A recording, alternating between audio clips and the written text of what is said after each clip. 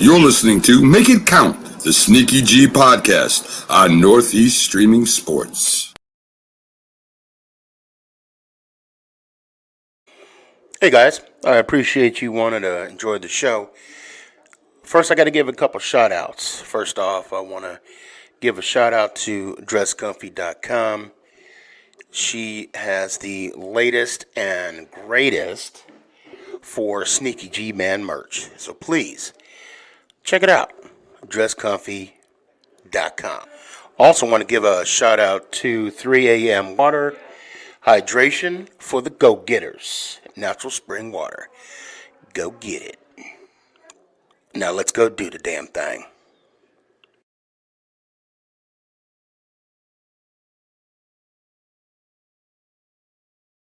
Before we do the damn thing, I got to give a shout out to George's Trophies, aka Sergeant M Replica Trophies. Guys, Father's Day coming up soon. This is the perfect gift. Matter of fact, this is the perfect gift for any occasion. I mean, who wouldn't want a replica Super Bowl trophy of their team? The team that got the ultimate prize, the Lombardi Trophy. So when you get a chance, go to his Facebook page, George's Trophies, a.k.a. Sergeant M's Replica Trophies. Now, we gonna do the damn thing.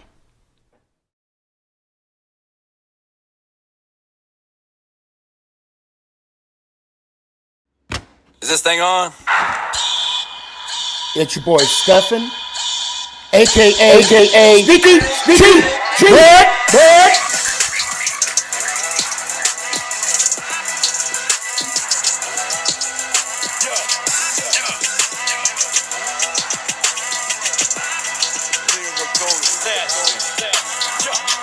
Let's go Giants! Let's go Giants! Oh! What's going on, everybody?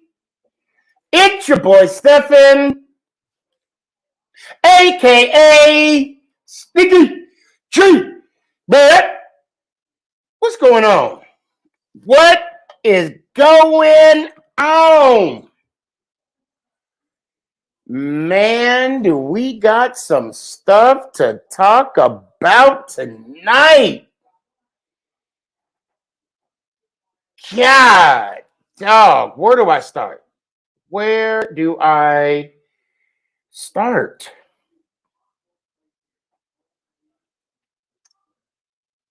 Man, I mean, I'm trying to Julio Jones trade, Titans. I mean, do you guys want to call that a fight? I don't know. I mean, I wouldn't, and I'll get into that. And I think that's about it. Oh no! I would, and then also a passing of a giant great, one of the coaches, man. I mean, it sucked because when he got in as the head coach for the Giants, and I'll get into this more. I was in basic training, so we were going through all that torment. Dave Brown, Danny Cannell, Kent Graham, and then I go to basic, and then they win the division. Ain't that some mess?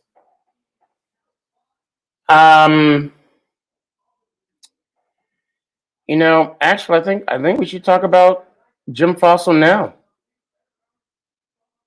I mean, I don't see why we shouldn't. Today, the New York Football Giants lost a family member.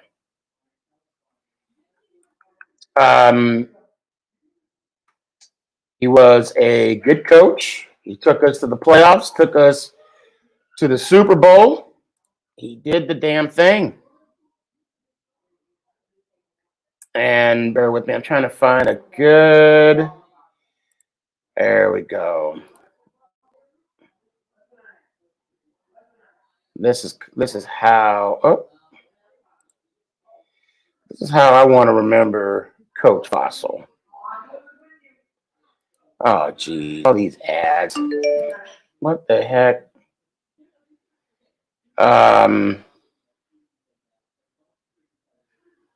Hopefully I could get this going right here. Okay, nope. All right. I'll do it the cheap way. Alert from Google, password required. Okay. There we go. Talenticus. What's going on, man? Long time no see. How you doing? Hope you're doing well. And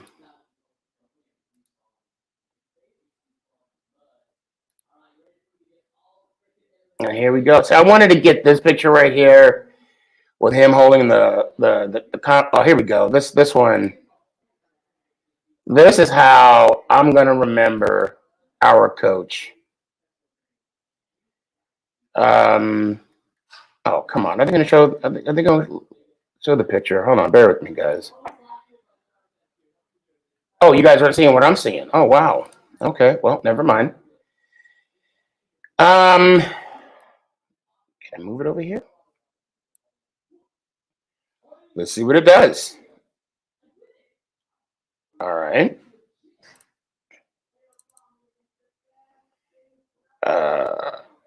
Okay, well, never mind. All right, well. All right. Well, that's a waste of, yeah. Okay, anyway, we'll just leave right here. Those that don't know, Jim Fossil coached the New York Football Giants from 1997 up until 2003. I want to take a moment and I want to recognize him. I want to recognize him.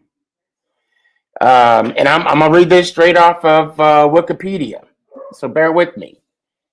Coach Fossil, August 31, 1949, June 7, 2021, was an American college and professional football coach, was the head coach of the New York Football Giants from 97 to 2003. He was an offensive coordinator of other NFL teams as head coach, general manager, and president of the Las Vegas Locomotives of the United Football League. And which he won 2 league championships. Which there's some things I didn't know about. So he also played in the NFL. He went to Long Beach State. He was drafted in the 7th round, 167th overall. Still drafted higher than me. Okay. Because I wasn't drafted. See, that's the joke. He was, as a player, he was with Chicago 1972, San Diego 1972, Houston Oilers 1972. I don't know how you can do that. Hold on a second. Let's see. And then he was on Toronto Argonauts, played a little CFL, looks like, in 1973. The Hawaiians from 74, 75. I don't know what that is. I'm assuming it's some kind of semi-pro team. So in 74, he was with the Hawaiians again. 74, he was with a junior college, Fullerton. He was assistant coach. Utah, quarterbacks, receivers coach. Weber State, quarterback, receiver coach. Stanford, wide receiver, running back coach. Stanford, offensive coordinator. New Orleans Breakers, offensive coordinators. Utah, head coach. New York Giants, offensive coordinator, quarterback coach from 91-92. Offensive coordinator for the Broncos, 93-94. He was with the Raiders in 95 as a quarterback coach. Offensive coordinator for the Cardinals in 96 and 97. He was with the New York Giants to 2003, 2004. He was a senior offensive consultant. Baltimore Ravens, 25-26, offensive coordinator. And then 2009 to 2012, he was the head coach of the Las Vegas Locomotives. Now this is his career highlights, which was 2000. He won the NFC Championship. 97, he won NFL Coach of the Year. Two-time UFL champion, 2009, 2010. Let me see if I'm getting any Facebook questions while I'm here. I'm just going to take a quick gander. All right. Oh, wait. I really hate it that Facebook automatically puts stuff on. I guess whatever. Anyway, I'll bitch for later. Okay, now here's the interesting part. Regular season, his record, college, 22 of 33. His Giants, when he was with the Giants, he was 58, 43, and 1. With the winning percentage of 522.522. USFL, he was 16 and 6. Postseason, we were 2 and 3. UFL, we were 2. He was 2 and 1. Career NFL career, 60, 56 and 1, and career with the UFL 18, 7 and 1. Mason, I'm doing good, man. How you doing? I hold Coach Fossil in high regard. He took us to the Super Bowl. Any of you that saw the 2000 NFC Championship game, and if you're a Vikings fan, you might want to fast forward to this. Hold on a sec. Danny says, I know Sneaky doesn't want to bring it up, but Coach Fossil, okay, we ain't gonna talk about that. I'm gonna say that was a management decision. That wasn't I don't know if it was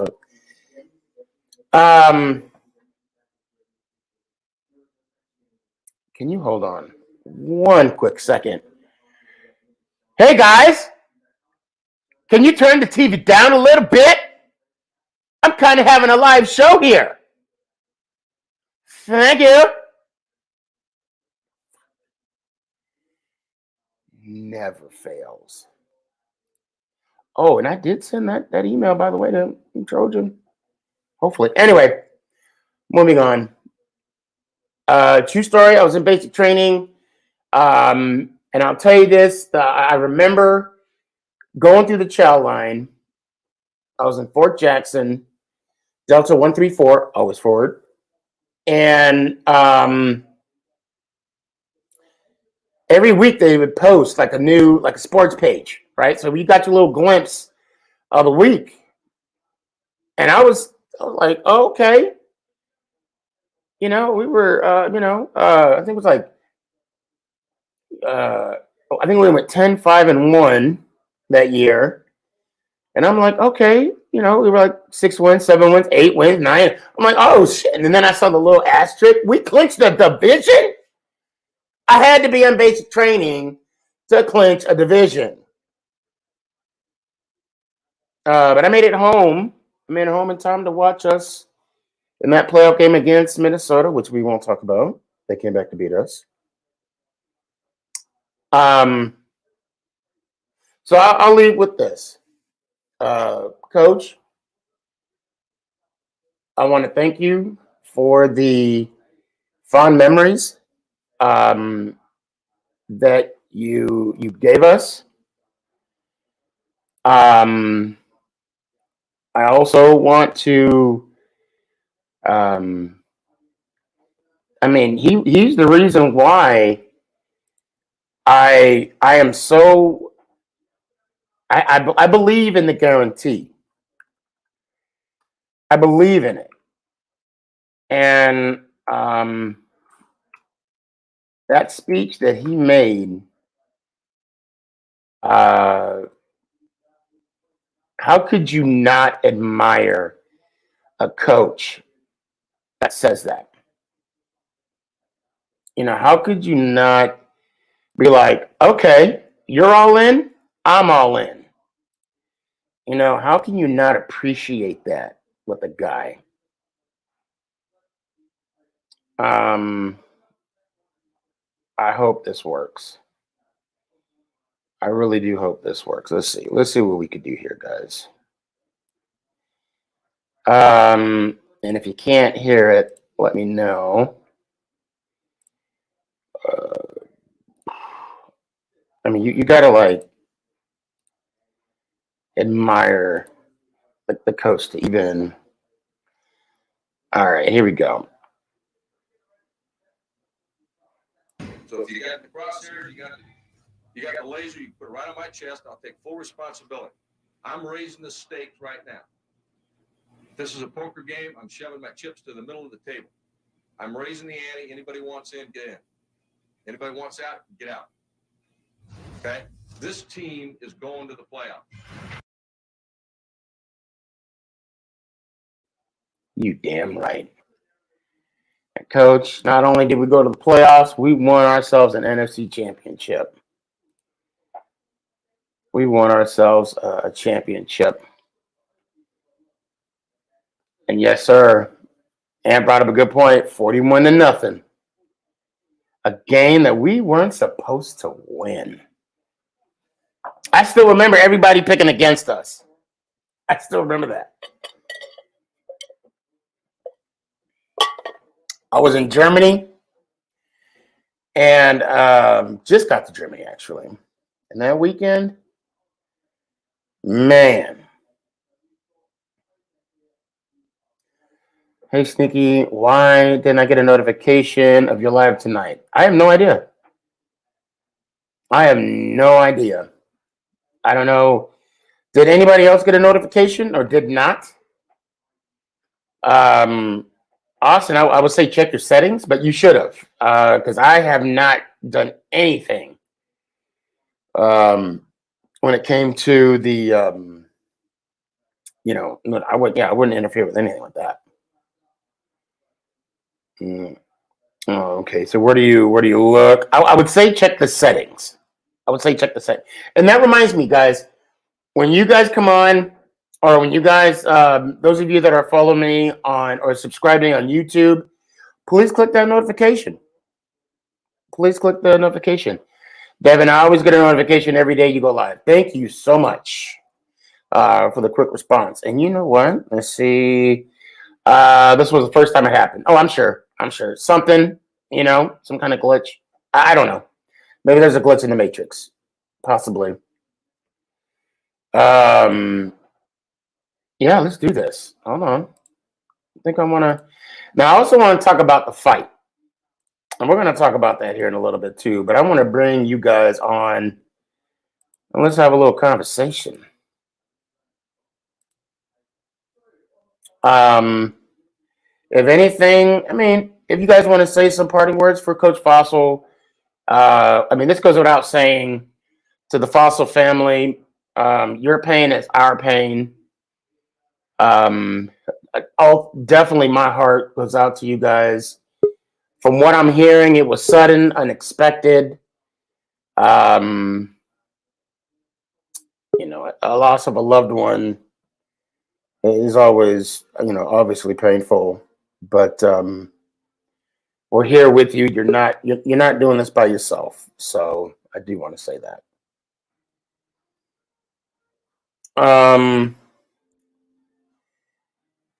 Also, today I brought my muscle. And what I mean by that, I brought Ant with me today. What's going on? And Ant doesn't know I'm doing this right now, but I'm going to put you on the spot, sir. Okay. If anybody gets out of line today, because I was told that Get Swifty and Ninja whatever is coming on today. And I'm not going to have patience with that today. And I kind of would like for you to, just be on the lookout and give me a heads up if anybody is doing anything that is not appropriate, because I don't want them taking up the show. I don't want them wasting our time. I want to, I'm about positivity, and I'm going to move forward with such. Not a problem. And you know what? Matter of fact, tomorrow, before I go on to my other show, okay, guys, I want to hire. Now, when I mean hire, you ain't getting paid, okay? I need a couple moderators.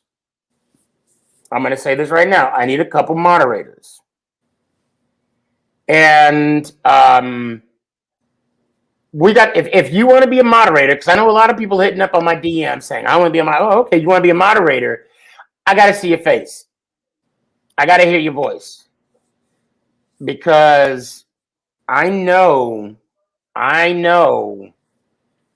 what that individual sounds like. I'm not going to tell you about which individual, but I know what he sounds like. And yeah, yeah, and I just want to move forward. That's all. That is all.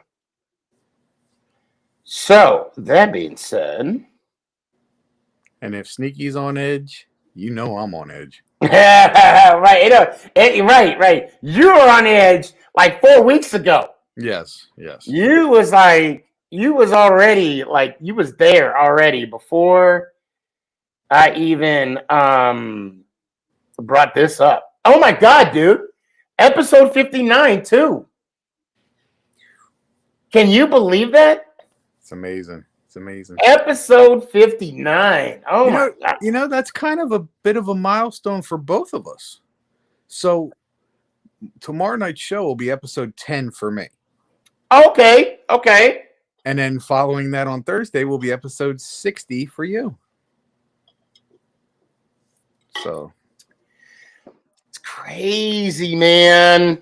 It's crazy. And kudos to you, because you've been my inspiration, my mentor. Stop it. I'm not singing. No. Don't ask me to sing. I'm not singing. Keep going. Don't stop. Keep going. I do want to bring this up too.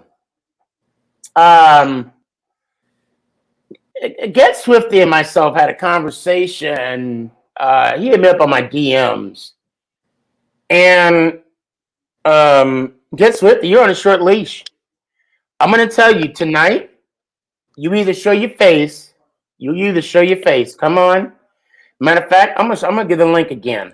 I'm gonna put out the link again. I want you to show your face, and we're gonna have a conversation. And no, and I should read. Hold on, let me see. I should read that whole exchange we had. I gotta say, I'm loving this new side of Sneaky. Well, I mean, there comes a point, man. There comes a point where you just got to put an end to it. You know, I've had a couple really touching messages. The other day, one gentleman sent a message, and I spoke to him on the phone briefly. Not going to talk about what we talked about, but he went through some stuff, and I helped him get through it. And then another gentleman said the same thing. So I identified that I have a responsibility. And with that responsibility comes limits, and those limits are closer. And Get Swifty, it's not 2 viewers, but regardless, it's 2 more viewers than you have. How about you get a podcast? And then let's see how many viewers you get, which I hope you get 4. I hope you double up. I hope you do better than me. But you know what? I'm missing you a challenge right now. So I hope your internet crashes. No, don't say that because then mine will. Well, not you. I mean you. But I mean him. oh no, I know that. But then for some reason, got you. the internet Got gods or whatever the case may be. Let me see here. I'm trying to see what we got here. Oh, that sucks.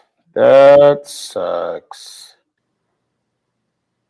Let's see. Okay. All right. Well, I guess I'll have to find out another way. I got one more. Let me see something here. Okay. Yes. There we go. Austin, Sneaky, I need to talk to you one-on-one. It's kind of important because it's something upsetting going through in my life. I just found out tonight. So whenever you're available, we could talk. Oh man, dude. Now obviously today, tomorrow, Thursday's gonna be tough. Maybe Friday. Maybe we could talk Friday. We'll see. We'll see. We shall see.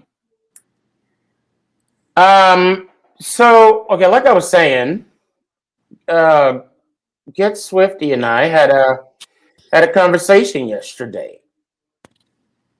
Back and forth, back and forth. So it was on Instagram, and he initiated conversation Saturday, which I didn't reach out to him yesterday. Let's see. What did he say? Okay, let me start with it. How about being in our section? Go to the gym section, workout section. And then I proceeded to say, I just want to let you know that I'm so sorry for what you are going through right now in your life, that you feel so necessary to come on my page and obviously my podcast, and have on my page, on my page on Instagram, a page. I have nothing but love, happiness, and positivity. I really feel bad for you, for someone to have so much misery that they feel the need to share it with others. Share with I lost my place. Shoot. Let's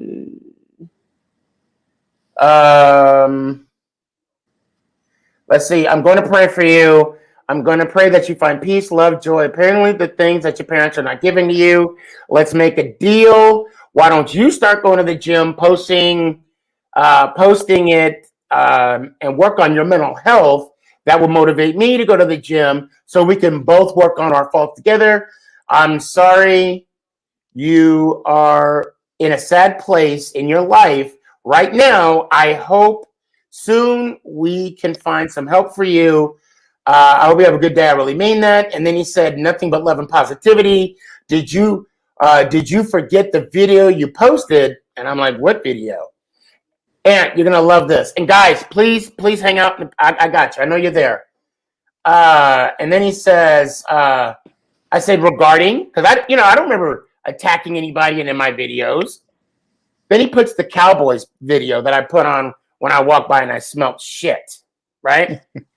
And then, and then he said, Cowboys, you want to make jokes? I'll make jokes. Fair. And then I said, oh, so you mean to tell me picking on a team, yes, that I hate, you're going to take it personal? Again, I pray for you. And then he said, personal, something can easily be done. Maybe that'll motivate you, which it don't. It just tells me to tell you to go F off. And you know what? Since he's so concerned about my weight, I just want to let you know I can still see my penis. So apparently I'm not that big. Well, I'll leave that alone. Meaning my stomach,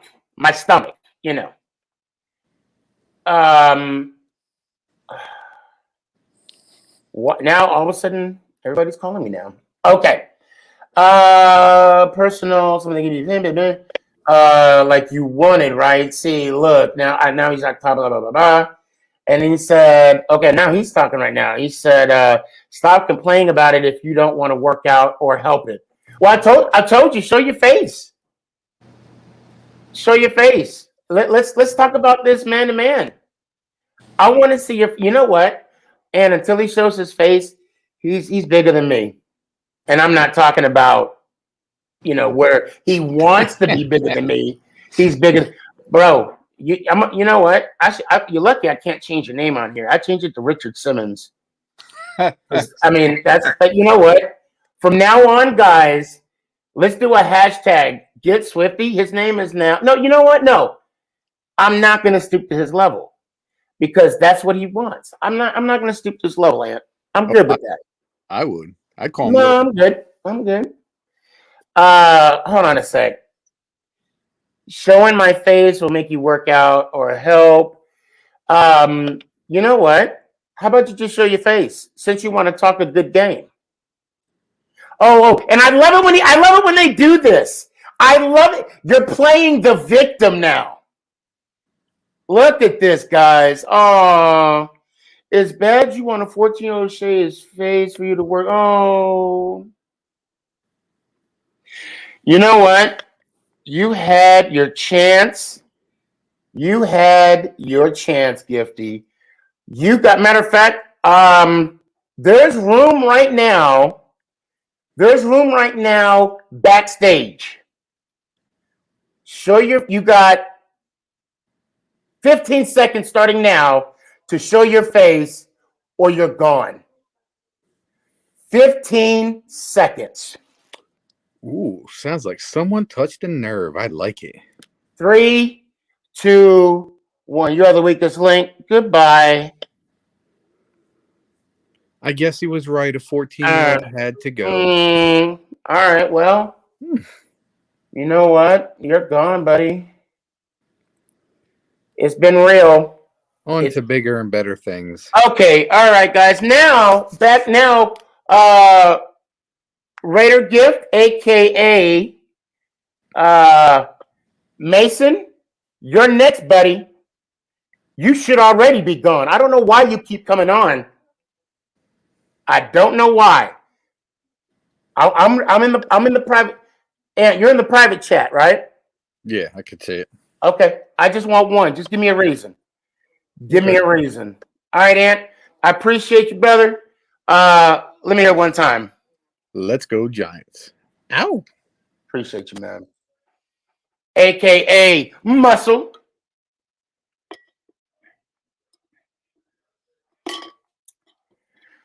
Oh, man. You know what? You already messed up, bruh. You already messed up. Okay.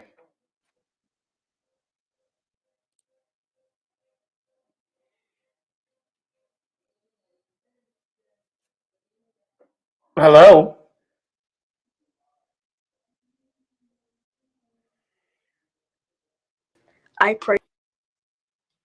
I knew you were going to say something stupid shit like that. I ain't got time for you, bro.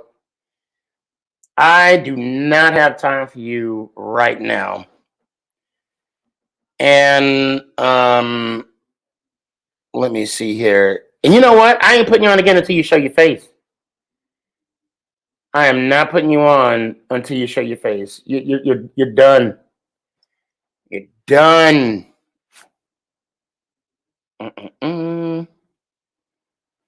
I'm trying to, and guys, I do want to apologize to y'all because you guys don't deserve this. You guys deserve a high quality show, and you have people like this that keep messing. Hold on a second. I'm trying to.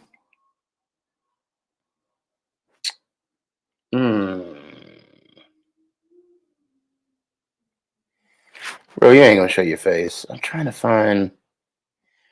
You know what? I ain't even gonna deal with you today. I'm not gonna deal with you today. Yeah. Hey, Ant.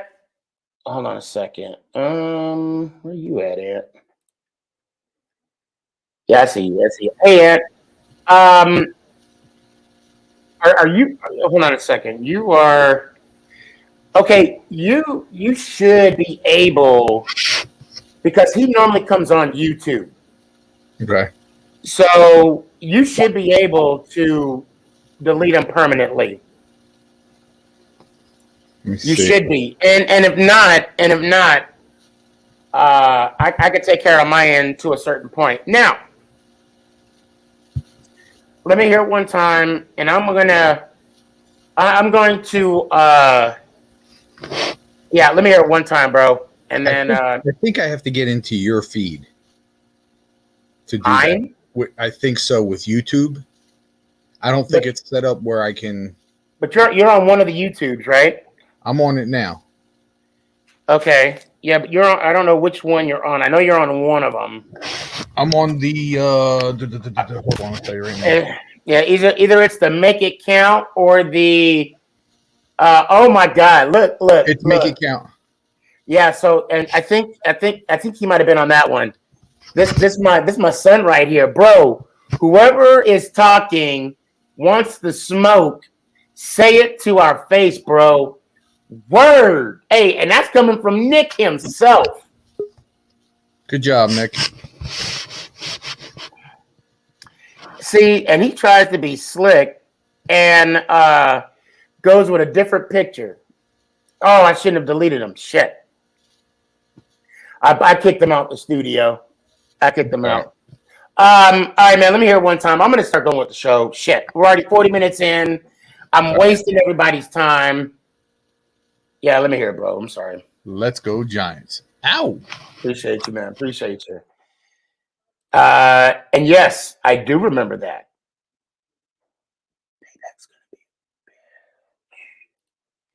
Okay, now that I wasted everybody's time, my apologies. Gabe, you ready?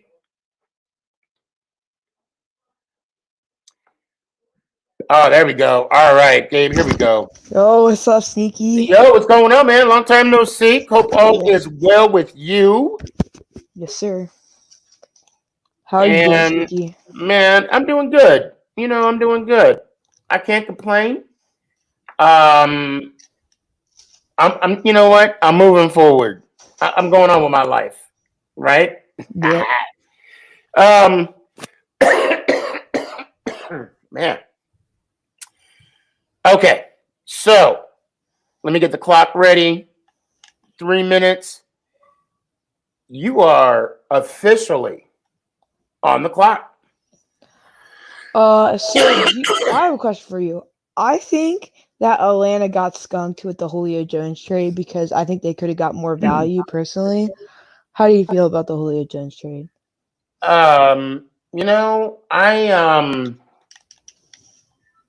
They had to get rid of him. Yeah. He couldn't go back to the team. Yeah. So how I feel about the trade is irrelevant. It's really irrelevant. So, you know what? I mean, these people must really love me because, no, I'm not going to do that.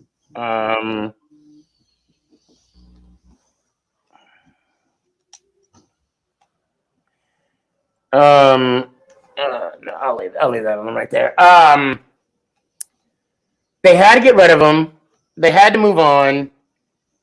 That's the only way they could do it. Yeah.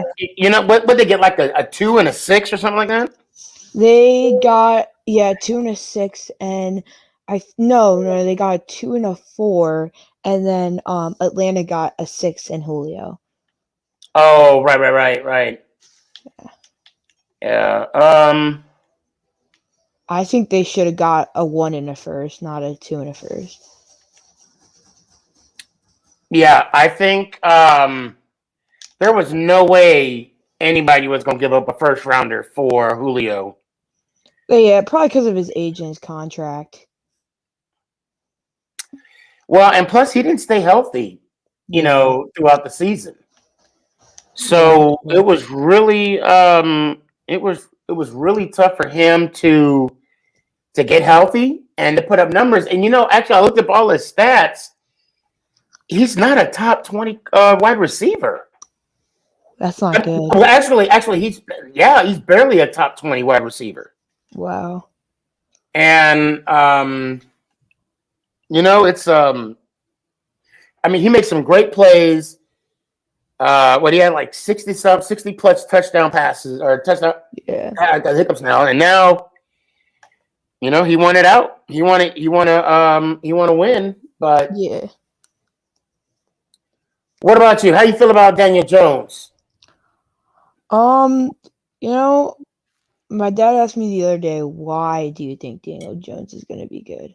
And I can't give an answer. I can't give an answer. Pause. That's what I'm here for. And you only got 14 seconds, so we'll close with this. Okay. I'm going to tell you why I think he's going to be good. Okay. This is going to be okay. Let me back up. Now I'm sounding like a broken record. Okay. Remember his rookie season, that training camp, OTAs, he was under Pat Shermer's system. Yeah. This season was the first season he was under Jason Garrett's system. That's one. So now this will be his second year. Two, he has more weapons around him. Yeah. Tell me who was the number one last year. Exactly. Exactly. Tell me who's the number one this year. Kenny Galladay. Thank you. Maybe Kadarius Toney. We don't know. Exactly. We don't know. Exactly. So, okay, and also, so that's one thing. So if go to your tactfully, okay, go to your pops and be like, okay, this is why I think he's going to be good. Dad, I'm going to ask you a serious question. Who was our number one receiver last year? And when he goes mute like you, he's going to say Golden Tate. He's going to say Golden Tate. Oh, well, yeah. And then you say exactly. You still say exactly. Because, okay, Golden Tate was a good bridge wide receiver when we got rid of Beckham. Yeah. Okay? He was good. All right. He did his thing. He caught some touchdown passes, made some ridiculous,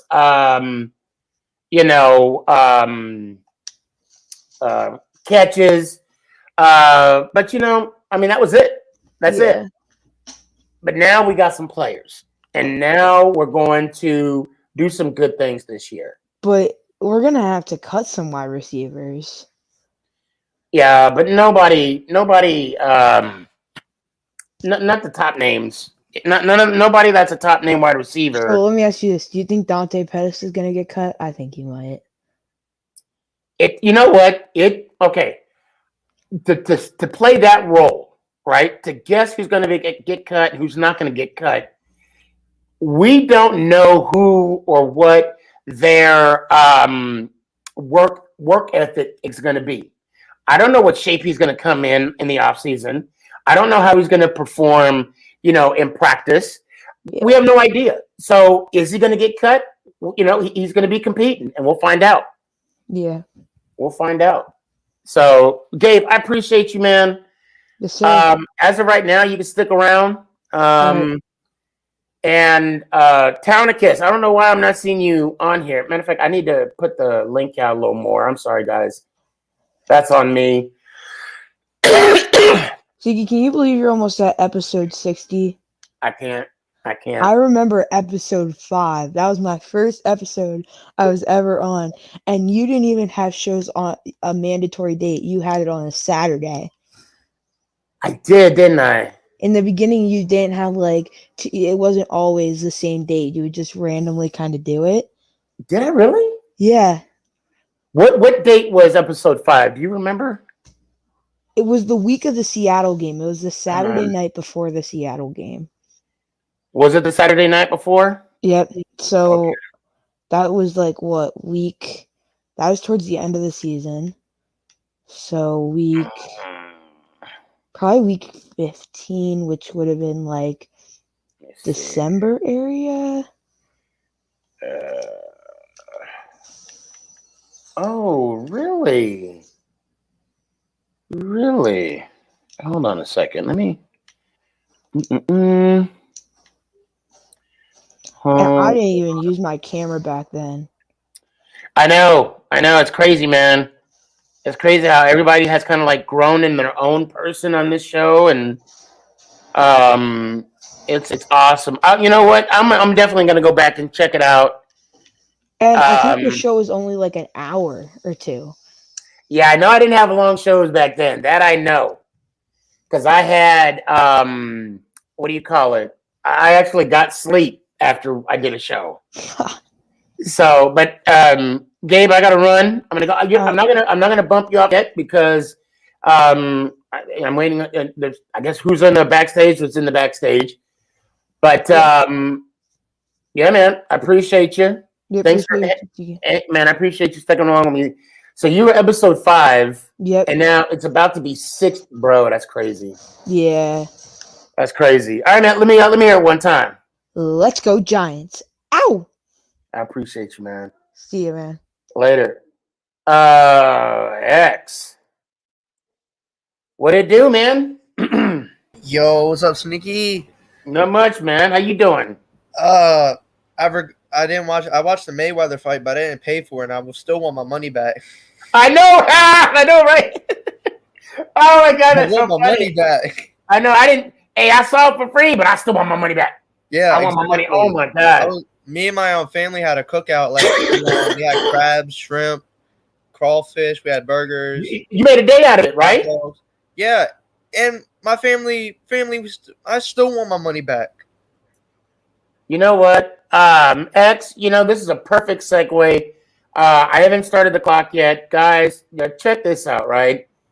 All right, let's Ryan or Logan, there's too many damn Pauls. Logan, Paul, Jacob, Robert, Demetrius, Jamal. Damn, there's too many Pauls. Greg Paul. Oh my God, too many damn Pauls. Too many artists. Too many damn Pauls. Okay. So check this out. Here we go. Not too shabby for fighting the best. I'm seeing this narrative going around that there's one part in the fight where Floyd punched me and I kind of like leaned on him a little bit. And it kind of looks like no, you got knocked out. Yeah, he got knocked out. And say that he knocked you got me knocked out. out. And yeah, he did. And kept me up. He did. Yeah. To the 8th round. Mayweather held him up. Shut the fuck up. Like, just shut the fuck up. Like, stop trying to discredit what happened last night. No mistake. He got a lot of good punches in. There's a couple photos. I got fucked up a couple shots. I did my face to like make that shape, but never rocked, never blacked out, never obviously got knocked out. He didn't hold me up. He tried to take me out, and he couldn't. He got knocked out. He got knocked out. But I know some of you are like, what is he talking about? What is he? Well, allow me to retard. Oh, and check this out.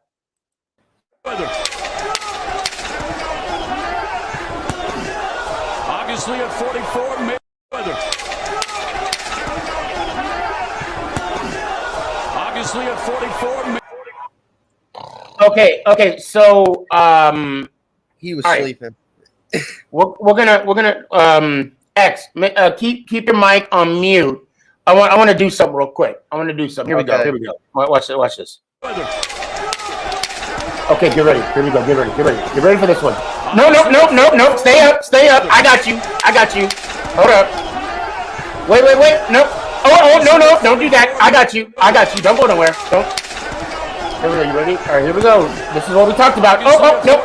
I got you.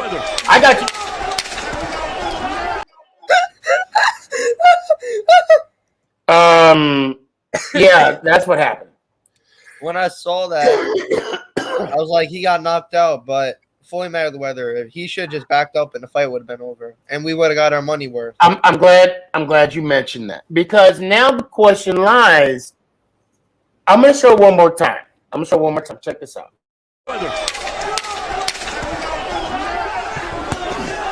Obviously at 4. Okay, so he helped him. Okay, now here's a brief. The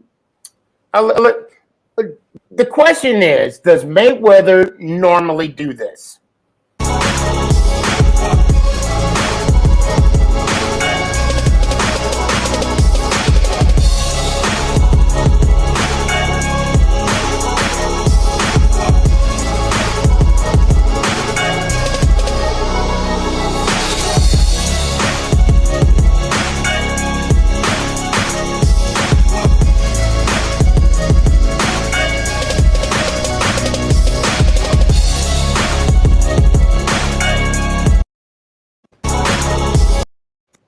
Oh, my bad. I didn't mean it. Okay, so basically, when Mayweather knocks someone out, he backs up.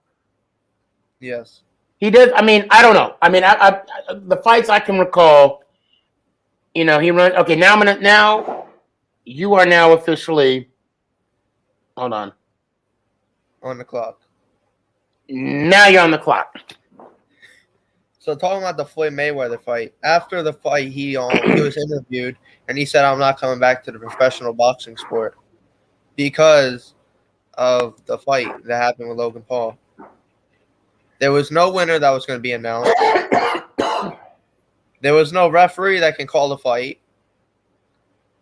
Referees called the knockout, so if that was a knockout, referees still wouldn't call it. And it was just for money. That's the thing, just for money." Yeah. 24 minutes, $100 million. 24 minutes plus the minutes of the commercials that we got, even though we didn't even pay for the fight. And we still want our money back. Yeah. Felt like I was robbed. 24 minutes, $100 million. And Floyd is still undefeated. It's a good thing. Okay, now we got some buttholes. We got some assholes. Look, I got allergies. That's why I'm coughing, guys. It's not corona. I don't think. I don't have corona. I've been tested multiple times. Yeah, well, I'm vaccinated. But anyway, I am feeling kind of feverish. No, let me stop. But real quick, yes, Floyd is a distance of a fighter, just like defense of a fighter, just like the Giants defense. He will always strike you without warning. Exactly. And I'll get to you in 1 second. X's time is almost up. Well, when Mike the Giants fan put that up, I was gonna. Can I just say 18-1 like the Giants struck the Patriots 18-1? See, I made a joke about it. Thank you without you knowing. See, the funny thing is, I don't know if people got the fight to see Mayweather win or to see Mayweather lose, even though it wasn't going to count either way. Even there was no winner, you looked at the stats and you had every stat above Logan Paul. So technically, if you want to have a winner, even though there's no knockout, Mayweather would win anyway. Oh, clearly. And if anything, it was 50% to like 18 in striking. Right. But yeah. Well, X, the timer just went off. I appreciate you, man. I hope to see you Thursday, man. Episode 60, bro. It's crazy. It's crazy. Episode 60. And on Ant Show tomorrow. I've been on the Ant Show since the beginning. Hey, man, keep it going. I was on there when there was no title. Yeah, keep it going. Keep it going. Congrats, Ant, on 10 episodes tomorrow. Congrats, Sneaky, on 60 Thursday. Yeah. You already know what's coming. Let's well, I'll be happy when I get there. I'll be happy when I get there. But X, let me hear it one time, man. Let's go, Giants. Felix, what's up, man? Giants make the playoffs. Oh, heck yeah, Vince. Heck yeah. And yeah, that's a huge milestone for Ant. 10 episodes. That's a huge, huge deal. I started coughing when I came home from work, so I know I probably inhaled something at work or something.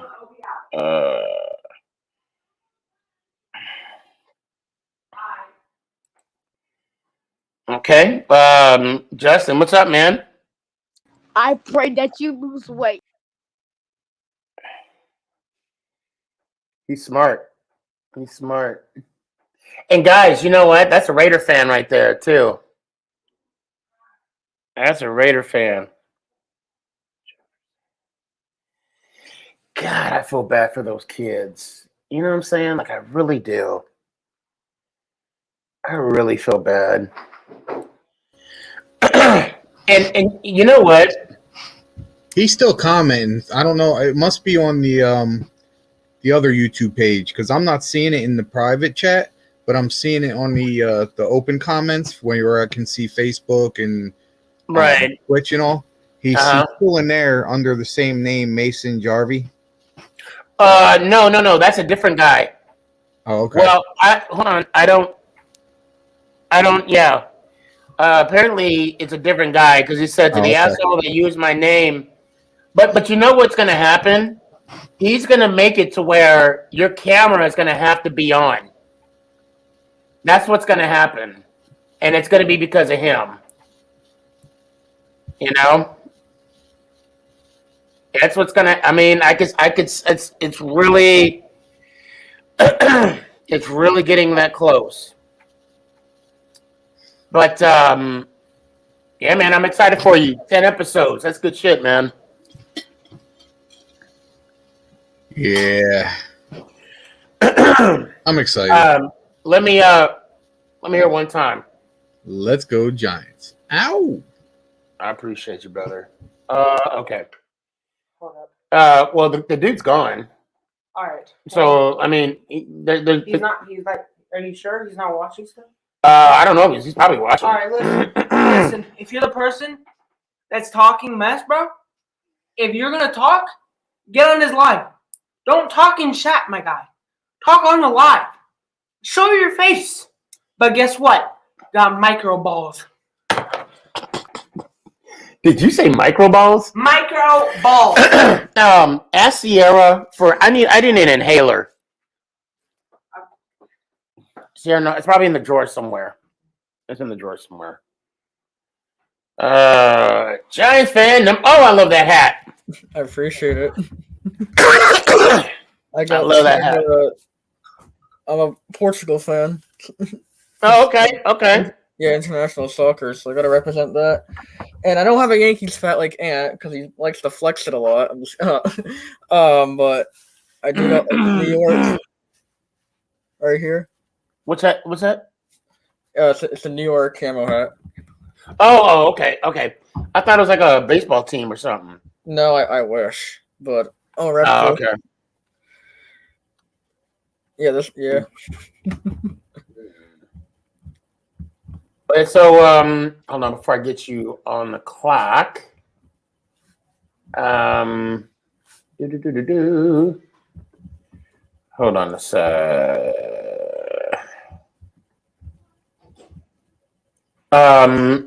What you think about the fight? I don't know. I think Mayweather won. If there wasn't a winner. I don't know. Yeah, but I mean, I didn't watch too much of it. OJ was streaming it on not Twitch, TikTok. So I went over to his live and just so I can see it. I'm so glad I didn't buy it. So, and I was close to getting it too. Okay, now that being said, Giants fan number 10, you are officially on the clock.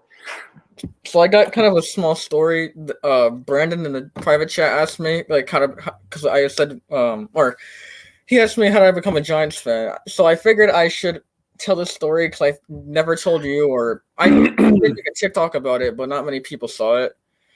When I was young, I was into WWE a lot. Like, I loved CM Punk. He was my favorite at the time, and I started to drift away because I'm a bit older, and I knew it was a fake the whole time when I was young. I just saw it. I saw it really. Look. I'm gonna stop right there. Some of it may be choreographed, right? But that stuff hurts.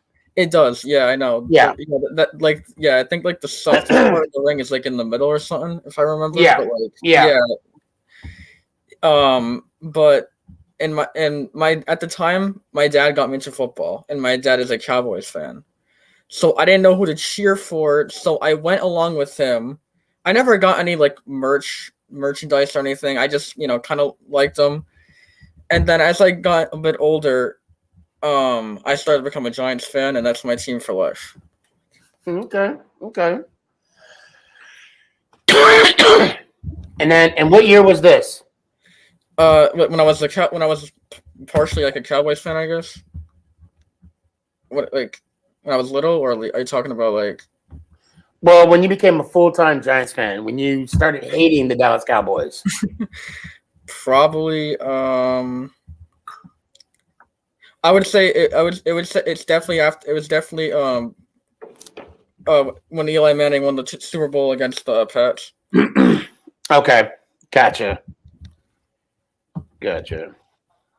That's why it's number 10 because of Eli.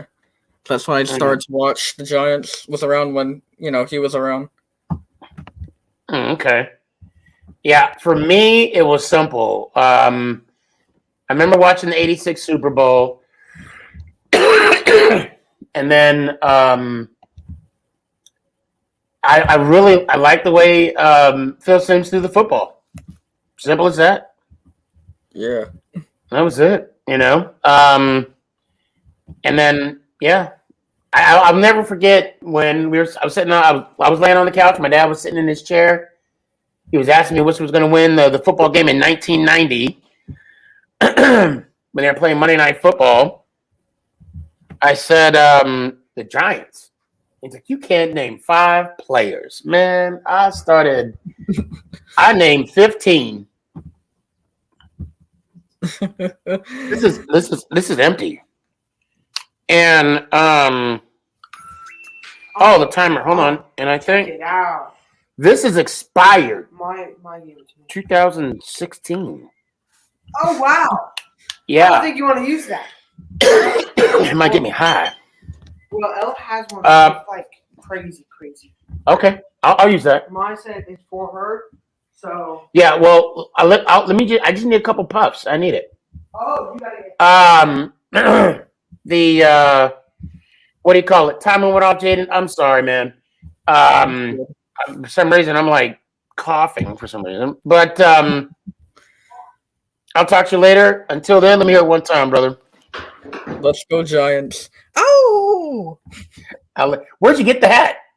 I had this for a very long time. I want to say, I think, like, do you know one of those, it's not like, it was outside, like, this Portuguese restaurant, and I believe, I could be wrong, and then, my Vavo bought it for me. I could be wrong, but it's definitely one of those shops, like, outside. Oh, wait, let me see the back. Like, let me see the back. Flea market or something. Yeah, let me see the back. Let me see the back of the hat. Yeah, it's just. Oh, okay. Yeah. Oh no, but it's still legit though. Yeah, no, it's a legit hat. No, I just thought maybe it had something like Giants or something in the back. So it's like it's one of those Portuguese shops or whatever. I got you. All right, man. Well, I appreciate you, and I'll see you Thursday. Later, man. Later. I swear to God, my lungs will start working here and there. Danny! What up, dog? Oh, look at that. I like seeing that. How you doing, man? Gotta show respect, you know that. Yeah, man. Jim Foster, bro. Believe it or not, that season that he became, like, I think it was year 2000 when he brought us to the Super Bowl against the Ravens. That's the year I officially became a Giants fan. So it's like, coach brought back memories. Leave it here. I'll give it to her in a second. So what was it? So you didn't wait, Nick. You gotta plug in my fan, man. You don't just leave it there. He borrowed my fan last night, and then plug it back. I told you. Anyway, if I was really interrupted.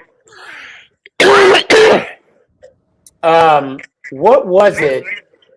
Or at what point did you become because you live in New York, right? Yeah, I live in Jersey. You live in Jersey. So what were you a Jets fan before? I actually wasn't.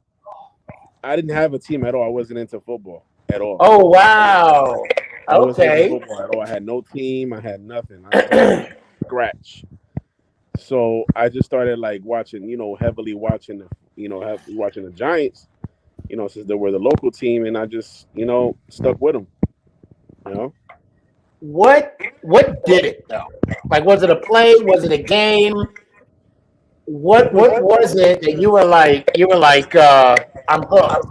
It was the grittiness, man. I love the team, bro. It's the grittiness, bro. Okay, that's You fair. know, and you know what? That speech, that playoff speech, that he Yes. did, that like brought it over the top. Like I'm gonna stick with this team. I'm gonna ride it out. And yes, we got blown out by the Ravens. Yes, we did. But I will say this, and I don't mean I'm trying to cut you off. We still won the NFC Championship. Absolutely, we got that trophy. So you know, he kept his promise. He brought us to the playoffs. Mm-hmm. So you know, he said this team will make the playoffs. Yep. You know what I'm saying? I stuck with him since the year 2000 until now. So. And I understand, like, towards the end of 2003, I mean, 7 years as a coach is a long time. Right. Let's call it like it is. It's a long time. And I'm just surprised that he didn't, once the Giants let him go, I'm surprised he never got another head coaching gig. I know. I mean, he didn't seem like the type of person to burn bridges. You know, again, we're on the outside looking in. Right. And Danny, I'll tell you what. Hold on. All right, you're officially on the clock now, man. Yeah. So I mean, I'm surprised he never got a head coaching job. So, but like I said, you know, rest in peace. You know, he'll definitely be missed for sure. Dude, I'm on. I can't.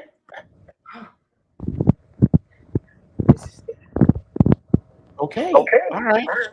And listen, you need to Sneak. You gotta call Dress Comfy and let them know that they gotta start putting out these micro balls T-shirts out. You know. What do you mean? The when Nick said earlier. Oh my God! Right? Micro balls. Yeah. You got Dress Comfy. Got to start printing out. Hey, what'd you say? No, what'd you say before? You said micro balls, right? What'd you say? Like right before you said that, though. Uh-huh.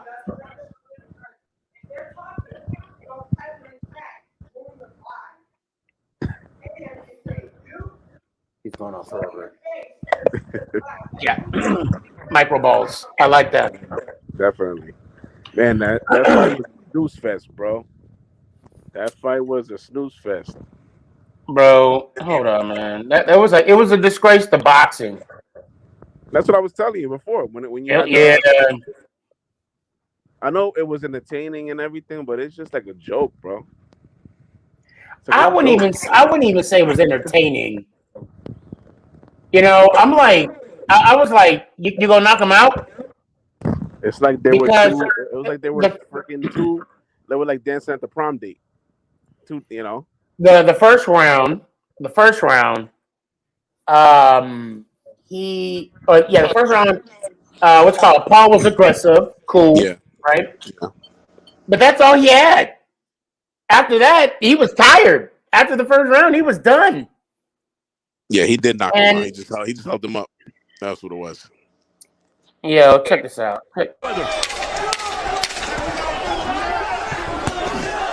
Obviously, right? You can hear the shot. Yeah, you can hear the shot.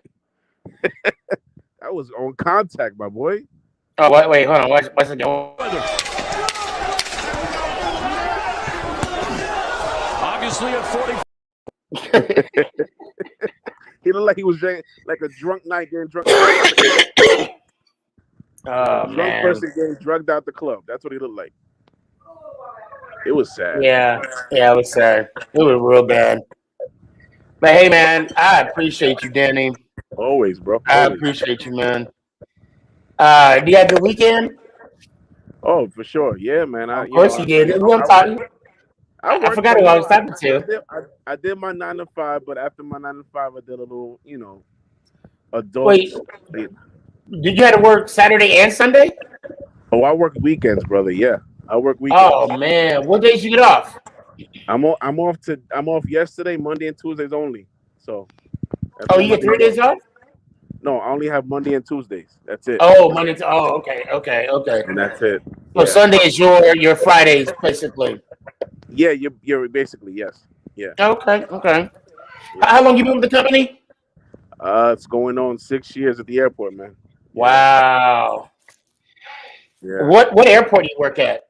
And Newark Airport. Okay, if I ever happen to be in there, you're with what Southwest? I'm at Air Canada. Air Canada. Okay. Yeah. Man, I got to come through. I got to come Whenever through. you guys come So, through, give me a shout. Hell yeah. Oh, bro, that'd be sick, bro. Sneaky come up to my counter when I'm working. Right? Like I'll be a Karen. I'll be a Karen. I'll be like, Oh my God. I want to talk to your manager. Or I'm gonna write a letter. This customer service that he's giving me. Right? No, I'll mess around, go up in there. I hear it all the time, bro. Yeah. I'll mess around, go there, and be like, we need to get this man a free toaster. So, all right, brother. It's good to see you. Good to hear from you. Always, brother. Let me hear it one time. All right, brother. RIP to Coach Fossil, and let's go Giants. Ow! Real quick, like. So, hold on a second. Oh, card season 13. You're in the backstage. Can you pop your camera on real quick and then turn it off? I'll pop camera so I can see you real quick. And then no one's going to see you, not on the stream. I just want to make sure that you are who you say you are. And then I'll put you on. Guys, I think that's what I'm going to start doing moving forward. I'm going to ask to see your face in the backstage. If you don't show your face, and it's in the backstage, I'm the only one that sees it. So, but there's certain people that I already know that I don't need to see your face. I know who you are. And DJ, you there? Yo. You're muted. Hello. What it do, man? Nothing much. How you all right? I'm doing okay, I guess. What's the matter? What's up? What you got?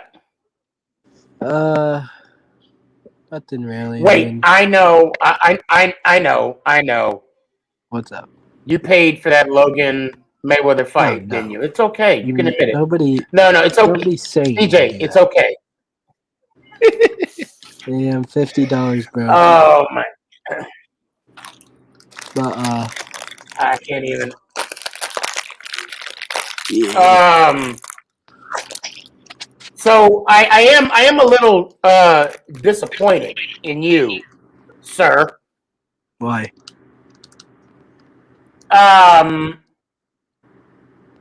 You did not know that I had sweatshirts? Oh no, I knew it. See, this is what the thing is, right? I said that because I knew you were gonna do edit so that other people could know. Because this, you see it? I see it. Where that's from? That's OJ stuff. Yeah. Mm-hmm. And I wanted to get a hoodie from everybody who I support. So yeah. So I was gonna get one. But then I was too lazy to check if you had one. So then I was like, hey, you know what? Maybe there's somebody else. Maybe there's somebody else that wants one. See, so I'll this is why I like you, man. You straight up. Yeah. Homeboy straight up said, I'm too lazy. So I'm just gonna ask him. I'm gonna ask him if he got one. I do have one. I hear it's very comfortable. They don't, unfortunately, as of right now, they don't have it in my size. But I got one for the wife and Nick, and they love it. And then I know a couple people have them, and they love it as well. Yeah.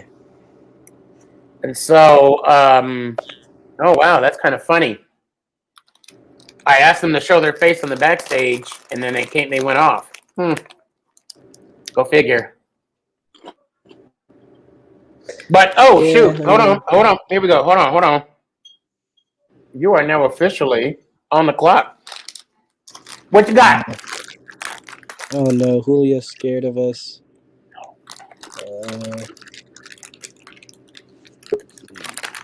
I don't know. What do you mean, scared of Tampa? He's scared of all of us. The Panthers get J.C. Horn, then he leaves. So, yeah. What else? Oh, I haven't posted anything on TikTok for like 2 days. I got 1K and then never posted again. Oh, well, congratulations. Thank you. Have you started going live? Yeah, I did a few with Carson. I did one with my other friend. But I don't know. I just lost motivation, you know what I mean? And you know what? There's nothing wrong with that, bro. There is nothing wrong. Like, there, you know, and I'm gonna tell you straight up, man. I see. The thing is, I have so many videos in my drafts. Like, there's days where I just don't feel like posting. So what do? I go to my drafts, and then I post my drafts. Yeah, and it's not on purpose, you know. I mean, there's like some of my drafts, like I need to do one thing here or one thing there. You know what I'm saying? And then I, you know, I'm good. But you got to keep it fun. You know what I'm saying? Like if TikTok starts being a job, then it's not fun anymore. And it's like this quad. It's like go ahead. I'm sorry. Go ahead. It's not like a, you know, job thing that's getting me unmotivated. It's this thing that just happened like literally 5 minutes ago. So that's what I'm gonna blame it on. Okay. So yeah, it's crazy, man. Live in a crazy world. I mean, do you want to share it or no? I mean,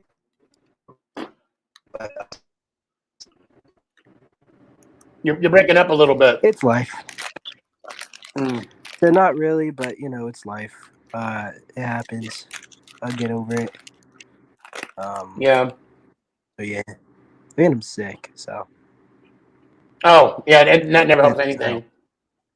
You know what, man? I want to listen. The beauty about life, you know how you say it's life, right? Mm-hmm. Look, right now, it's okay. It's okay to feel the way you do right now.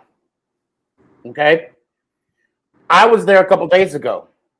I was bummed out. I don't know why. I just wasn't feeling it.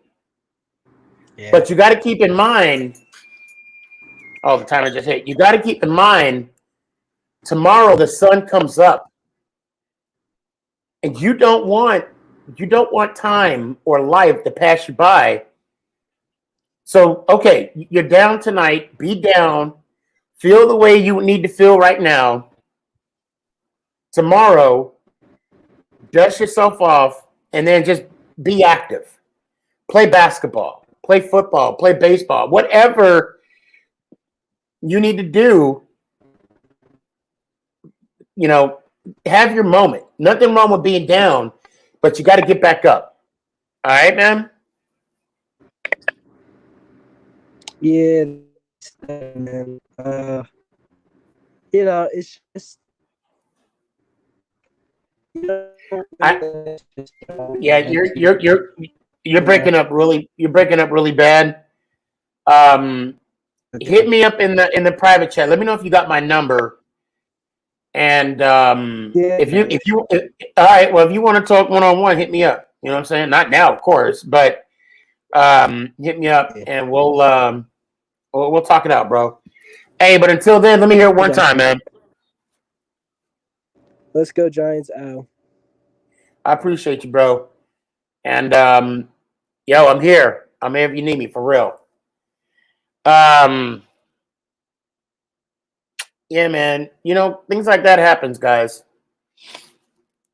Things like that happens. Well, you got to take a moment. You got to take a moment and just be left alone with your thoughts.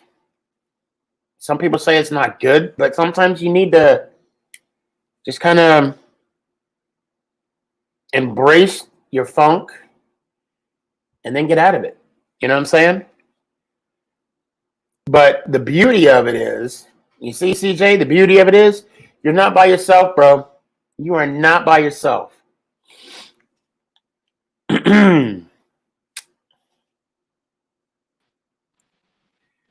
Caleb, you there?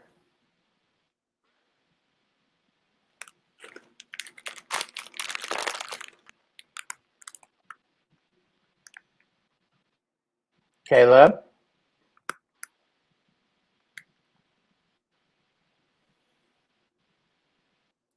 All right. I'll come back in there. I'm like talking about my Cheetos bag, crunchy Cheetos bag. Randy, Yo, what's yo, up? yo. What's up, man? Hey, Sneaky, you like talking to your Cheetos, and I'll be like talking to my Takis. Bro, I can't eat. Okay, those. Let me know in the chat who like Takis. I can't do Takis, man. I cannot, for whatever reason, I cannot do Takis. I could. Nick, come here. I swear to God, Brandon, Nick can eat them by the pound. I get the big bags. Yes. He gets the big bags, and they last like 2 minutes. Huh? Hurry up. Hey, you should make the shirt what Nick said, micro balls. Oh man, you know what? I'm seeing the chat right now. He keeps replying that he's insecure of showing his face. I don't care. So wait. What is he said in the private chat? Yeah. I don't. No. That's not an excuse. That's not an excuse. He said, "Put me in, please. I don't want to show my face. I'm insecure." No, I don't. No. That's no excuse. If you're going to be insecure, then don't attack people. Don't attack people. I don't feel sorry. I'm sorry, Brandon. I don't feel sorry for him, man. You know, and hear me out though. Hold on. Hear me out. Yeah. Okay, my actions towards this kid did not happen overnight. I mean, it's not like today is the first day. Yeah. You know, it's not like today. This has happened multiple times on multiple occasions. I actually seen it when I'm in the private chat. I see it. I don't get it. Why is he using other people's name to go on the live streams? Right. Well, he's doing it because he knows he's not going to get on any other way. That's why. Yeah. Now, Jared has other reasons. I like you, Jared. You're all right with me. Hey, did you see that Ocho Cinco fight? I did. You know what? I got to give it to him. At least he showed up. Right? At least he showed up. What I keep hearing that everybody says that he got dropped twice. It was I almost felt sorry. You know what? I got to give him credit though. He stepped in the ring. Yeah. He did something that I didn't do. Wait, Chris is saying that Ocho won. Did he win? No, he got dropped twice. I was watching the fight. I'll be honest. I only saw the highlights. I didn't. Chris, why don't you hold on? Here's the link, Chris, and Jared. Here's the link too, man. Don't be shy. I seen the highlights of the fight, and what I seen, he got dropped twice. That's what I seen. Hold on a second. Yeah, I need to watch that. I need to watch this fight. And I'll come back. Hopefully, I probably won't get a chance to watch it until our next show. But so what'd you do this weekend, man? I watched the Logan and Mayweather fight. Oh, please tell me you didn't pay for it. Did you pay for it? No, I watched it for free. I did too. There were so many people sharing it on what do you call it? He shared it on TikTok. You're sharing it everywhere. TikTok, Instagram. I think even on MySpace too. I think. Damn, I haven't used MySpace in the longest time. I don't even know if I can get on MySpace. You know. To be honest, I can still get on mine. I still know my password and my username. I don't have my password on it at all. An old email. Hold on a sec. He said he got dropped, but won the first 3 rounds. How many rounds? How many rounds was the fight? I'll tell you what, Chris. What? Oh wait, you probably got bad internet, don't you? That's probably why you ain't coming on. Understood, Chris. Understood. But did you do anything else other than the fight this weekend? Went to work on Sunday. Right? Oh, you had what, overtime? No, we were so tired on Friday, we went home. Oh, so you had to make up? Yeah. Okay. Gotcha. And I was on my YouTube, on my phone, and it says YouTube recommends you watching the Giants versus the Patriots game. I'm like, I'm just gonna watch it. I'm gonna relive it again. You got to. Then I was jumping in my room, and I was watching when our kicker took us to the Super Bowl with the Niners. Oh, okay. Because you he did the same thing against the Packers. Yeah. Okay. Well, hey, Brandon, the timer did just go off. I was waiting. Don't go anywhere. I'm waiting on Nick to come back. Alrighty. But are you coming, Nick? All right. Well, when he gets back, until then, let me hear it one time, man. Let's go, Giants. Ow. I appreciate you, brother.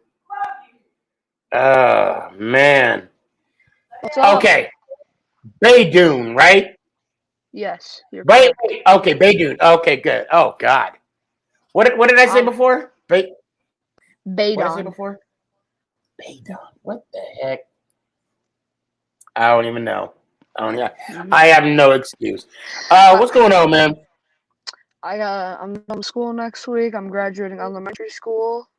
Okay. I'm going to middle school. I've been in elementary school. I've been in the same school for 6 years. Mm-hmm. Oh, so they go from, is it kindergarten to 5th or 1st to 6th? Oh, okay. Okay. Gotcha. Yeah, in my town, granted, it was a small town, and it was kindergarten to 6th grade, but I went to a different school in kindergarten, and it was funny because the town that I lived in pretty much, up until I was like 19 before I joined the service. So I went to school on post, but then I went to a different school. What I mean by post, I mean a military installation. My dad was still in the Army. And then I went on a school off post, and I was called the new student. I'm like, new? I lived here all my life. What do you mean new? In my mind, I'm thinking new student. You moved there, So, but anyway. I actually was a new student in kindergarten. I came to kindergarten late. When I went to Lori in preschool, it's a preschool. It's a preschool so Lori's a preschool in Michigan. I went to it, but then during the year I left and I went to kindergarten. Oh, okay. So I was pretty much like a new student as well. I joined a couple months later. But just to let you know, I was as dumb as a rock. It's funny you say that. When we made the move, my daughter for some time was in a charter school. And what's up? Did you start the timer? Oh. You are now officially on the clock. Go ahead. Wow, Julio Jones to the Titans. Yep. I told you that was one of the teams he could have went to. Yep, Told that you. was, yep. But now the But, question is that enough for the Titans to get past Baltimore and the Colts and the Chiefs? And well, will they win the division this year? Well, it's very debatable because I do think Carson Wentz is gonna have a little better season because just like the pretty much the only teams that can win the AFC South is the Colts and the Titans. Julio is now on the Titans with AJ Brown, Derrick Henry. I mean, where you at, Jacob? Where you at? I'm gonna put the link out. You got to come on, man. Where you at? Go ahead. Go ahead, Beno. I'm sorry. Go ahead. Jacob, I'm talking about the AFC South, not the AFC North. Well, go ahead. He's making a comment on what I said. That they have to get, and he said, "Did the Browns die?" But go ahead. So, with Julio with this, I'm still wondering what's Aaron Rodgers gonna do. I'm still wondering because he can go to. And he didn't show up to OTAs. Yeah. Yeah. I can literally. So here's a couple teams where I think he can go, where there's an open spot. He could go to the Broncos because the Broncos defense turned around a bit, and they're. But don't forget, they just made that trade with Bridgewater. Oh yeah, they got Bridgewater. So they're gonna have two. If Rodgers goes to the Broncos, they're gonna have two great backups. Yeah. Because Drew, even though they're both bad, they have a good collection of quarterbacks. Is what I'm trying to say. Because Drew Luck is there, and Bridgewater, and Rodgers. That's a lot. That's a lot. Yeah. But hey, man, we got to see what Rodgers could go or if he stays. I just think Rodgers might leave because if Rodgers wants out, I feel like he's just gonna leave. So even the Packers even said when he's ready to leave, they'll trade him. So the couple teams I want to say is and so he's definitely not going to the Titans. I mean, maybe, but what if he offers the Titans for him to go to the Titans, even though they have Tannehill?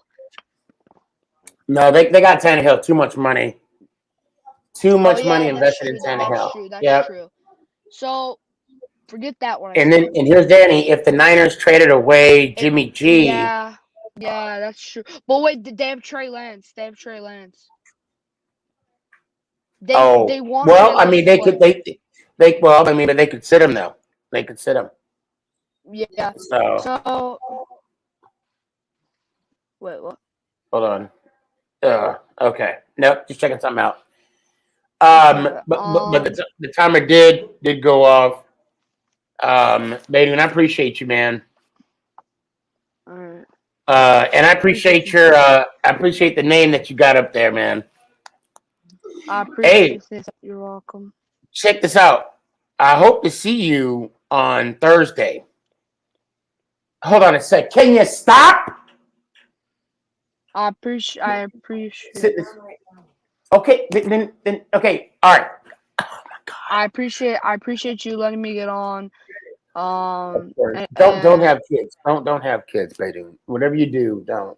Well, you were the one that wanted a boy, so. Yeah, but I know you don't turn out to be like you.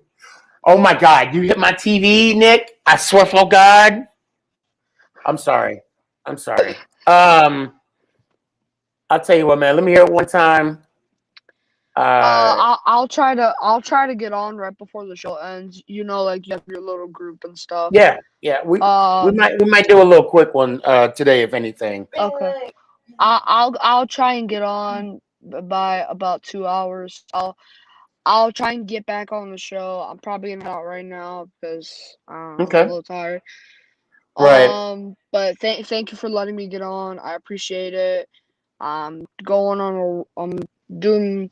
My life has changed a bit from this for me joining your show and stuff a lot. Well, that's So good. I appreciate that. Of course, man. Anytime. I'm done. I'm done with school next Friday. I'm graduating elementary school, so I'm going to middle school, and I just gotta follow my dreams, and I'll become successful one day, just like you. So. Well, I appreciate that. You got to make it count, brother. That's all. That's all. Let's go, Giants. Out. I appreciate you, man. And what about talking to eating me a whole thing? Blah, blah, blah, blah, blah. Hey, Brandon, hold on. Come here, Buster. What's happening? Here. Yeah, he was having talkies. All right. What's Look, up? Can you get off of me? Hello. What up? Look. Oh, yeah. Those will be gone in about 5 minutes.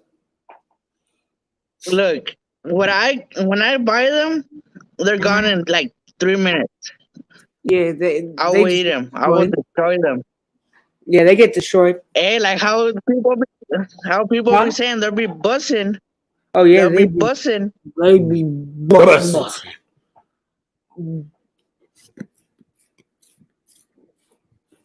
Bussing. Okay. All right. Let me see. Man, I was just saying how they were. All right, say let's go do my outro real quick. Let's go, Giants.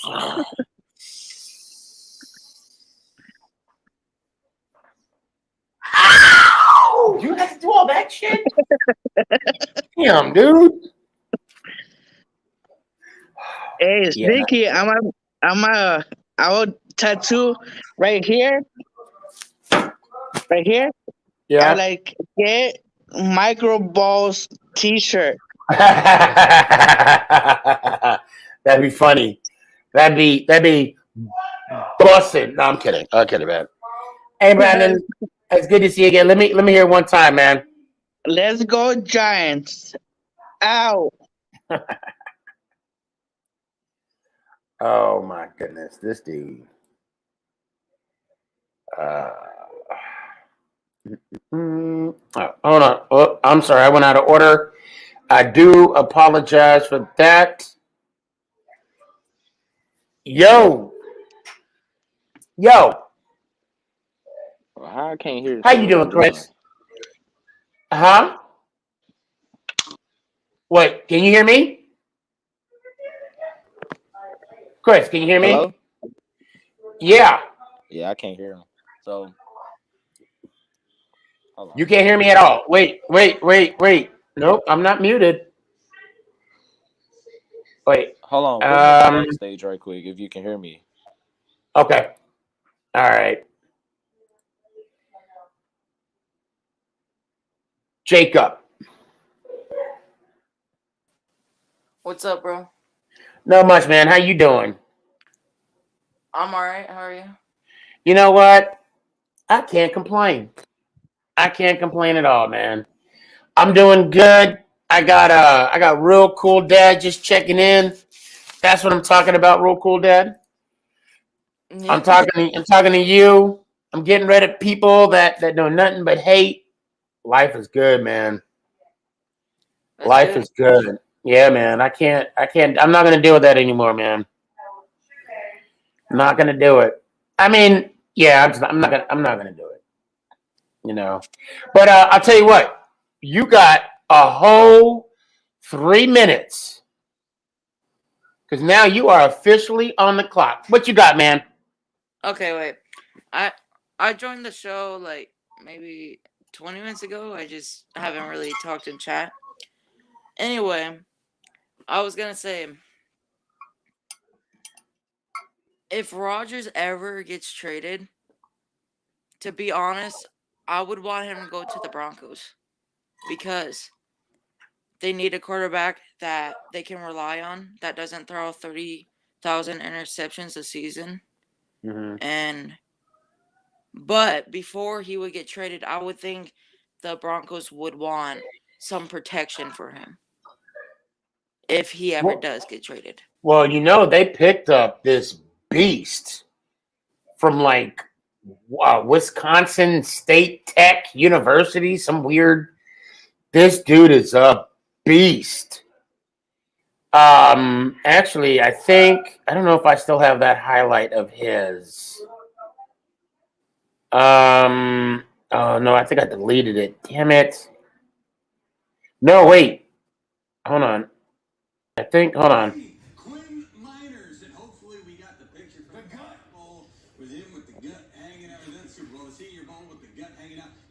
We always say that guys are rising up the board. That's not real. It's just the media catching up to what teams have known already. No, this year, because... God! Somebody show me that first! Oh my goodness! Why, there you go. What level of football is this? This is Wisconsin Whitewater. There you go. Okay? Oh my goodness. The man trains in the woods. He is a true climber because he showed up at the Senior Bowl and all of a sudden... looked like an NFL player because it's not just inferior competition. He can. Did you see that first block? Yeah, goddamn. Okay, let's just see that again. Hold on. Quinn Miners, and hopefully we got the picture from the gut bowl with him with the gut hanging out of that Super Bowl, the Senior Bowl with the gut hanging out. Now look, we always say that guys are rising up the board. That's not real. It's just the media catching up to what teams have known already. No. This year, because I think it's safe to say that guy is still on the ground. I think it's safe to say that he is. They're still slowly trying to peel. But I mean, wait, hold on. Quinn Miners, and hopefully we got the picture from the gut bowl with him with the gut hanging out of that Super Bowl, the Senior Bowl with the gut hanging out. Now look. We always say that guys are rising up the board. That's not real. It's just the media catching up to what teams have known already. No, this year because I don't know if I play football ever again. Not if I got signed by him. I don't know. I think I will honestly say there's two plays that if ever had happened to me in middle school or in high school, I'd have just turned in my cleats. No, I bought my own cleats. I would have turned in my helmet, my pads. It's that play right there, and it's this one. Yes, he did. He gives it to Henry. Henry trying to get to the outside. Even though that didn't count, Coach, I'm done. It's been real. Yeah. Okay, let me. I did you a solid. I paused the clock, and now we're back on. So that's who Denver has. And he offensive tackle? I think it was guard. I don't mind watching the tape again. But go ahead. Go ahead. It's fine. It's just like he's a beast. He could be around the whole field in seconds. Yeah. And he's on the and I was so mad that the Giants didn't pick him up. I've never heard of this dude before, so I know. I didn't either until draft day. I did not either until draft day. And Jacob, I see you, man. Hold on. I got you. Crazy. But I mean, if the Packers trade Rodgers to the Broncos, where does that leave Bridgewater? They're not going to hold on to Bridgewater and Luck. That don't make sense. See what I think? Like, if I don't think it's going to happen, I think just Rodgers is having a hard time with the general manager. What decision he's making and stuff. What I think is going to happen is if he ever eventually get traded and goes to the Broncos, they're going to release Luck because I think he hasn't been the best, or trade him. Either one. Yeah, I don't know. You know what? We'll find out real soon. Rodgers has yet to report. Rodgers has told the team he does not want to come back. And Rodgers is really enjoying his fiancée. So that's all I got to say about that. Dumper. Oh no, why would you? Oh no, Oh no, no, she's cute. She's cute. You know who he was engaged to, right? Oh. That girl that played on Divergent. Yeah, the girl that was on Divergent. All right. Yeah. No, you better not, because she ain't gonna be single for long if he does. Yeah. But I feel like every time he's dating someone, he does terrible. No, I think no, he does all right. Yeah, he does all right. But hey, I'll tell you what, man. If you can, either stick around. If not, let's talk on Tuesday, and let's dive. We could even do a timeline on who he dated and how he was success. How much success he has. Oh God. Yeah, man, that'd be crazy. All right, man. Hey, Jacob, let me hear it one time. One more thing before I go. Okay. Predict the Packers record versus the Giants record. Oh, Giants going 17-0. I know what I have. Yeah, Giants going 17-0. Okay. I'm gonna be more realistic. And I'm really not worried about the Packers. I want the Giants to go 17-0. So Packers could go whatever. Oh, I caught it.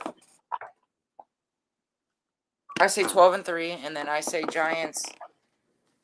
That's only 15 games. So they'd be like 12. With the Packers? 13-3 maybe. I don't know. Like every other year. Okay. That's still 16. Well, let's say 14-3. Okay. And then the Pack would. It's okay to say the Giants going 17-0. Ain't nobody gonna hold that against you. Trust me.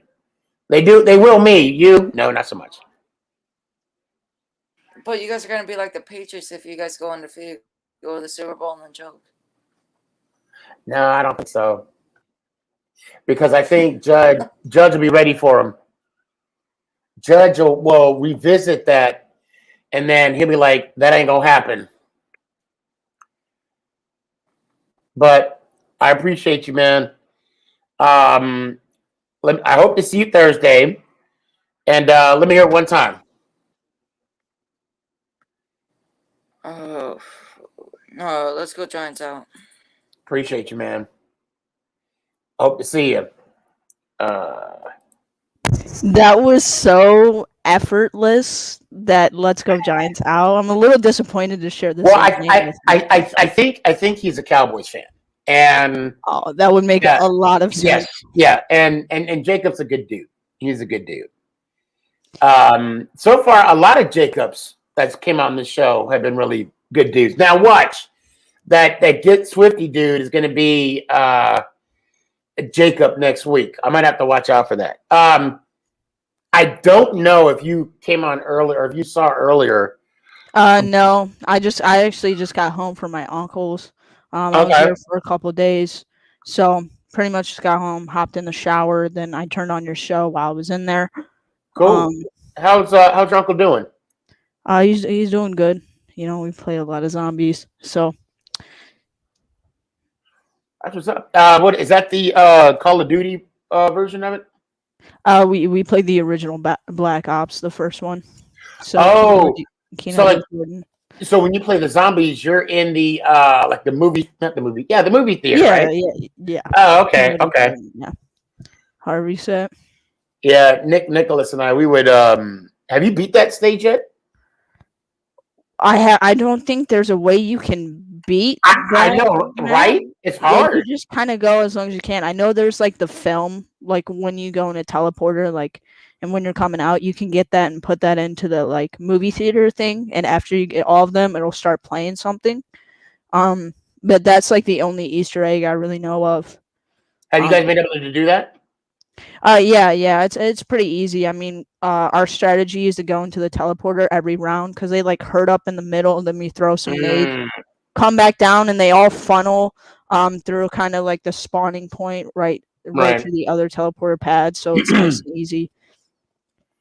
That's our strategy with it, pretty much. So, Jacob, you are now officially on the clock.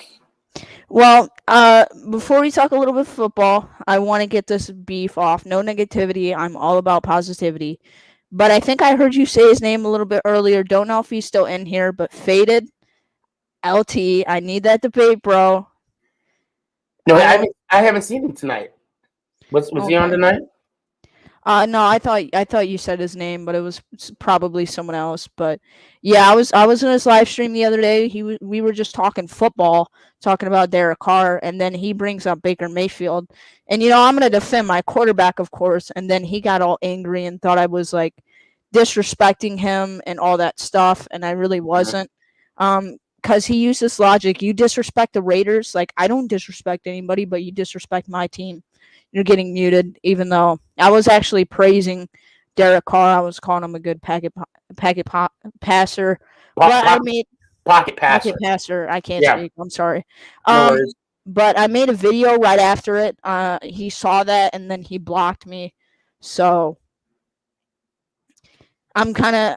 I told him to come on the show Tuesday. So don't know where he's at. Don't know if he'll show up again. But I'd love to just have a conversation with him. I'm not mad at him. But his thing. Well, let me ask you this: does it bother you a little bit that he blocked you? Not really. I just want to talk to the guy and really see where Okay. he's coming from, because I don't see the point if you get mad at a 15-year-old talking football with you. Right. Yeah, and then he's like, oh, if you think Baker Mayfield is good, you're 15 years old. Like, so he pretty much came at me there. Like, I'm not the.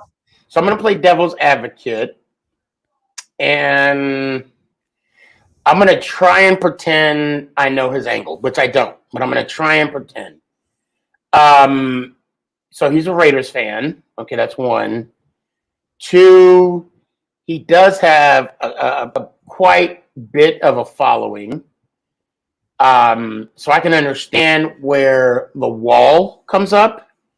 And I hope by me doing this, I don't step out of my bounds. I'm not going to say I know exactly what he's thinking. I'm not going to do that. But for your sake, let me pause real quick. Even though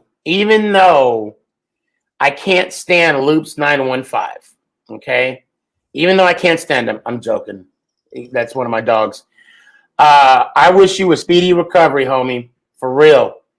I'm not used to not getting clowned by you. All right. So you need to get well. Recovery, and then holla at me. All right. For real.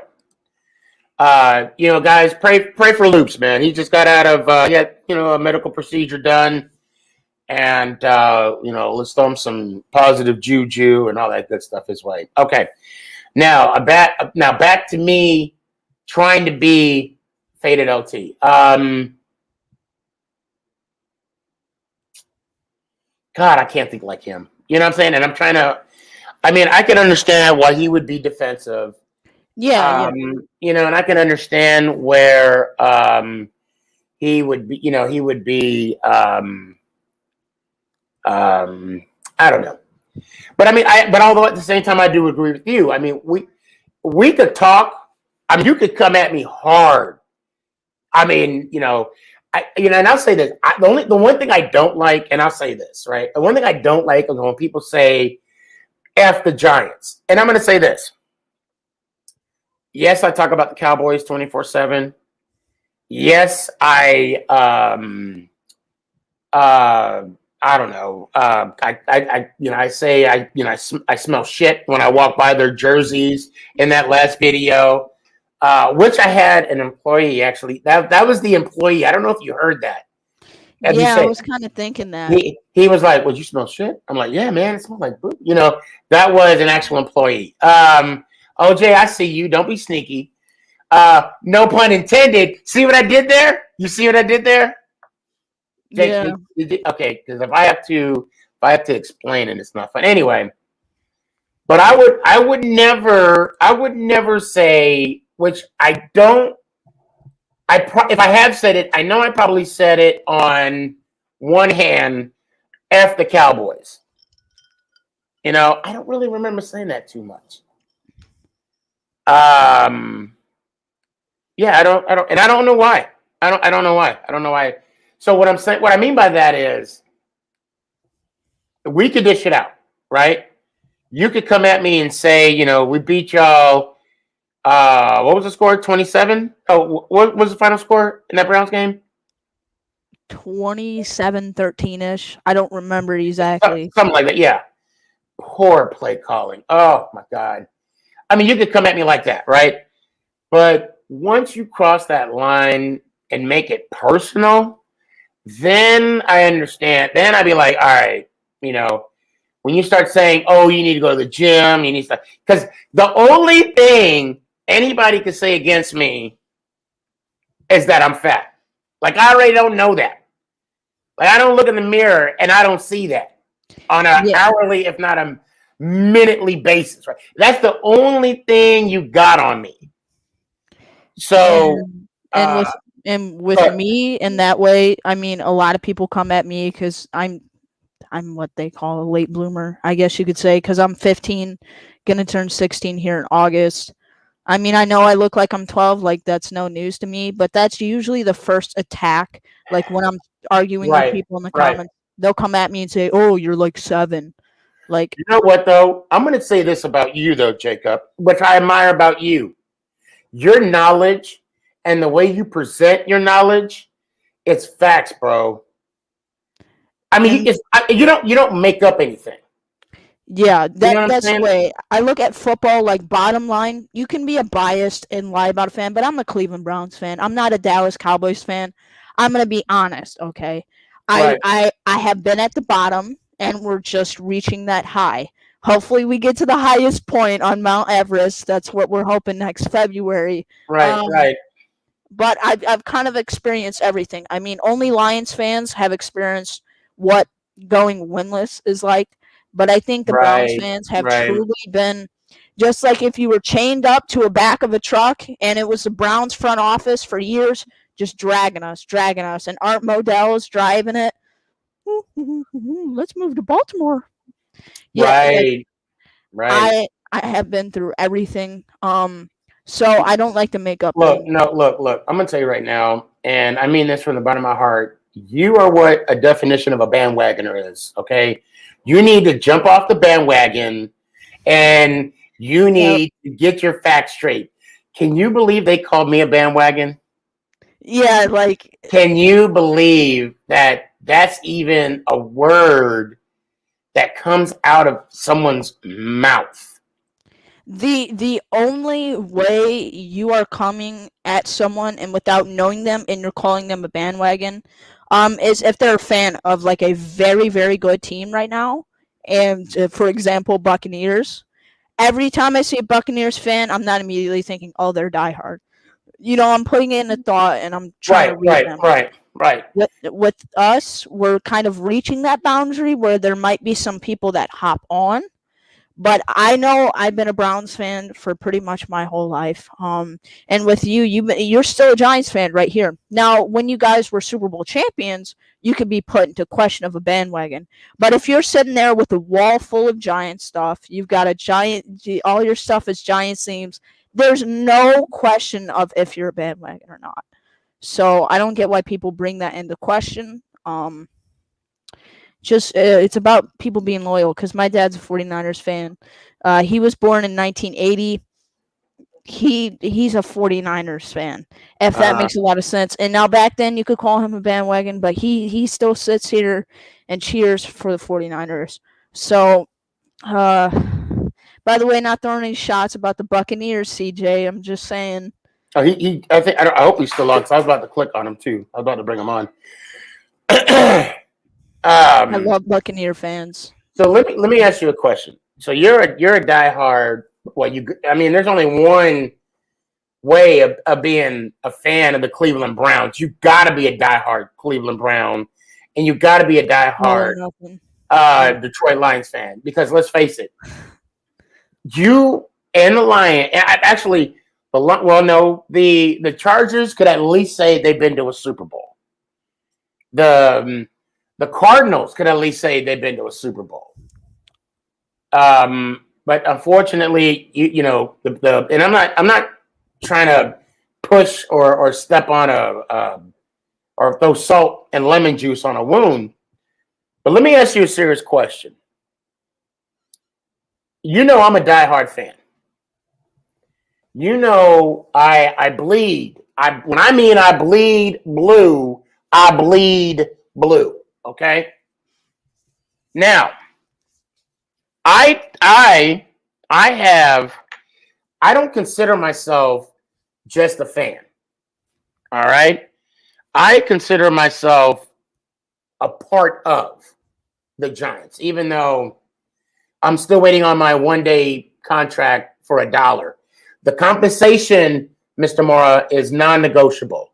$1, 1-day contract. My Pretty people, fair deal. my people will talk to your people, and what I mean by my people, I mean me. You'll be talking to me, and I don't have any people. I digress. So that being said, so I have a small and I'm hoping a growing collection of Super Bowl rings.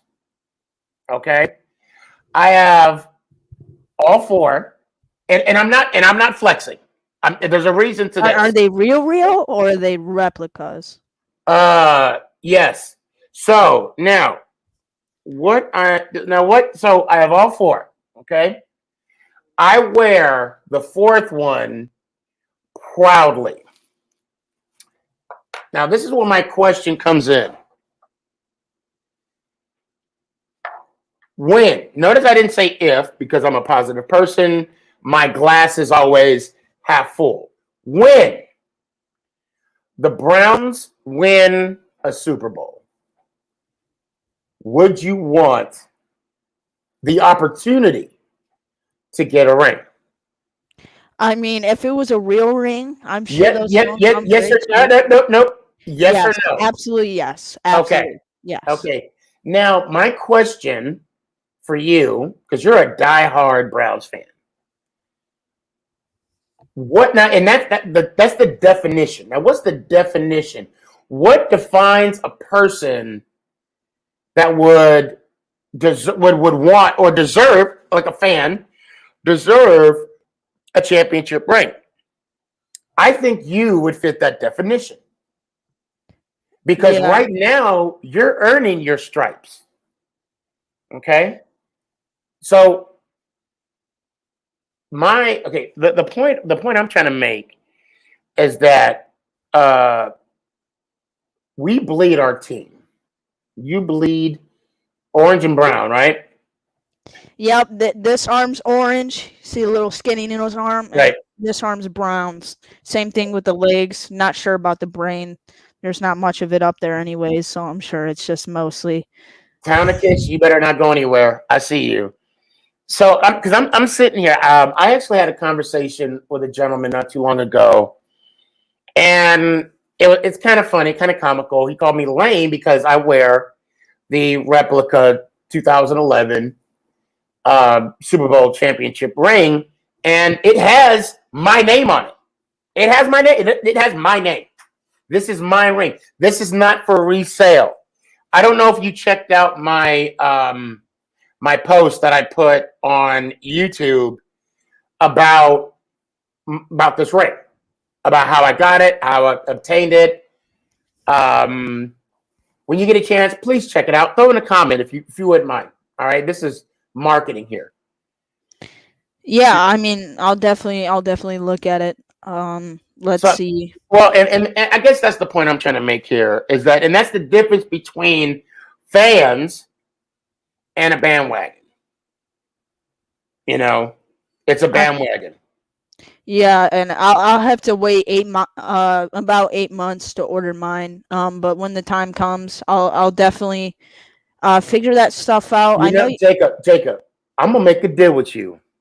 I'm gonna tell you that you might want to clip this, save it for later. If the Browns win the Super Bowl this year, I will personally get you your Browns Super Bowl championship ring.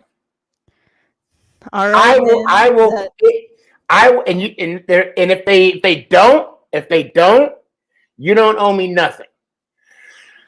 if Baker Mayfield gets you a Super Bowl, I got you. All right, man, and I appreciate that too. By the way, Loops, you might be a little loopy in your mind with that comment there. So I Get rid of don't Baker. Oh, what do you say? Browns didn't get a. Yeah, no, I don't. I disagree. very disagree. I disagree. So I saw OJ jumping on. What are you doing, OJ? Don't get on, get on. Yeah, man, I'll definitely let him come up here. I'm not the biggest fan of him. I did actually stitch his video. One of his videos yesterday was the same video you did about Danny. I disagreed with a few takes on there. Oh, I disagree with. Well, no, I can't. I'd be lying if I said I I disagree agreed with the Stafford one. I think talent wise. I need to watch it. Matter of fact, yeah, OJ, I hope you're watching this still, bro. Jump on because I want to talk. That was a really good segment where he did the four Michael, Jordan, LeBron, and Curry. That was actually tougher than I thought it was. But Jacob, don't go anywhere unless you have to. Stick around. I'd like to bring you on again, but I do got to talk to a couple of the people. Before I let you go, let me hear it one time, brother. All right, other Jacob, take notes right here. Let's go, Giants! Ow! I appreciate you. Set the standard. Let's do this real quick. Townicus.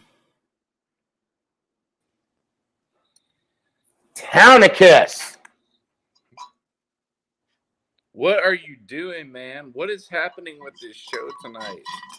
Man, I don't know. Good stuff, though, I This is think. just insanity. What was that kid even talking about? He's got like a problem with one of OJ's takes.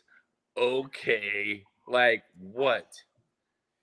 I have a problem with almost all his. I do agree with some of his stuff, but I have a problem with about 90. I'll say 97%. When he said that thing about the fight, facts. Matter of fact, he's always right. Sneaky, like he's always who? right. Though. Who? OJ? Yes. Come on, child, please. Okay, well, I'm not.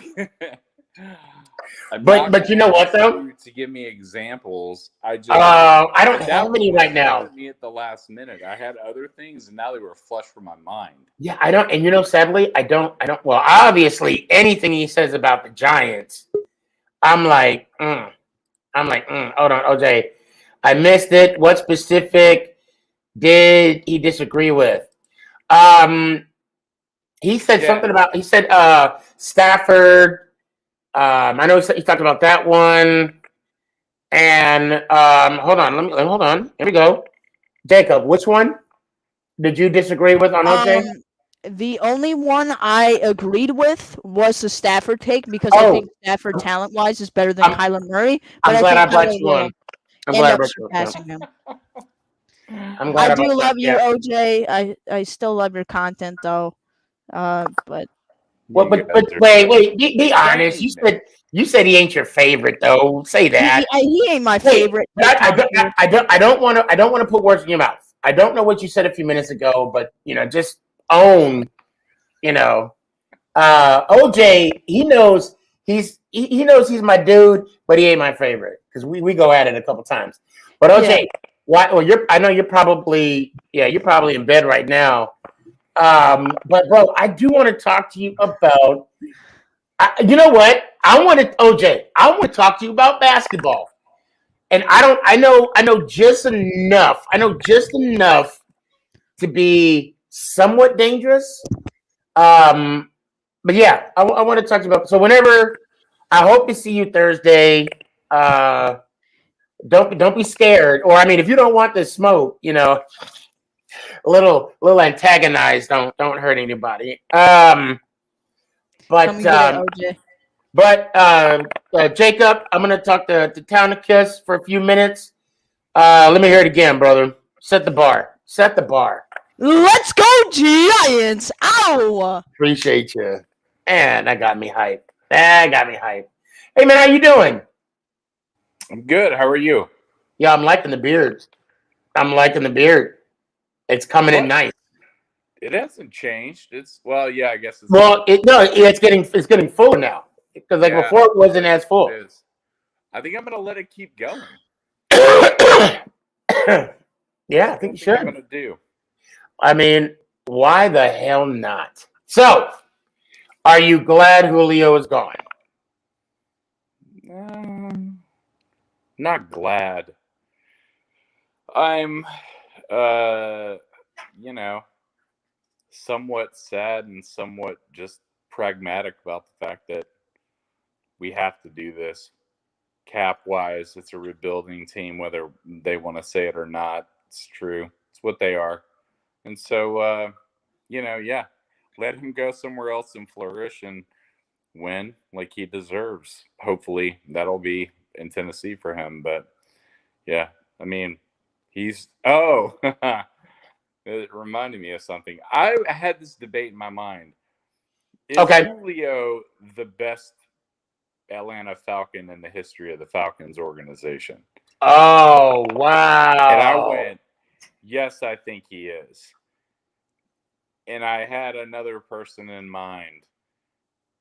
Who do you think that other person might be?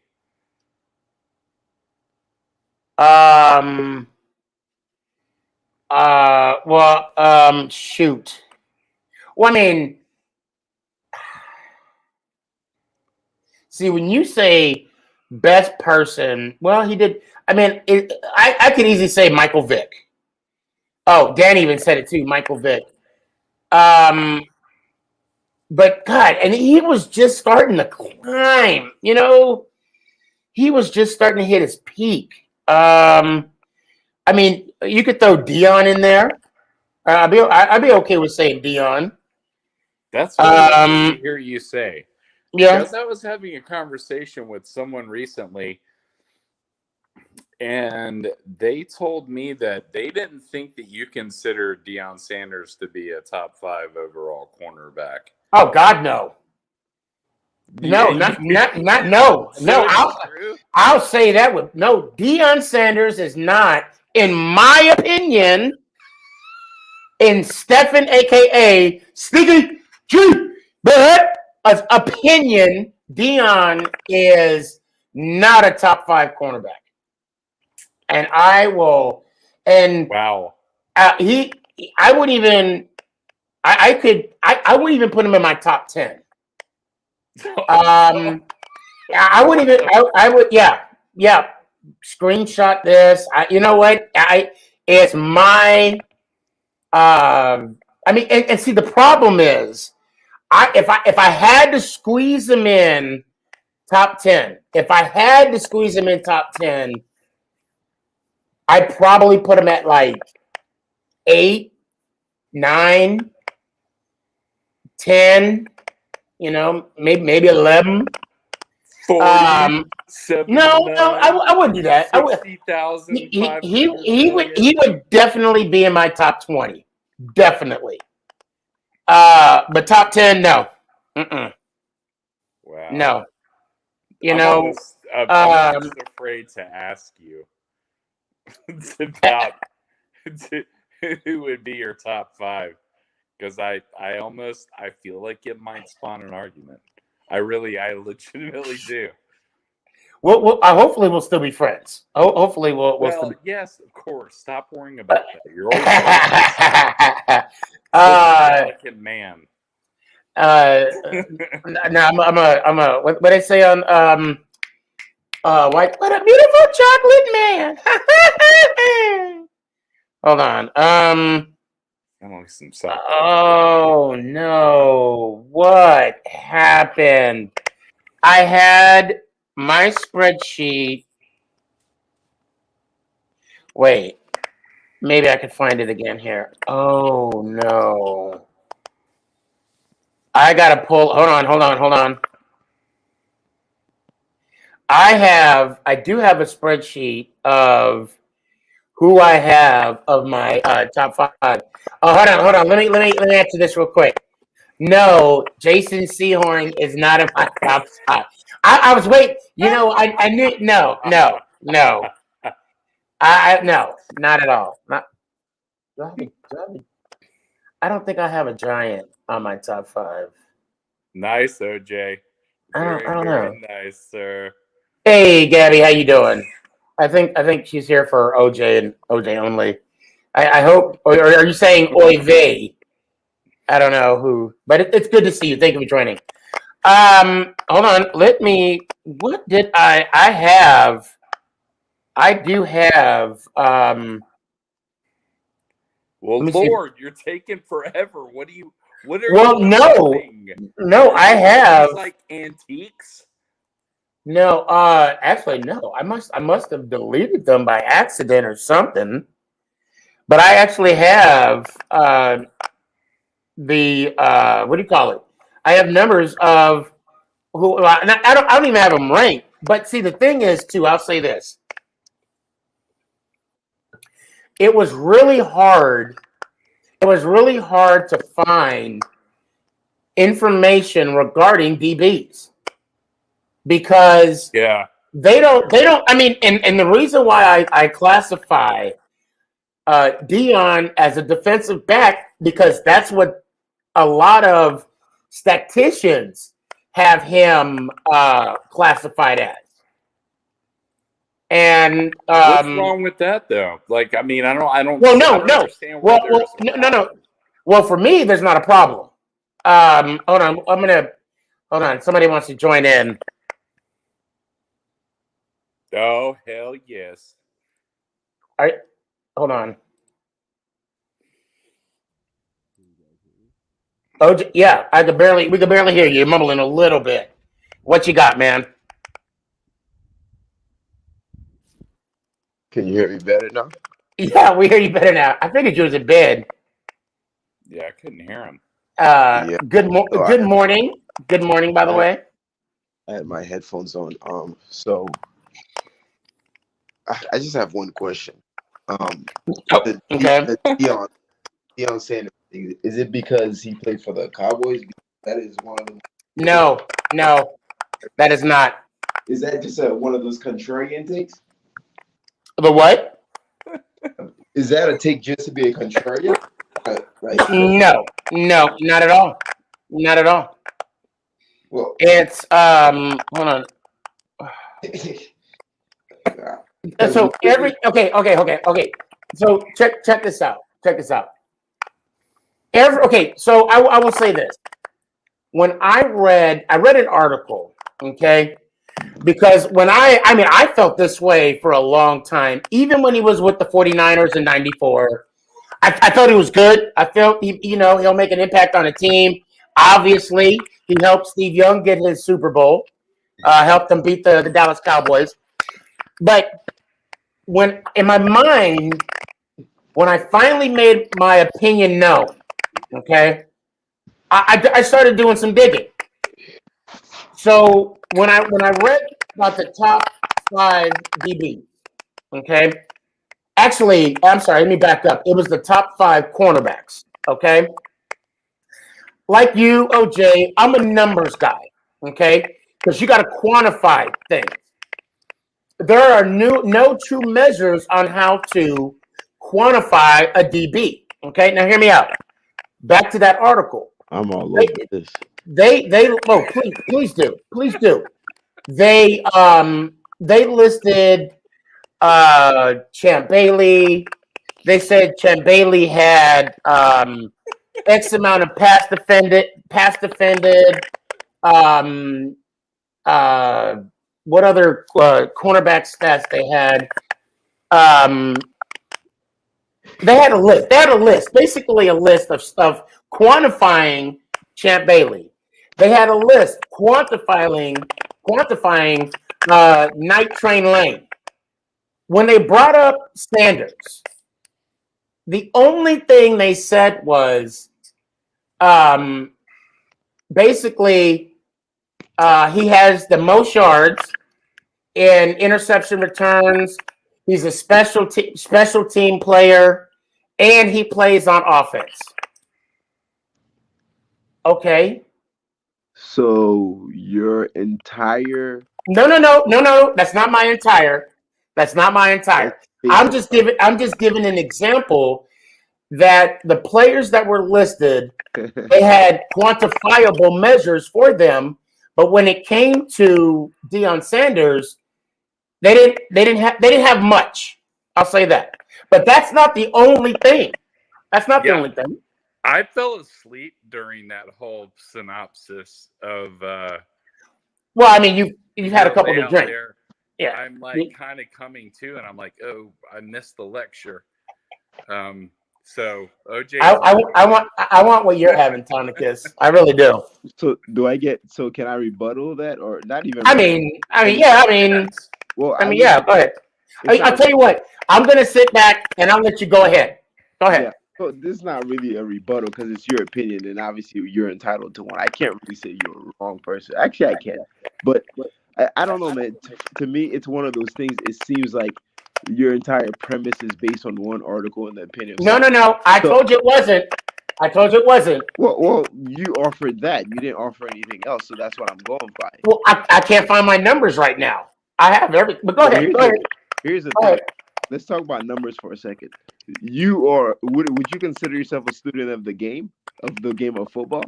Oh yeah. I would even say not a student, but a steward. You're a steward of the game. You're a steward. Yes. You're a seasoned veteran when it comes to. I eat, sleep, breathe football. Okay, so having said that, there's something called an eye test. What separates me from 90% of people and TikTokers and social media and everybody else when it comes to sports is I'm able to look and deduce without just looking at stats. And when you see Deion Sanders, I'm going to ask you, what do your eyes tell you? Assuming your eyes work. I think they do. What do they tell you? They tell you that Deion Sanders was the most prolific ball hawk we have ever seen, arguably. Now, here's the thing about DB, right? It's one of these positions where numbers don't tell everything. I'll use an example. I agree with that. Xavier Howard last year had 10 interceptions. Now, a casual will tell you that Xavier Howard is the best corner in the league. But we all know it's probably Jalen Ramsey. Why? Because of the eye test. You can see the mechanics of Jalen Ramsey. You can see how he tackles. You can see how defenses prepare for him. And all of these things you can quantify and you can deduce that he's a better shutdown corner than Xavier Howard. So you can't even look at something like interceptions as a way to quantify how good. I will agree with that. Same thing with sacks. Same thing with sacks too. Like sacks, it's an overrated number. Well, I mean, you got sacks, you got rush, you got pressures. Yes, you got tackles. Deion Sanders, and this is I'll let the Tonicus speak, but this is the last thing I'll say. The thing about Deion Sanders, we have never seen a corner to where the offense respects him like they respect. There were times where the entire half of the field they're not throwing. They didn't even throw it. On the left side, we're not throwing to that side. Yeah, I've never in my entire life seen a cornerback demand as much respect from the opposing offense as Deion Sanders. We're just not gonna throw to him. Ramsey, Revis. No, you could say that to about a lot of corners. Hold on a second. No. We could get in here. Remember, I played. In high school. No. I'm okay. If you're saying right, if you're saying we're going off eye candy, right, eye test, we could easily say that at one point in time, a corner was a shutdown corner. A lot of corners were shut. I mean, Rod Woodson. Rod Woodson. Okay. I can name I'll be honest. Champ Bailey. I mean, I'll be honest for anybody to say a corner for someone to say I can't throw that side of the football, a lot of cornerbacks have said that. And then again, the problem is I group them all in with DBs as well, not just cornerbacks, because it's hard to identify, to see, and not only so obviously like that, it's hard to identify just plain cornerbacks. It's DB as a whole, because then when you go the cornerback route, okay, then you gotta separate left corner, right corner.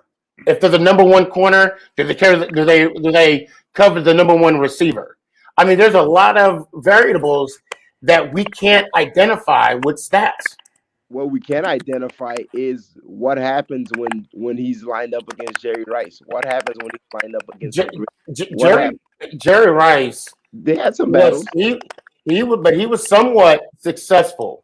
But see, that's the problem. I mean, and then I hear what you're saying, and I actually looked into this. But those were games where Jerry Rice went off, right? No, they had some battles. And right, but what I'm saying is there's games where Jerry Rice had over 100 yards, 3 touchdowns. But then the question is, did Dion cover him the whole time? And the answer is no.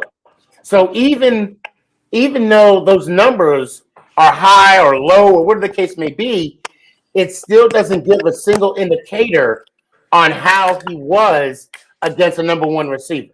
All right, let me ask you a question. Let's forget stats for a second. Okay. Name me one cornerback whose mechanics are better than Deion Sanders. Mechanics in combination with his athleticism. Name me one. Just one. I could probably name a couple, but go ahead.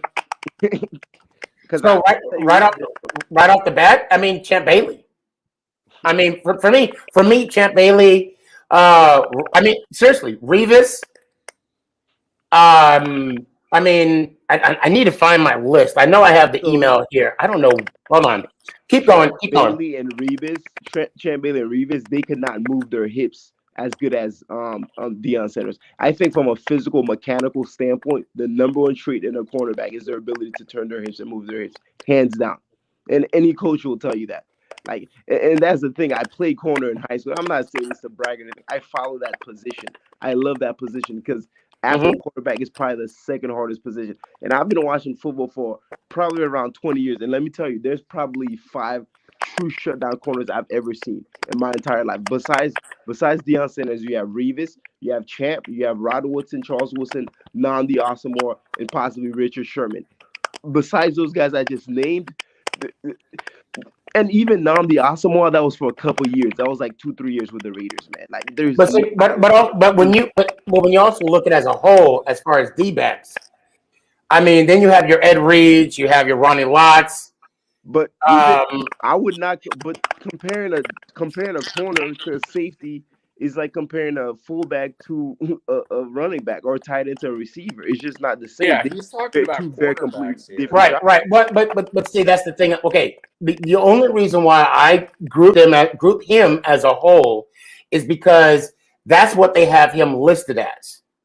Any stat that I have done my research on, they have him listed as a DB. Yeah. I mean, but I mean, the corner, though. He never safety. And I get that. I understand that. But I'm just saying how they have him listed, and that's how I see it as a whole. I put cornerbacks and safeties and matter of fact, hold on a second. Let me pull up something real quick. Well, bear with me. Hold on. While you pull that up, I just want you to know that a defensive back is a unit. It denotes a unit, which is a secondary. It doesn't necessarily denote a position. Yeah, I got you. Yeah. A defensive saying someone's a defensive back is like saying someone's an offensive lineman, right? Whereas the job of a center is vastly different than the job of a blindside tackle. Whereas that's different than the job of a right guard, right? But they all play an offensive line. So same thing with a linebacker. Well, linebacker is very different than an edge. But the problem is they need. I wouldn't compare someone like Ray Lewis necessarily to Lawrence Taylor. Well, Lawrence Taylor was more like an edge rusher. right, but at the end of the day, they're still listed as linebackers. Yeah, you're right, but that's why. So and that's the difficulty that I have when I look at corners or DBs. But I'll use you're familiar with. If I'm comparing linebackers, I'm not gonna compare Blake Martinez, which is your stud linebacker. I'm not gonna compare him to T.J. Watt. Why? Because Blake Martinez is not an edge rusher, whereas T.J. Watt and Khalil Mack, those are high. Oh, well, edge rushers. So yeah, but not only is it as a nation for them, someone like Blake Martinez, there's a certain amount of money he's capped at. Why? He's gonna be capped because he's gonna be listed as an outside linebacker. Whereas someone like Khalil Mack or TJ Watt, there's money that they'll make a lot more money potentially than Blake Martinez because they're designated also as pass rushers. So we're not just talking about positions here. We're talking about literally it affects the salary of the team themselves based on the positional designation. So what I'm talking about, which I agree with exactly what you say, but what I'm talking about, when I start digging in and I start doing my research on positional players, I didn't list him as a defensive back. The sources, I should say, that I was looking at, list him as a DB, which that's what he is. So when I see what I see and I have to go off of what I see, I have to make my my judgment, my opinion. But not only that, but also as a historian, I mean, of course I don't have it with me. There's other corners, there's other DBs / corners, I guess you could say, that I would put ahead of him. None of those guys you'll put ahead of them has better mechanics. None of them has better shutdown abilities. You won't find it. But again, your statement is subjective.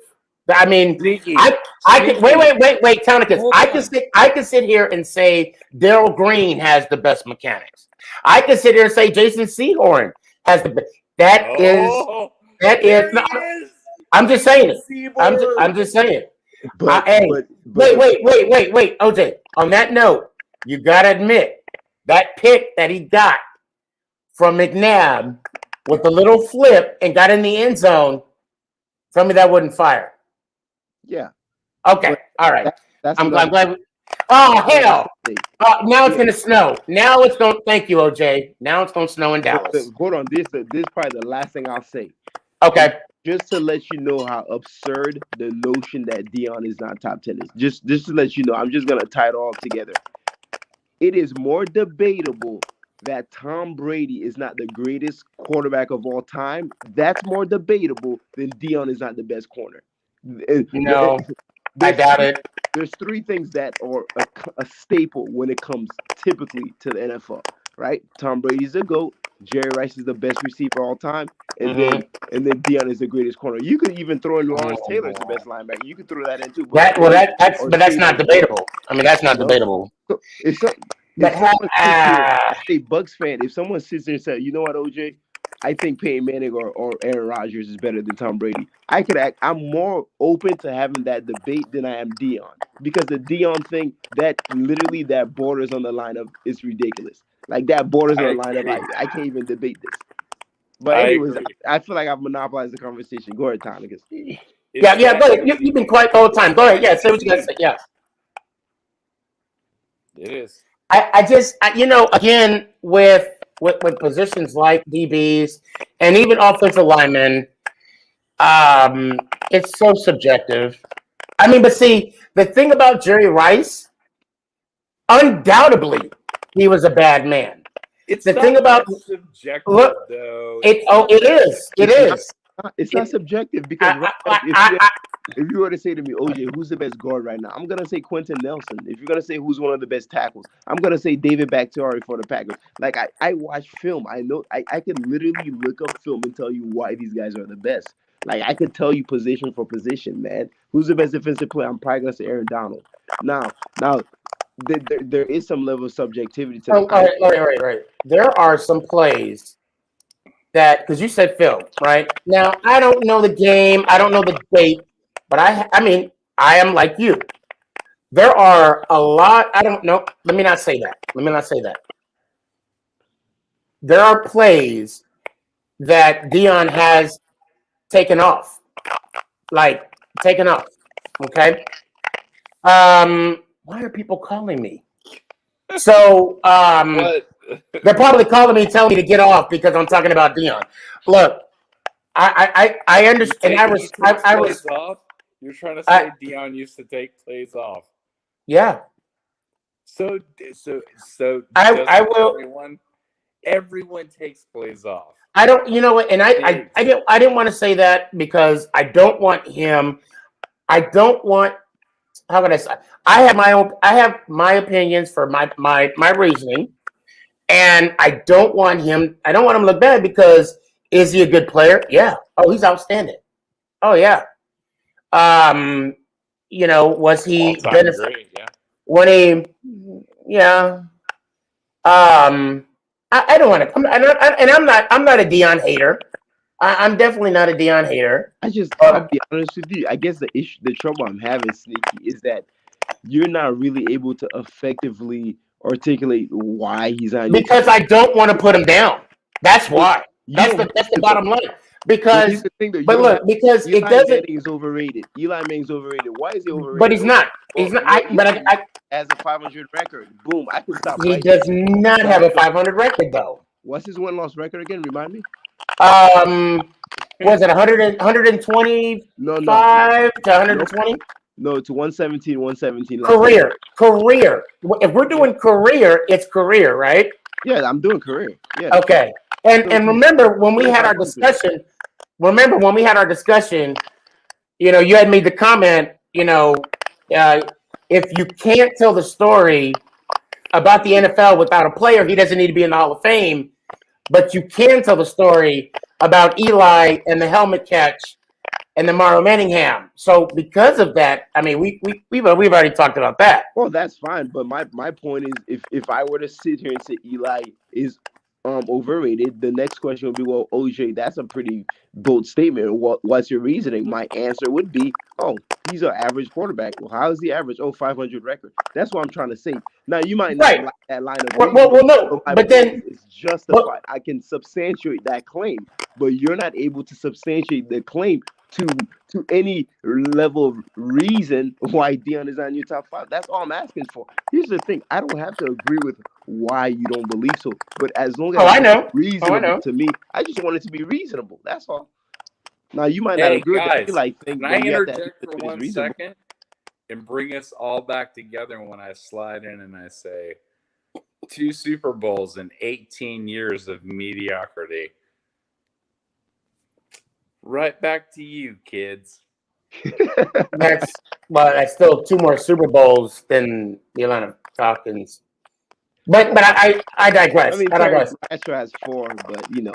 Yeah, and Montana has 4. Yeah. Aikman has 3. But that's the thing. I mean, that's the thing. You know, Wilson has 1.5. You know, I mean, Astro has 4 and Joe Montana has 4. They both have 4. Without providing any context to a casual, they'll be like, okay, well, Terry Basher's on the same level as Joe Montana. When obviously that it couldn't be further from the truth. So okay. Look, the thing is with me, I have my opinion, and I'm gonna. Well, let me ask you this: Would you reconsider? Are you open-minded to where you can go back and revisit Dion's stats and then watch some of his highlight tapes, or just tape in general, and then maybe that could change your mind? Or is this something that you're just absolutely stuck with? Because I'm of the mindset that if no matter how strongly I believe in something, if I'm provided new information that compels me to change my mind, then I'm humble enough to say, you know what? Maybe I don't have it correct. Maybe I'm willing to change my mind. So wait, you want me to? I'm sorry, I'm reading some of these comments here. So you want me to try and change your mind about how you feel? Wait, say that one more time. I'm sorry. OJ. What I was trying to say is, are you open to educate yourself? Well, yeah. What did you want him to read, OJ? That was the succinct way of saying it. But yeah, basically, I was trying to say, are you willing to do further research on Dion in terms of his stats, career stats, Yeah. and possibly looking at some highlight tapes? And if provided new information, are you willing to change your mind? Because to me, the epitome of being humble and well, actually, you're a very humble guy. I don't mean to say that, Thank you. Thank you. but really, it's more about if you have new information, you should be open to changing your mindset on certain things. That's how I feel. I will be open to see, but see that see. Okay, OJ, that's the thing about highlights. That's all you see is highlights. We would actually, I mean, you would actually have to sit back and watch games. Yeah. You can't see the highlights. And I'll say that about Daniel Jones. I'll say that about Phil Simms. You can't watch just the highlights. You have to watch games. And you know, I'm just saying he is a prolific athlete. Yeah, I'm not going to deny that. And I appreciated his. Now, I'll tell you what was Dion's number one reputation? I'll wait. What was his number one, I'll say negative reputation? I don't understand the question. Like, what are you? What Can is I this hear you question? guys?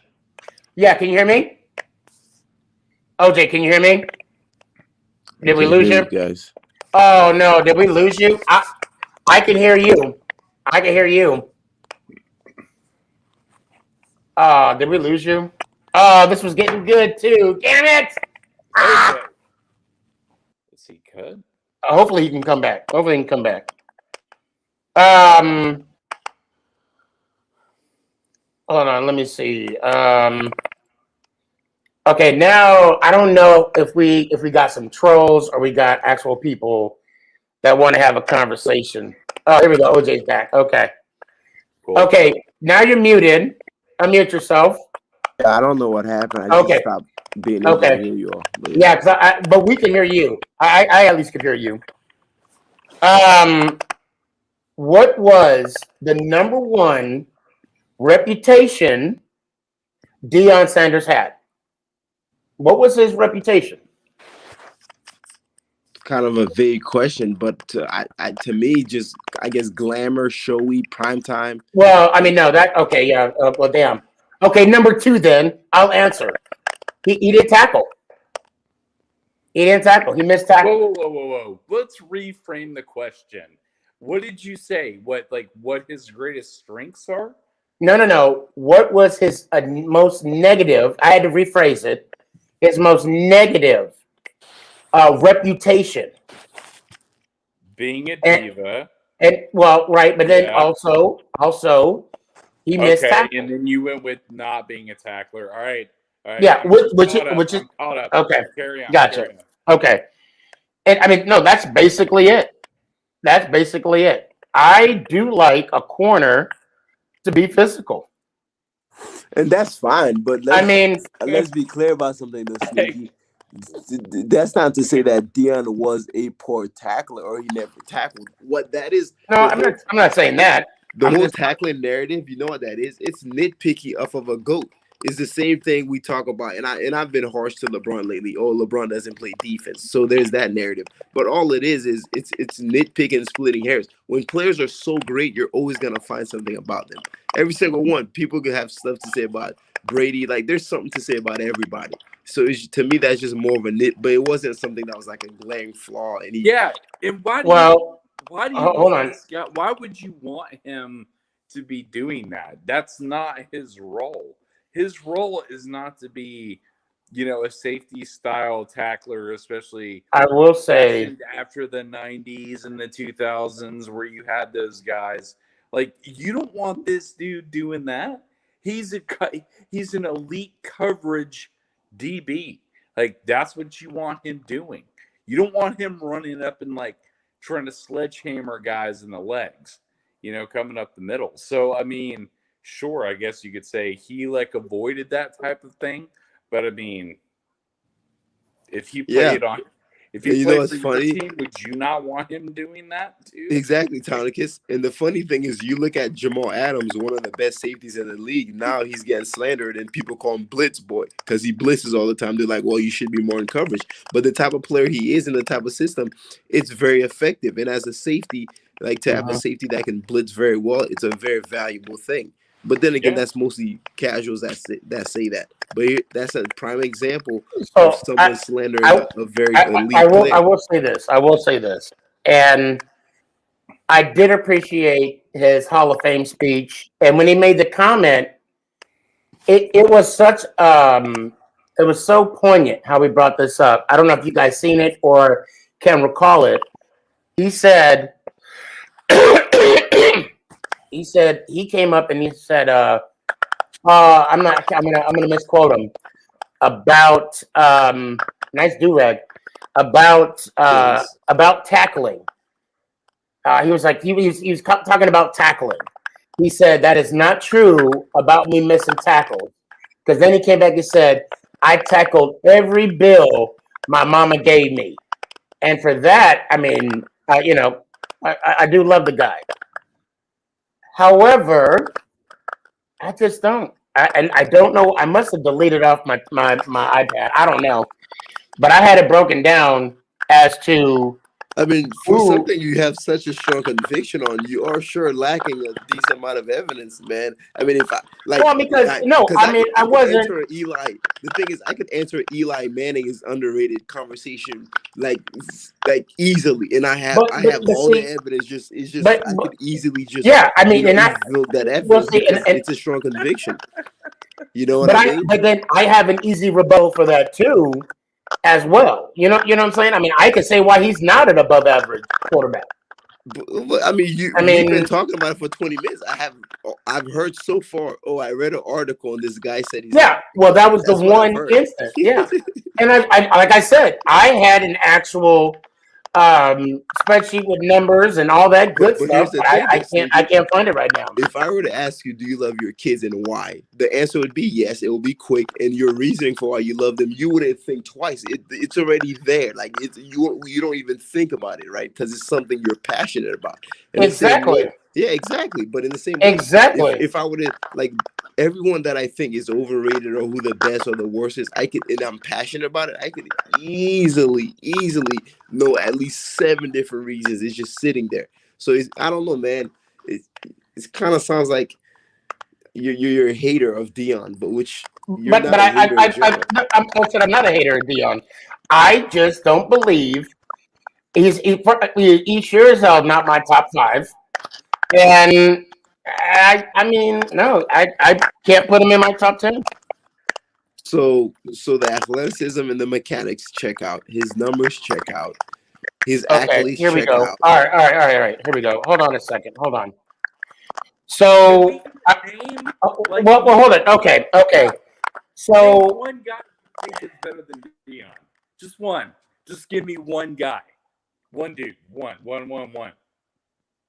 Just one? Oh, hold on. Let me fix it before I get an echo. I would say, okay, hold on. Let me get rid of my echo. Hold on. There we go. Hold on. Nope. I would honestly put, I could honestly put Champ, what is it? I'm sorry. Hold on. Rod Woodson. I'd put Rod Woodson over him. And then who else would I put over him? By the way, I don't know if you know, but Rod Woodson is on record as saying that Dion is the greatest corner of all time. But then again, maybe that means nothing. Yeah, of course, I would do the same thing. I would say he was. Yeah, that's how they complement each other. I mean, listen, you're not gonna find Tom Brady compliment Peyton Manning and say Peyton is the GOAT anytime soon. No. And you're not going to hear. Or you're not going to hear Ray Lewis say that someone else is a greater linebacker than him either. But you will not hear Michael Jordan say he's the greatest of all times either. You won't, but what you will also not hear is him say LeBron is better than him or better than him. So my point with you is that if But the guy that you're saying that is the best, he's saying someone else is better than him. That speaks volume. even Arias. Aeneas Williams. Is that what you Anita. said?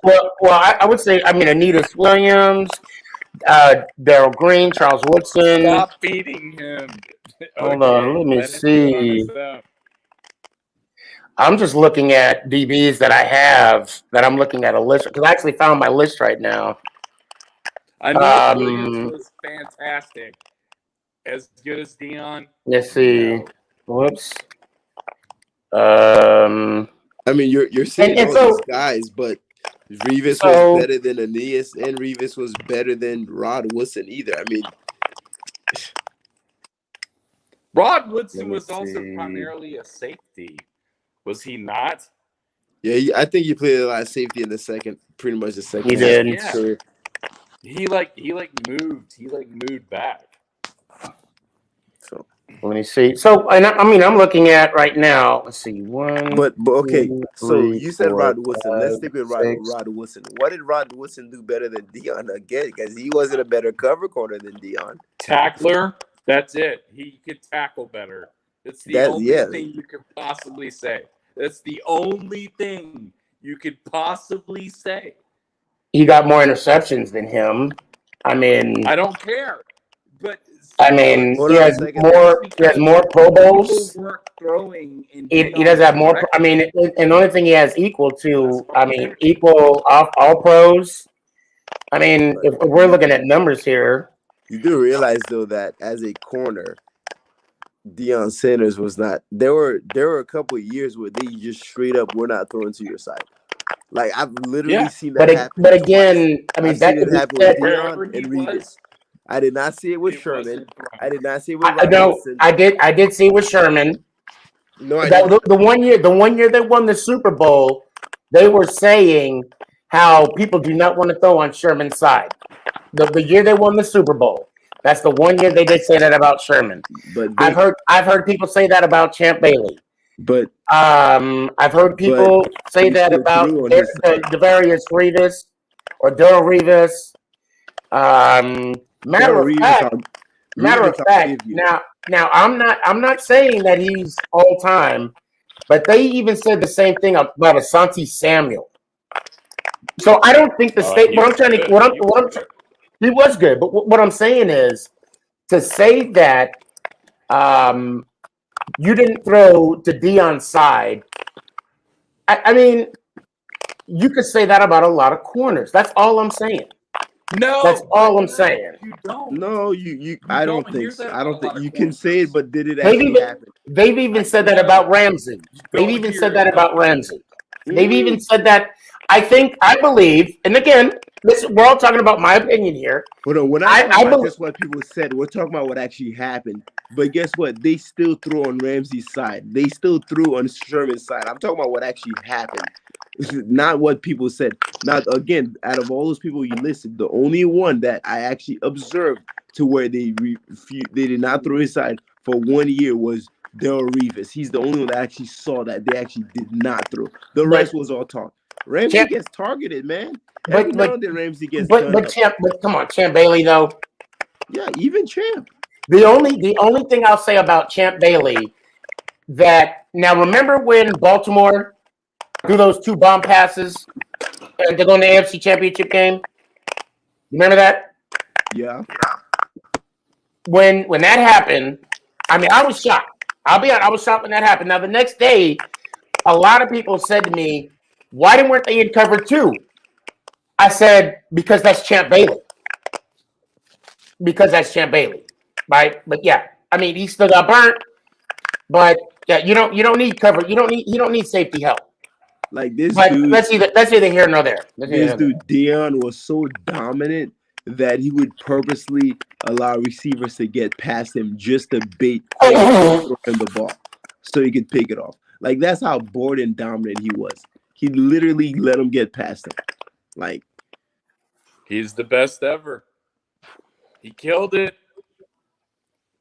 They didn't even have the reaction time to be able to throw to the receiver in a way in which they weren't so fearful of his short burst speed that he couldn't just leap on the ball.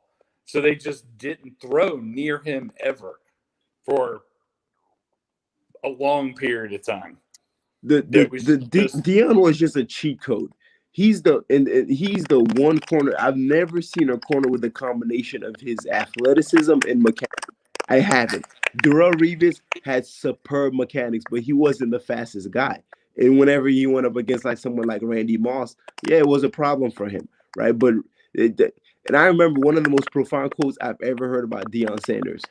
They asked him what made you so good, and he basically said, "Well, when the receiver that's across from me knows that he cannot outrun me, it's all right. They already lost the game." And he's absolutely right. You cannot outrun Deion. And with no like people like Tyreek Hill, who's not a phenomenal route runner, it doesn't really matter. He's just gonna outrun you. Whoever's in front of him, he's gonna outrun you. And he knows that. But with Deion, there was none of that. You're not gonna outrun him. And so that's half the battle right there. Like the mechanic combined with his athleticism, it wasn't really fair, to be honest with you, man. And you look at someone like Aaron Donald, he's another Deion. You know, the athleticism with the mechanic. It's not fair. When you have the combination of those two things, it equals GOAT status, man. Yeah. Like Okay, so Cards, just so you know, in the beginning of this conversation, OJ already brought that up, and no, that's not the reason. That's not the reason. No. And see, thanks. See, he even said that's facts that wasn't the reason. well, or he said that it's facts, as in the other guy was correct, as in it is because. Oh, well, yeah, that's exactly what it is. I was just trying to be funny. Okay. So when you look at Deion, and of course, there's really no solid numbers, okay? But when you look at his, and you can't, there's really nothing you can. No, I'm getting to my point. There's really nothing you can measure with him, okay? So you can't even use interceptions. That's not even a fair stat. And when I'm telling you, when I did some digging, I just didn't. I mean, if I would have known when I was going to have this debate 6 months ago or 4 months ago, whenever I dug headfirst into this, it was before. I'll tell you this. It had to been January. It was before I started talking to, or I talked to Bladen K. Shout out Bladen K. Oh, OJ, I got to give you two props, by the way. I'll get to that in a sec. It was before I spoke to Bladen K. Had I would have known that, I had it all laid out. But all I have right now in front of me are just numbers and wishful thinking. I'm sorry. Numbers and wishful thinking. No, not wishful thinking. No. Numbers and theories. What was it? What did I say before? Conspiracy theories? No. Imagination. What was the word I said? Yeah, imaginating. He's a top 10. It's like an imagination. No. Oh my God. Sneaky. Who are the top 3 running backs right now in the NFL? Oh. What? Top 3 running backs? You got 10 seconds. Don't think about it. Just off the top of your head. 9. Well, hold on. So for me to say 6, top 5, 10. 4, no, just give me 3, not 10. Just give me 3. 2. I know. I'm trying to think. 1. I would honestly say I would say Derrick Henry.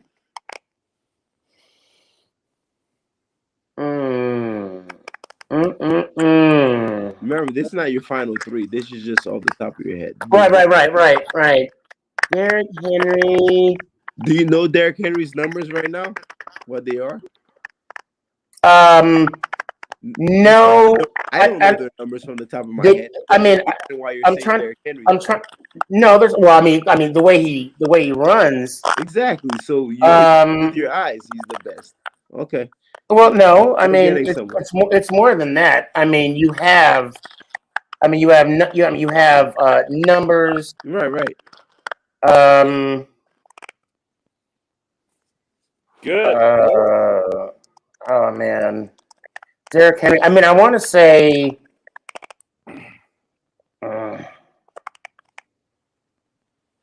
Sneaks. Come on. Top 3. It's not a fantasy league. Well, see, that's what I'm comparing it to. That's what I'm comparing it to. Like who I would want to have on my my fantasy team. No, don't do it like that. This is just he was asking what's your top 3.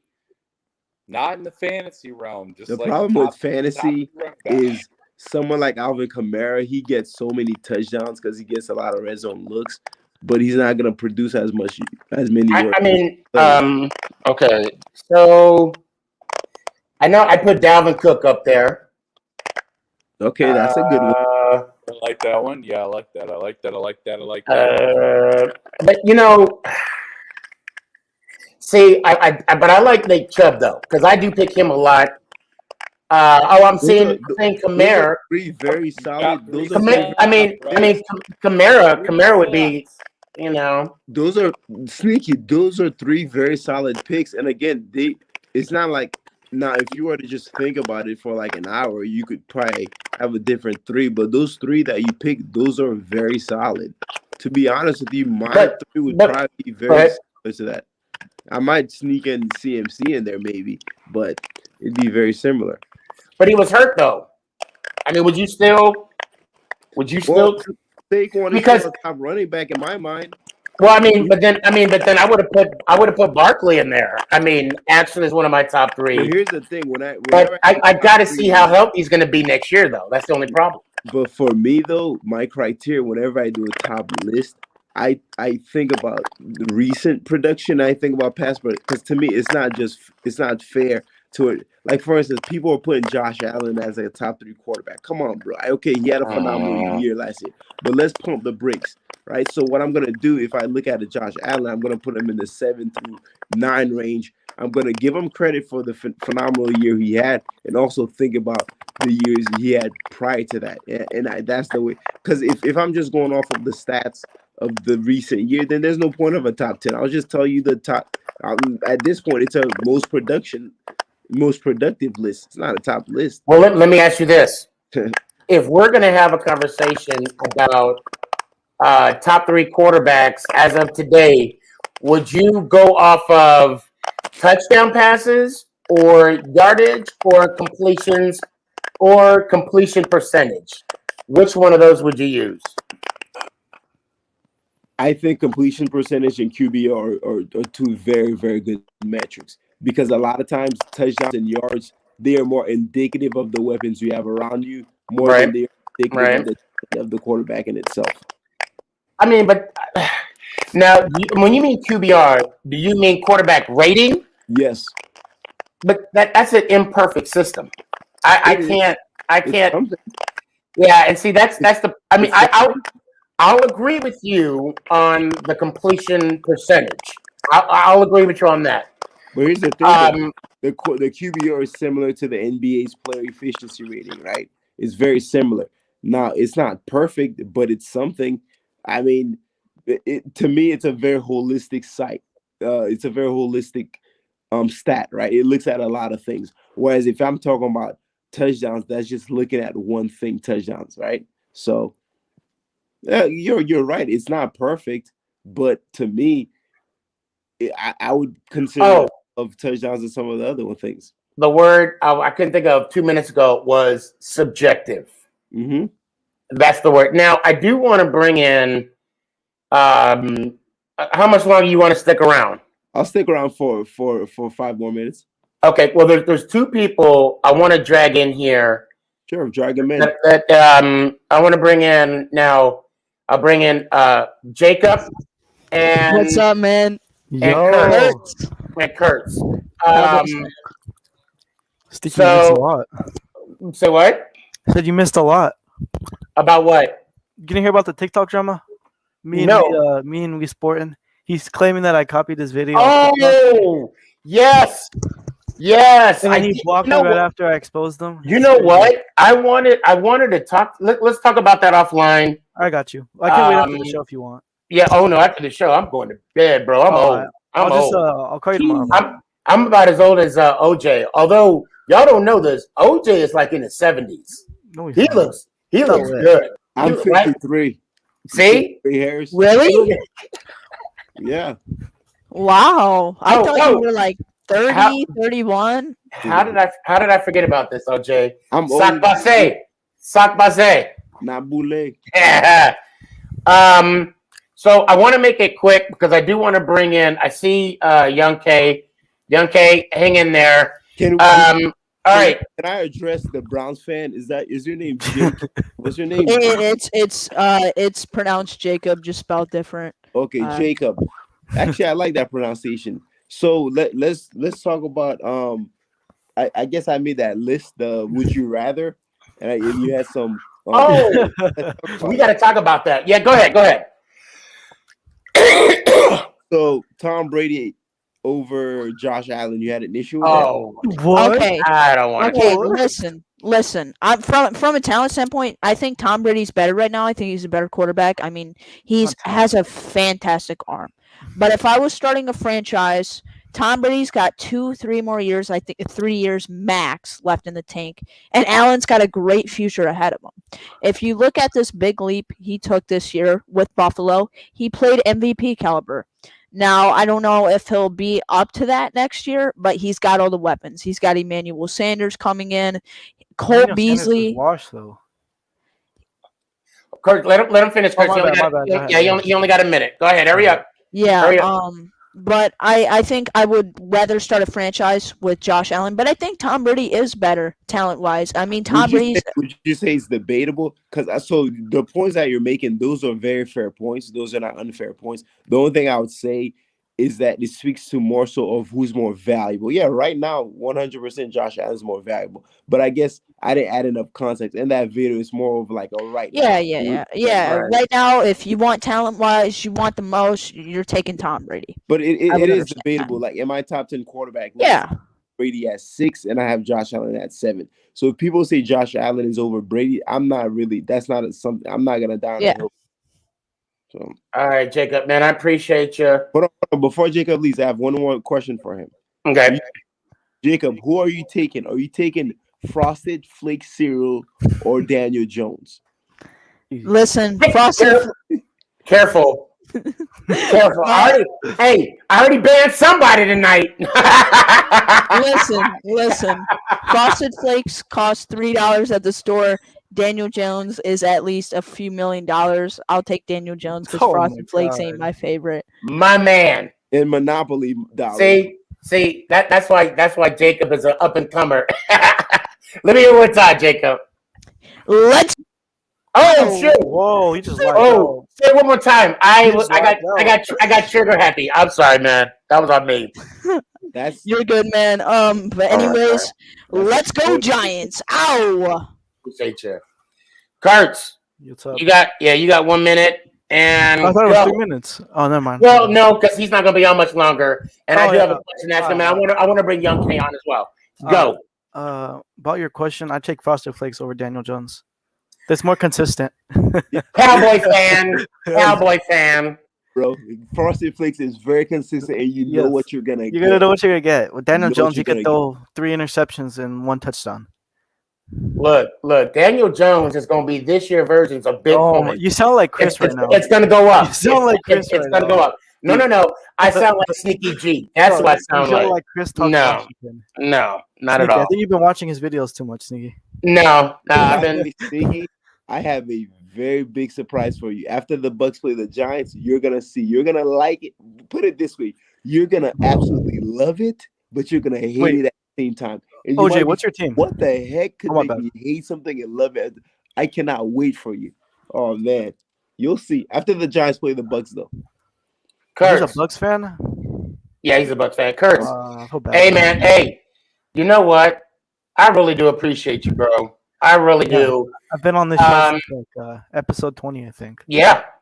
No, 30. It was 30. I think it was. I was a fan of your team. Oh, I like the Cowboys. He's a Cowboys fan. Cowboys? Yeah, all day. Sorry. Hey, I know, me too. Kurtz, let me hear it one time, man. Let's go Giants. Hey, before you go, I do have a question to ask you. Hold on. Let me bring up Young K. A man of reason right there, Young K. What's good with you, man? What's up? Now this, believe it or not, OJ is my home dog. Oh, I see the bromance between you guys on TikTok. Yeah, he's my dude. He's my guy. You know, He's the Young K solid. Cowboys and Giants fans can be friends. And if he ever comes to my house, right, and he got to go boo boo, I'm gonna make sure this is in the bathroom. Oh, dude. So this is the only one he gonna have to eat. Young K gonna have a choice. He could either do it the easy way or the hard way. Hold that thing. You gonna hold that sucker in, man. Go ahead, Young K. What you got for OJ? OJ, by the way, I like your content, bro, but you know, I had to go off on you one time because you did that water thing on Zeke. So what water thing? What water thing? Remember when you poured everything out on Ezekiel Elliott's cup? You know what's funny, man? I did a video tonight. Well, I posted at 8. I did the same thing with LeBron James, and the people got a bunch of people unfollow me, bro. There's people that love me so much. I got a bunch. But here's the thing, though, right? They wrote in the comments, "Oh, this is an unfollow," and I reply, I'm like, "Hey, see you later, buddy. I don't care." And I tell people this, I couldn't care less, man. Like I love how people unfollow me. Like, you unfollow me. Okay, good for you, bro. Right. I got 99 more, whatever. So it is what it is. Yeah, I saw it. You're almost close to 100. Congratulations. Thank you, man. Appreciate it. But I don't. At the end of the day, man, it's all jokes, and that's really like all those water videos. I typically and I do a little joking part of it. Well, the one you did was when we did our duo live, and that's how I met Townicus. Yeah. Oh, that's right. Yeah. I had cracking up with the spray for Daniel Jones. Yeah. Well, not that, you sprayed the Dallas Cowboys first. That's what had me dying. That's what had me dying. Well, I want to shift it a little bit. Okay, I want to change this conversation. Young K, please stick around for this one. You had, when I first saw your thing, right? First off, you were not you, Young K. You were right about the fight. You were right about the fight. Okay, did you pay money for that, OJ? Be honest. No. I paid one pay-per-view fight in my entire life. That was Mayweather versus McGregor. Oh, okay. Well, yeah, and that was, he got beat. But now, okay, hold on. Check this out, guys.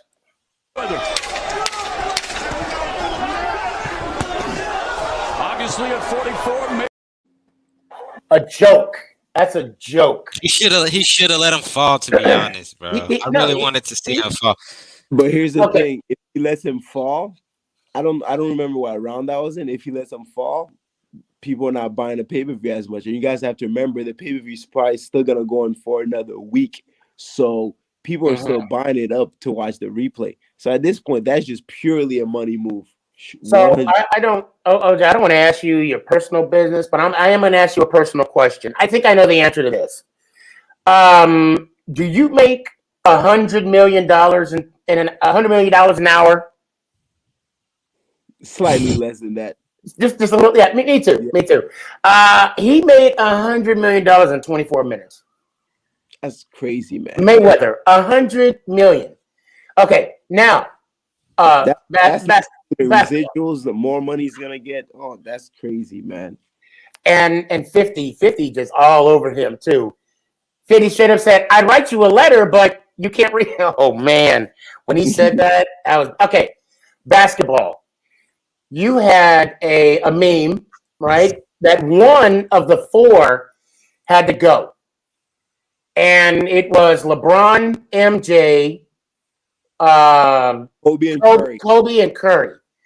And you chose Kobe to go. Yes. So here's the thing. Okay. Out of all, and 90% of my TikToks, man, is something I find on Instagram and I just make commentary about. Right. No, that's fair. That's fair. All the ones I've ever done, that has been the hardest one in all the TikToks. It was. So when I first saw it, right? When I first glanced, you made your decision. I'm like, what? Are you? I don't know if you saw my TikTok, but when I got down to my two, it was rough. Yeah, it's hard, man. I let go of LeBron. My mindset was this: Jordan is staying. Like, we don't even have to talk about that. He's staying. No question. No question. Curry is staying. We don't really. The reason Curry's staying, he revolutionized X's and O's of basketball more than anyone in history. Curry's staying. There's no question. So it really comes down to LeBron and Kobe. And in that video, I said it could really go either way. The reason why ultimately I chose for LeBron to stay is because LeBron is that generational face of the NBA, certainly more so than Kobe was.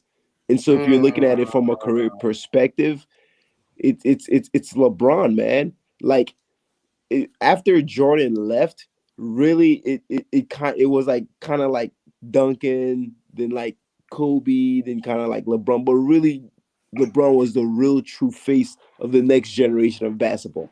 And so for those reasons, man, it kind of had to be LeBron James. And aside from basketball itself, LeBron James has done so much for the community, man. Right. And not to say Kobe hasn't, but certainly not to the extent of LeBron James.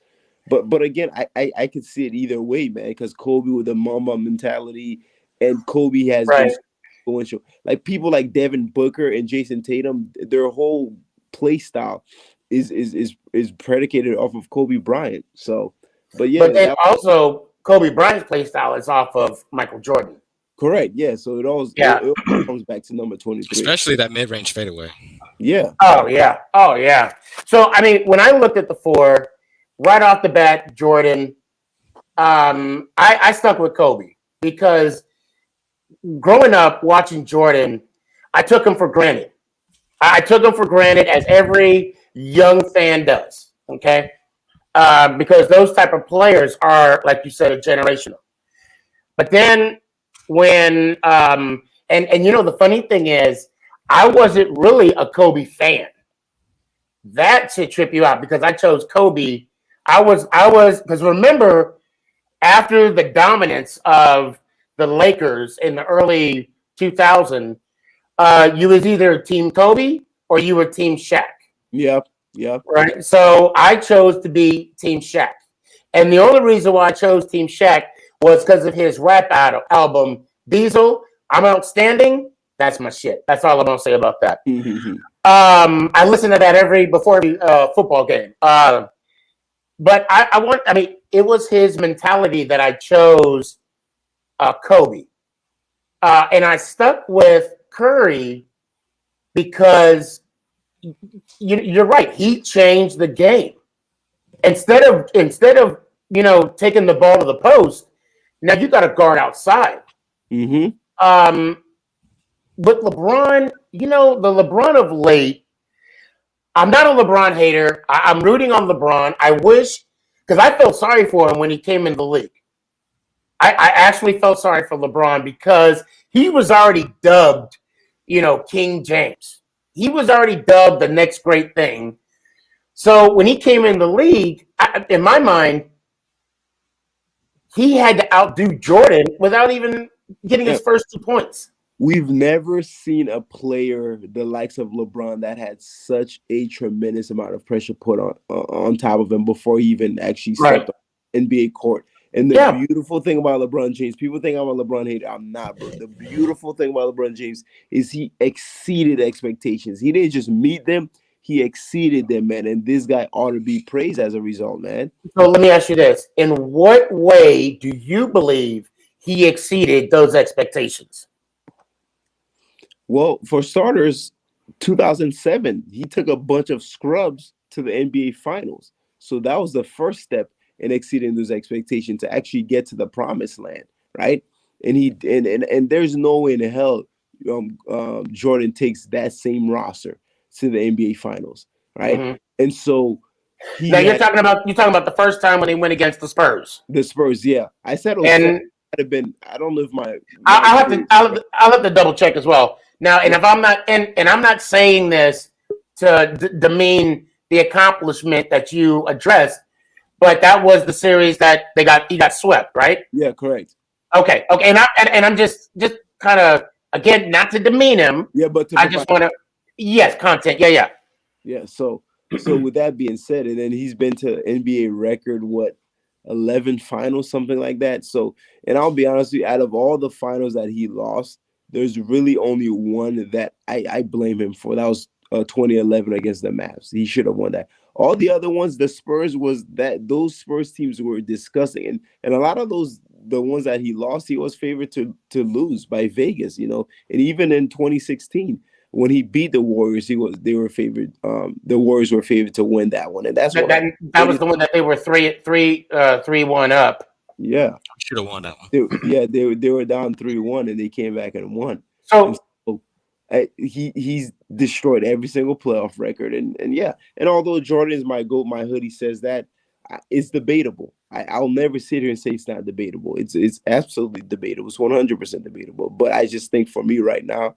But I will say this: had LeBron stayed healthier, I should say, and AD stayed healthy, and they somehow managed to get out of the West and beat the Nets, I was willing to entertain the notion that maybe he is the GOAT now. But that's probably not going to happen. But the Lakers are probably going to get Damian Lillard, bro. They're probably going to get Damian. Yeah, that's what I'm hearing too.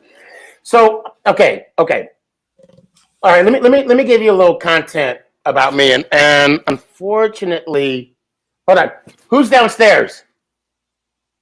Nicholas. Sierra. That's when you know you're in trouble. Ain't nobody else. Okay. And then that's either here or there. So I myself, as an individual, I've played in three championship games. Okay. Although I did play in is somebody down here? Hello?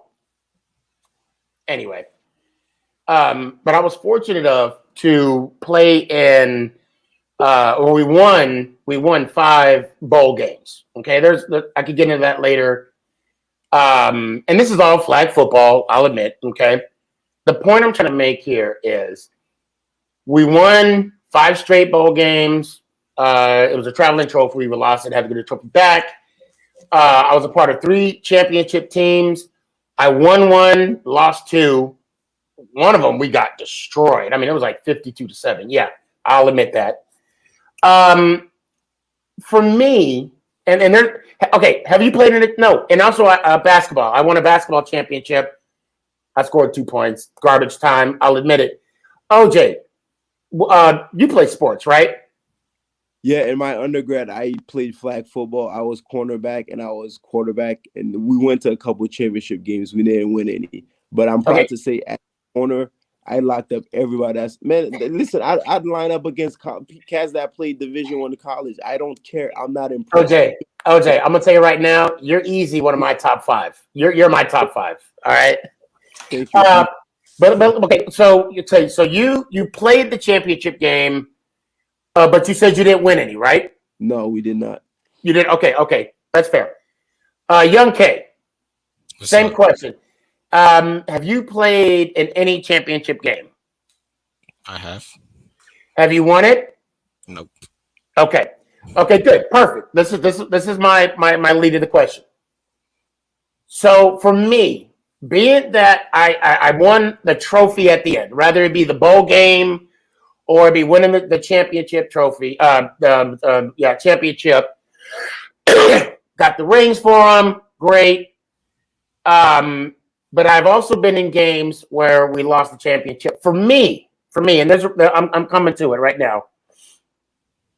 Is it the journey of going to the championship game, or you have to win the whole thing?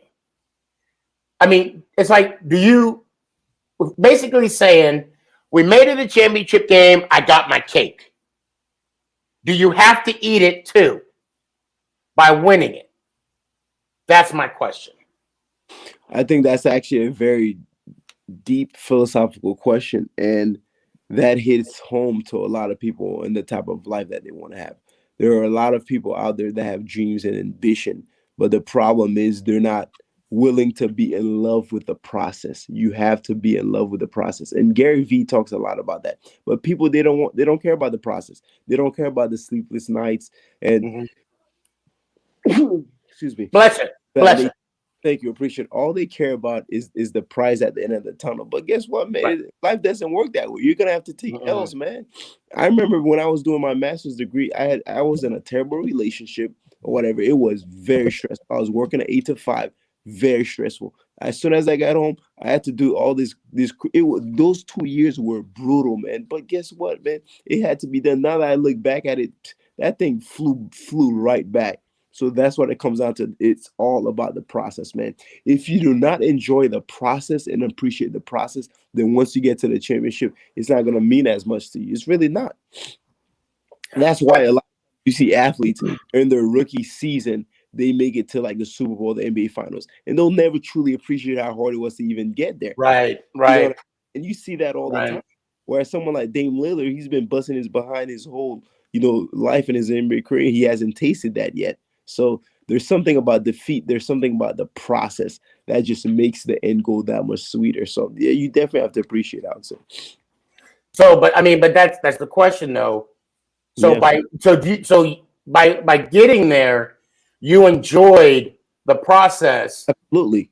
And then Process when is more fun to me, man. It really is. Like when I think about it, the bus rides to the games, the camaraderie with the Right, all those yeah. it's not as much pressure. In championship games, man, let's be honest, they're fun, but they're more it's more anxiety driven than anything else. It's kind of like you want to get it over with, and when it's done and over with. But the leading up to it, anticipation, there is some level of excitement, but there's a lot of levels of apprehension and anxiety as well. So, Young K, what you got? Based off what OJ said, to be honest with you. Yeah. So for me, it's I was actually spoiled. I'll be honest. Well, when I won my basketball champ, we won our brigade when I was in the Army in 2001. Mm-hmm. No, I'm sorry, 2000. 2000. I PCS to Germany. I entered. I mean, you're talking about a rookie, right? I entered the tournament. Like the day I got there, we had a quarterfinals, semifinals, and then the championship game. So there was really no process for me to enjoy. And I suck at basketball. I'm gonna be honest. I'm not that good. Now, fast forward 2004, we built. We built a team. We entered these tournaments that, there were 2-day tournaments, like $500 a pop. We're staying in hotels. And you're right, the process, because after games, we would go to Hooters. Some guys would go to strip clubs. Strip clubs not my thing. And some other people on the team, that wasn't the thing either. Although Mama Boss, she said I could go. But I'm like, nah, I'm good. So you're right. That process is good. But the fact, in that environment, right, building a team, losing, like not winning games in these tournaments that you're traveling to, like the first two, we're 0-3, we're 0-4, and then we win a game, lose in the first round, win a game, make it to the semifinals. Then the next one, we demolished the competition, but there was one team that stood in our way. For me, that whole process, you're right, it's a good ride. I had to win that one. It's flag football. What pressure? We got to go to work that Monday. Sore as hell, win or loss, we're going to work. But damn it, OJ, I'm going to tell you right now, I had to, and I'm so glad that we came together as a team and we got victorious. Because those next two championship games that I ended up going to another championship game with the same, different group, but same team. And then when I was in Seattle, we went to one where we got demolished. I think for me, there would be that disappointment. There would be, if I could say, in lack of a better word, like Dan Marino, Charles Barkley moment. You know what I mean? Mm-hmm. To where you wish you had at least one. At least one. And you know what? I think that's the beauty of the Hall of Fame, because where to me Hall of Fame is able to validate someone's career where a ring could not validate. You know, you couldn't get a ring in your career. Well, guess what? The Hall of Fame will acknowledge your greatness and your individual. Yes. So, and that's a nice one too. And that, you know what? And I don't. Go ahead. Go ahead. I'm sorry. Go ahead. No. That's what I was gonna say. You know, that's the one thing about winning. I saw a coach address his team, and he is so right. It is not fair. You could do everything right. You could do what you needed to do and exceed and still lose. Right. Yeah. Because someone has to lose.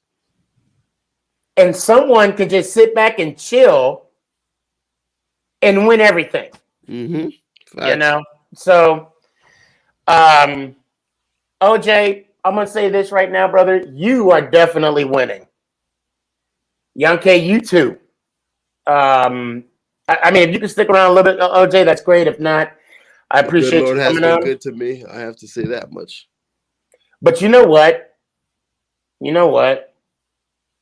It's not about the followers. Right. It's not about the podcast. It's about the impact we make. And that's what we're doing. Yeah. You know? Yeah, I try to be intentional with that stuff. That's why you'll rarely ever catch me cursing. Like you won't.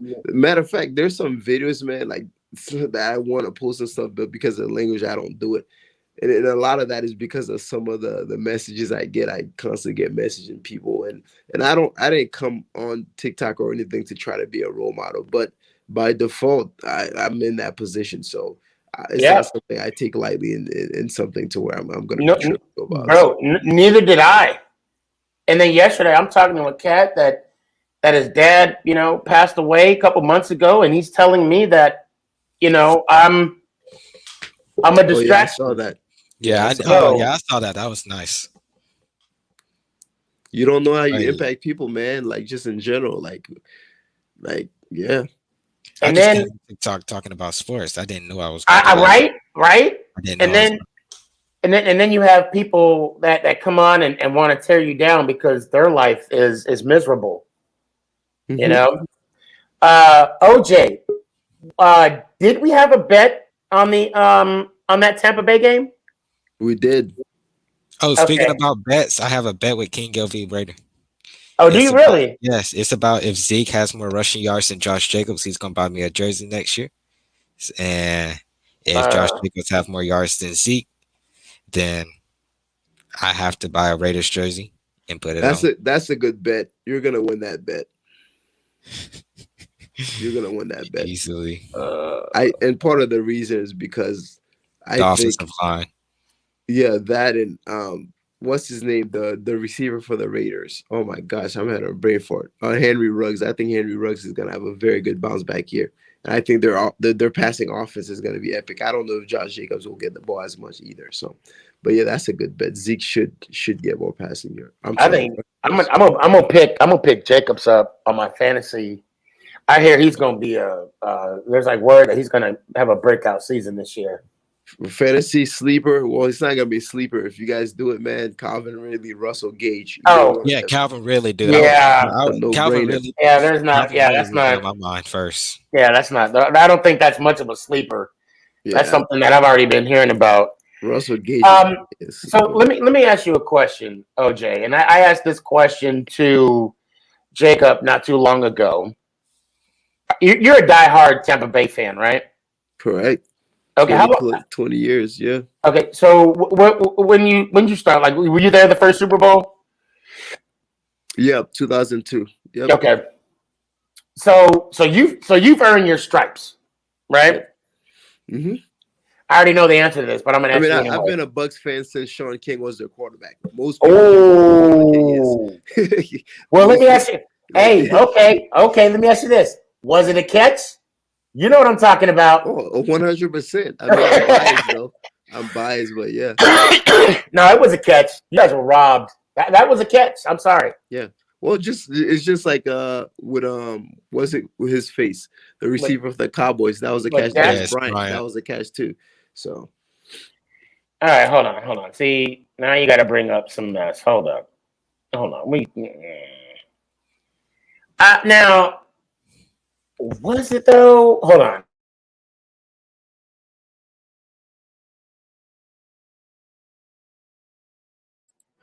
Okay, look. Okay, so he got it right there. You can unmute yourself, OJ. And now look, now watch. Watch right here. The nose, the tip of the ball, did it not hit the ground? Okay, it's gonna go down. What? I'm hitting the ground is as long as you retain possession throughout, which it seems like he did. I will say this though, although I believe it was a catch, I could understand why they ruled it to not be a catch. And I think like plays like that is equivalent to calling a foul in the NBA. It's very, very hard. Even with instant replay, it's a bang bang. It's a judgment call, man. You might have a different officiating crew call that a catch, and you have this one that doesn't call it a catch. So it's a close one, but I think he maintains it throughout. So it doesn't look like it blatantly comes off loose. So there was a play when we played against the Patriots that Beckham caught the winning touchdown. His 2 feet hit the ground, and then Butler knocks it out, and they rule it incomplete. Makes no sense. What? Are you with them? What? Are you almost done? No, why? Because I need to finish a little bit. Okay, no, I'm not almost done. I'll let you know. Or you can sit right there. I'm live right now. Oh man, hey Sneaky, I'm about to head out. Any last questions for me? All right, let me finish my thought. I'm sorry, I was rudely interrupted. No, sure, you're good. As a fan, one of the Bucks get in the ring. You should know this. July 25th. I saw it. 22nd. It's 22nd. 22nd. Okay, yeah, I saw it the other day. Now, did you see my review on my about my Super Bowl ring? When did you post that? This week? Well, yeah, it's on my YouTube channel. It's called OT. And I didn't see it. I'll have to check that out. I did a product review. Please check it out. And I will say this: if the Bucks go with Justin's, I'm going to be mad because then you will have the ability to get an actual team ring. But if they go with a different company, like yes. I wonder how much those rings go for. Well, okay, it depends. We could talk offline because right now I have the 2000, and this is the ring I did the review on, a 2011 Super Bowl ring for the Giants, and I have 3 different types, and I explained the 3 different types in that video as well. Now, if they don't go with Justin's, hit me up. It's the link's on there anyway. Okay. But I don't know. Now, when you got your ring, because I know you have a Tampa Bay ring, did you put your name on it, or did you put it on? You have Brady's name on it. No, it's Brady's name, Daddy. Okay. I see a flag, OJ. What'd you say? I said I see a flag in the background. Yes, sir. You already know, man. Alabama, and I actually have an Alabama decal in front of my car as well. Did you go there? I did not go there. Oh, okay. It's a long story behind that one. We're talking on that. So, bottom line is this: as a fan, do you believe, as a diehard fan, we deserve Super Bowl rings? Or let me rephrase that. Do you believe we deserve an opportunity to get a Super Bowl ring? So before I could answer that, I have to follow up with 2 questions. When you say get a ring, are you talking about for free, sponsored by the team? No, I don't want to go that far. I mean, I would love to be on that list, or just have access to get the yes, authentic ring. Have access. Yes. Yes. Here's the thing. I'm Okay, torn on that question. I'm okay. torn. The reason I'm torn is this. If you give access to the fans to have those rings, because first of all, there's no method of identifying who's a true fan and who's Right. just a bandwagon. So I could just pretend, let's say the Cowboys won the Super Bowl. I could pretend I'm a Cowboys fan, grab a ring, and then go try to sell it or something. So you can't prevent that. But it would be really nice if fans could get it. But the problem is, and this is the biggest issue I would foresee for this, it would drastically reduce the value of the rings itself and the significance for the players themselves that earned it if all the other fans had it. And that's my biggest problem with that. So if the Bucks were to give their fans access to their rings, okay, well, the 53 players that are on the roster has it. So does 50,000 people from the Tampa Bay area and from wherever else in America. So now that just diminishes the value of it. And it's not. And when I say value, I'm not just talking about the fact that, oh, there's only 53 rings, so now it's valuable. You can make money off of it. Because most of these players, they're going to keep it. They're not going to sell it. I'm not just talking about that. I'm just talking about the sentimental value of it as well. Because now, like I could easily see someone that hates the Bucks, like a Saints fan, getting a ring, taking that thing, desecrating the ring, and all this other crap. So that's what you open up Pandora's box for that. But at the same time, though, that Saints fan would have to spend money to get it. I mean, I think that would be the only, because I'm not going to buy a Dallas Cowboy ring. No, I'm not going to buy a Philadelphia ring. I'm not going to get any. So for me, in my mind, I like how you said that. There's two things. One, the value of the ring actually depends on the person that is the owner of the ring. So basically, Tom Brady's Super Bowl ring is always going to be a top dollar item. You feel me? Like the place kicker ring is not going to be the same value as Tom Brady's ring, even though it's the exact same ring. If I were to pawn it, there is a price differential between players. Correct. So, and with the fan ring, there would have to be rules in place. Like it would have to have your name on it. It would have to have your name on it. I think the rarity and the stones that are used, something would have to differentiate the actual intrinsic value of it. Right. Well, what it's actually worth. That would, to me, the fan rings, you would have to diminish that. It should not be the same intrinsic value as the player rings. So the way Justin has it set up, if you were to go to their site right now and look at the Chiefs Super Bowl ring, okay, there was a limited, because you have like an ultimate fan, and then you have a fan ring, and then it kind of degrades right there. The ultimate fan ring, which is like gold, diamonds, all the shebang bang, it's like $12,000. Okay. Now the ultimate or the fan ring is like $600-700. Okay. And then it kind of goes, and then you could get like a paperweight. But yeah, you're right. It doesn't look exactly like the Chiefs Super Bowl ring. Even my replica, this what I have on right now, it's very, very similar to. Well, I mean, it's a replica, very similar. But there are some differences on this ring. However, this is a high quality. Somebody CJ says, "Give it up, bro." Yeah, I mean, but you haven't won a Super Bowl in '91, so that's why you're saying it. But I would agree that any fan should at least have an opportunity, an opportunity to get one. So, some dude by the name of Mike Parsons wants to join in. Yeah, no. OJ, I'm sorry I kept you on for long. It's all good, man. I enjoy my time. Man, we could talk forever, but you know what? We should have a serious conversation about Dion. Put those dang thing down. All that rust. About who? About Dion. Yeah, Dion's the best cornerback of all time. Yo, Young K, did you hear what Sneaker was saying about Dion?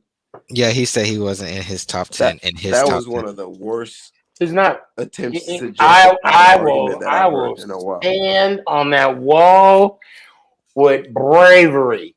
You know, I hope you guys understand. I'm built differently. If I say something, I'm not gonna back down. Hot So- take or not, I'm gonna so- stand on that. I remember when you said that James Bradbury is the best cornerback in the NFL. So is he better than Jalen Ramsey in your eyes? Wow. Yes. Yes. No? Oh my gosh. James Yes. Bradbury's better than Jalen Yes. Ramsey? All day. And you know why? You know James why? Bradbury got cooked by Mike Evans in the last game, bro. Cooked. Barbecue chicken. Go watch the tape. Go ahead. I'll watch it. I'll watch it. Go watch the highlights. James Bradbury got cooked by Mike Evans. So, but I'll tell you what, he did make Metcalf look like decaf, Exhibit A. There's Metcalf in front of Bradbury. Oh, DK Metcalf with a. I mean, if I'm watching that, I rest it my seems like case, Metcalf Ronnie. got the better end of that deal. But I knew you were going to say that. I knew you were going to say. But hold on. That was not a stiff arm. Yes, that it was. No, he just fell forward. He just fell that forward. was a stiff arm. I mean, he still tackled it.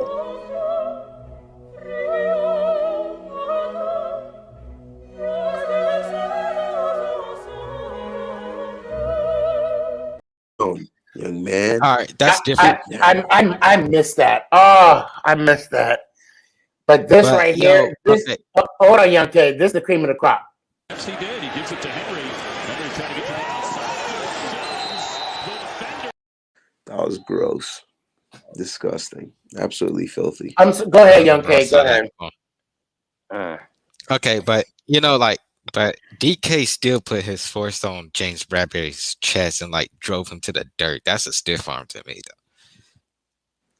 though. No, it is a stiff arm. 100%, and it's DK. I want to see James Bradbury shut down a top 7 receiver, and follow him entire game. Then we'll have the conversation.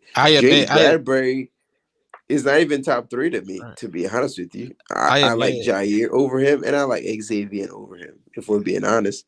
I admit that he did lock up Cooper, but Cooper was hurt. I want to see Cooper I want to see healthy Cooper against him, to be honest. Oh, I like Cooper. Cooper's footwork is too much for him. Here's the thing, man. No matter how good your corner is, oftentimes, man, a great wide receiver will always have the advantage, bro. Especially if the receiver has time. And you know why, right? Because the receiver knows what he's doing. Yeah, he knows what he's doing, and he knows when he's gonna do it. Yes. Yep. And also, wait, Young K, you play corner. You play corner too, don't you? Yeah. So okay, I'm glad you guys brought this up. Is it the scheme that helps the cornerback or the DB, if you will, or is it let's say the I mean, okay, I don't want to say ability because we can agree every player has different abilities, but don't the scheme in some way help the abilities of a player? Like if they're lacking in something. I'll say it do. It depends on what they can do, to be honest with you. Yeah, I'll say it does, to be honest with you. Because one time we had a really bad scheme on our defense in high school in my freshman year. It wasn't working out, but we changed it. Everybody just started pumping off. So I say it do. I would tend to think I'm gonna edge scheme more than talent, because a great scheme can actually hide poor talent. And a prime example of that was in the Super Bowl, man. It's the same talent, bro. It's Carlton Davis and all. It's the same DBs the Bucks had, right? But except this time around, the Chiefs didn't smoke them like they smoked them in the regular season. But they were playing it like a cover two man defense, and that thing was just nasty, man. But again, it's the same cats. So, yeah, man. The defensive scheme when the Bucks played in the Super Bowl was amazing. Yeah, it was just It was not. But Well, I don't want to. I mean, Patrick Mahomes, man, they could have made adjustments because there's no such thing as a perfect scheme. The underneath flats were kind of there. The running game was there, but they still kept trying to force that ball. So, but okay, I know. I really got to get going. Yeah, I know. And then I know you got to. And I'm gonna leave this I'll final be back thought. Thursday. What time is your podcast start? Is it at 8 or 9? I know it's not Eastern. Well, it's 9 o'clock. Because you're in Tampa, right? Yeah. Well, it's 8 o'clock Dallas, Texas time. What is that time zone called? Central? Yeah, we're in Central. Yeah. Central. Okay, gotcha. 8 o'clock. Yeah, and that's why I say Dallas time, because if I say Central, I had so many questions of people asking me, "What is that? What is that?" Okay. Now I will say this, and I'm not trying to diminish your guys' win, because that defensive front is just disgusting. JPP, Donegan. I can't. Barrett. Woo! It's just disgusting. But it didn't. It also helped that two of the linemen were out, starting linemen were out, and he had Mahomes had a broken toe or something. Yeah. And the funny thing is, my brother said to me before the game even started, he said, "Is he limping?" I'm like, "No, that's how he walks. He has that swag." I'm like, No, he was hurt. I will say this though, you're right about the injuries, but if you go back to the tape, they were running a lot of maximum protection on their offensive line. So they had six guys on the O line, and the Bucks were only bringing 4, which means you could double 2 of the guys who were still getting penetration. That's unacceptable. I get that you don't have your starters, but you have 6 guys blocking and 6 Tampa guys, 4 guys coming, and you could double 2 of them. So, yeah. But at the same time, Mahomes would throw the ball while he's falling 50 yards. Yeah. But hey, man, go to bed. I'll see you Thursday. Let me hear it one time. Let's go Giants. Ow! Frosted Flakes. Mother.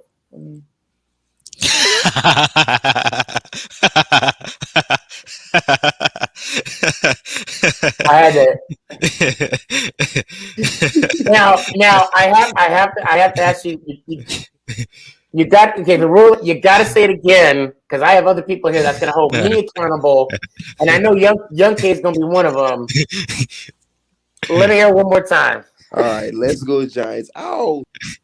Yeah, I had to get it out quick because I don't want people to be like, "Oh, you let OJ get off easy on that." Blah, blah, blah, blah. Oh man, I did not mean for that to take as long as it did. I'll do this real quick. I'm gonna bring a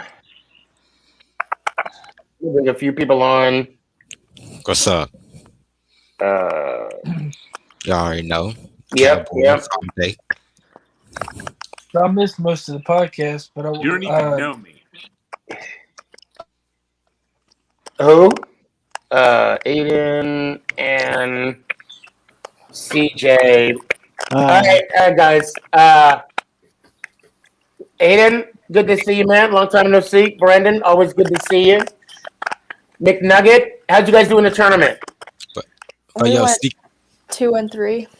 But yo, Steve, I'm gonna go sit backstage because I gotta go clean up the kitchen real quick. So, all right, man. Let's go Giants. Ow. Yeah, you about to slide something else in. No, I'm kidding. So what's going on, guys? How y'all doing tonight? Okay. Okay, good. Thank you. Good. Got a very bad connection. This is very up. It's very laggy. Oh, what for me? My side's fine. You're not lagging over here. Oh, okay. Townicus. Oh, yeah, you're frozen right now. Mm-hmm. All right, try and come out and come back in. So I'll tell you what I'm gonna do. CJ, I'm gonna put you backstage. I'm gonna talk to the guys that I didn't have on earlier. Yep. And let me hear it one time, CJ. Let's go Giants out. Appreciate you. Sorry that took longer than expected. I'm glad. Was it entertaining? I just got back from softball practice. Oh, yeah. Okay. So okay, gotcha. I got on the podcast way late. So my question is, did you ever touch the topic of Julio Jones being traded to the Titans? We did actually. Yeah. We early in the beginning, we talked about it a little bit. I want to say it was Gabe that brought it up, and I think CJ and I also spoke about it, and I even talked to Townicus about it as well. And yeah, he had to go. I mean, he had to leave Atlanta, and now we'll see what. I'll take him in Tennessee over Baltimore. I would, and as a Steelers fan, I don't want to see him in a division rival. But honestly, with him and AJ Brown, I mean, one has to think that's an automatic, at least a threat for the AFC title. Well, I wouldn't say AFC title, but I will say AFC South at minimum. Okay. And if they can, and of course it automatically. I mean, because you still got to think about Buffalo. Browns are on the up and up. Okay, so all right, let me correct myself. Then it adds another threat, or even more. Right. In Tennessee to the Chiefs, anyway. Yeah, and that's fair. That's fair. Well, how do you think the Steelers are going to do? I'd love to say 17-0, but that's just too biased. You know what? Say it. I say it. I want it. No, I said about the Giants, not the. I'm gonna fire a shot to a guy that's not even on here. Look, I'm not gonna be wee hooping. Okay. Whoa! No, I don't want. I want you to be Steeler Steve. To be Steve, don't. You're not wee hooping. Wee hooping is wee hooping. Oh, dang it! I forgot to tell OJ what I wanted to tell him too. God, you know what? I'll do it in my closing. I'll say 13-4. I want to say would be no. Actually, to be honest, yeah, I'll say it. 13-4 is what I'm hoping for, because you can't go 8. You can't go 8-8 anymore. With the new extra game. Yeah, you got to go either 8-9 or 9-8. Yep, or 8. I mean, you can go 8-8. You just got to have a tie game too. Yeah, 8-8-1. Yeah. I was gonna say, if you're the Cowboys, you could they'll find a way. Easily. But Steelers Steve, don't go anywhere, but let me hear it one time, man. Let's go Giants. Ow. Yeah, stick around. I do want to tell you something. I'm going to be getting off here in a little bit. So, Brandon, you there? Yes, I am. Hey, man, what's going on? How you doing? Doing good. How about you? I'm good, man. What you got for the good of the order? Meaning, what you got? Anything you want to say? Anything? Oh, so I'm wondering, I literally joined when what's his name? Bucks fan. OJ? Yeah, OJ. Okay. Did he say, because I saw his cornflakes video, Daniel Jones or cornflakes. Did he say, "Let's go Giants cornflakes"? He did, but then I brought him back on because I know if I didn't, I ain't gonna say any names, McNugget. She would have said to me, for the record, he needs to do it again. So that's why he should be scared of me. I'm the muscle. You're vicious. You guys don't want to see me, but I'm mad. Yeah, she's like you be talking like she's mad. Like you be like, "Oh, you mad at me?" No, I'm not mad. And then you're like, "Oh, why am I leaking? I don't know what's going on." But yeah, we did. I got it. I got it squared away, man.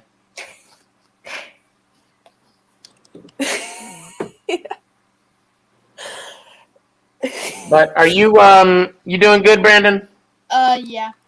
All right, that's cool. Today was That's good. That's good. How's your mom doing? She's doing good. She also told you hi. Oh, okay. Tell her I said hi back. Should I yell it right now? Well, no, whatever. Next room. Oh, it's okay. But let's see what. Oh, have you been seeing the OJTs? What the heck? The training of Daniel Jones Aiden, are you impressed with? I mean, granted, I mean he is more muscular now than he was last year. Yeah, I saw that. I saw that. And And big. He can't. He in the gym. He is in the weight room. Bro is slacking. Man. I would say this, and I don't know if Chris is still here. We have to put respect on his work ethic, because he in the weight room. I mean, he brings a whole new meaning to damn Daniel. You know what I'm saying? That's all I gotta say about that. Brandon, Yeah. what you doing this summer? Playing 2K and Oh, hanging out. hold on. Let me put that back in the frame. Okay, there we go. You see it now? Yeah. Yeah. Okay. Next time, call me out on that. Okay, call me out on that. Rude. I know, right? I mean, his mom actually made that for him, and then he gave it to me. The least I could do is show it off. Yeah. Right? Rude. Brandon, bro, I appreciate you, man. Mhm. For real. That, I mean, you have no idea. That means, man, that means a lot. That means a lot, bro. Was That, I'm sorry? Was I first ever? Yeah. And the only. That right there, to me, that is like a trophy. That is like, that's equivalent to like one of my trophies. So just know, God forbid, if my house starts burning down, I'm grabbing that and Otis. Yeah, don't forget Otis. And my autographed Phil Simms jersey, my Lombardi trophies, my banner, my Saquon Barkley. Okay, I'm just gonna die in the house. So all your Giant stuff? Yeah, I'm just gonna go down with it. I don't even. Nick, I'm sorry. are you gonna leave Nick? Oh no, they gotta fend for themselves. I don't. Yeah, I gotta say Nick, because Mama Boss would be mad if I didn't. I mean, Get beat. yeah. Well, no, I'm not gonna do that. Brandon, I appreciate. Hey, man, I hope to see you Thursday. Mhm. Let me hear it one time, man. Let's go Giants. Ow! I appreciate you, man. Aiden, what's going on with you? Nothing much. Just I don't know. Not nothing much. Not really anything. Actually, it's humid. Waiting hot, on the and season, man. disgusting in New Oh my Jersey. God, you ain't. It's humid, hot, and disgusting here. Oh, it's so bad out here. It's just like it's like sticky, disgusting. It's like you just don't want to go outside. Yeah, it's bad. It's bad. Like, I go out to my car and I'm like, damn. Like, don't you? Yeah, it's crazy. Yeah, it's Isn't it almost normally offensive. like dry heat in Dallas. Oh no, it's humid here. Oh no. Now Arizona got the dry heat. Oh yeah, it's humid here, and it's more humid the closer you get to like California Houston and is Louisiana. the same thing. So, like, they're right next to each other. Yeah, I can see California, Arizona. Yeah. So what you got, man? Hold up a second. I can't hear you, but you might be able to hear me. So just give me a few seconds. Okay, can you hear me now? Yeah, I can hear you. Oh, okay, good. So what's up, man? What's on your mind? Here we go. I'm gonna. Oh, are you good now? You're good. All right, now that's it. Repeat that. No, what's on your mind? What you got? Nothing. Oh, I don't know if you ever touched on this. What do you feel about the number change? Like, you know how players are allowed to change their numbers? Right. Share your opinion on that? I'm for that. I think they got it right. I didn't like the fact that they put a cap on what players can have. But because, like, for me, my jersey number when I played in high school, it varied every year. I hated that. My freshman year, I was 21. My junior, no, yeah, I was 21. My junior and my sophomore. No, I'm lying to you. Well, it was 16. No, it was 7, and then it was 16 my junior and senior year. I wanted to be 11, and if I couldn't get 11, I tried to go number 9, but number 9 was already taken. McNair, and I was 11, Phil Simms, but yeah, I'm for it. What about you? What are your thoughts? I mean, it's all right. I don't like. It's whatever. I don't.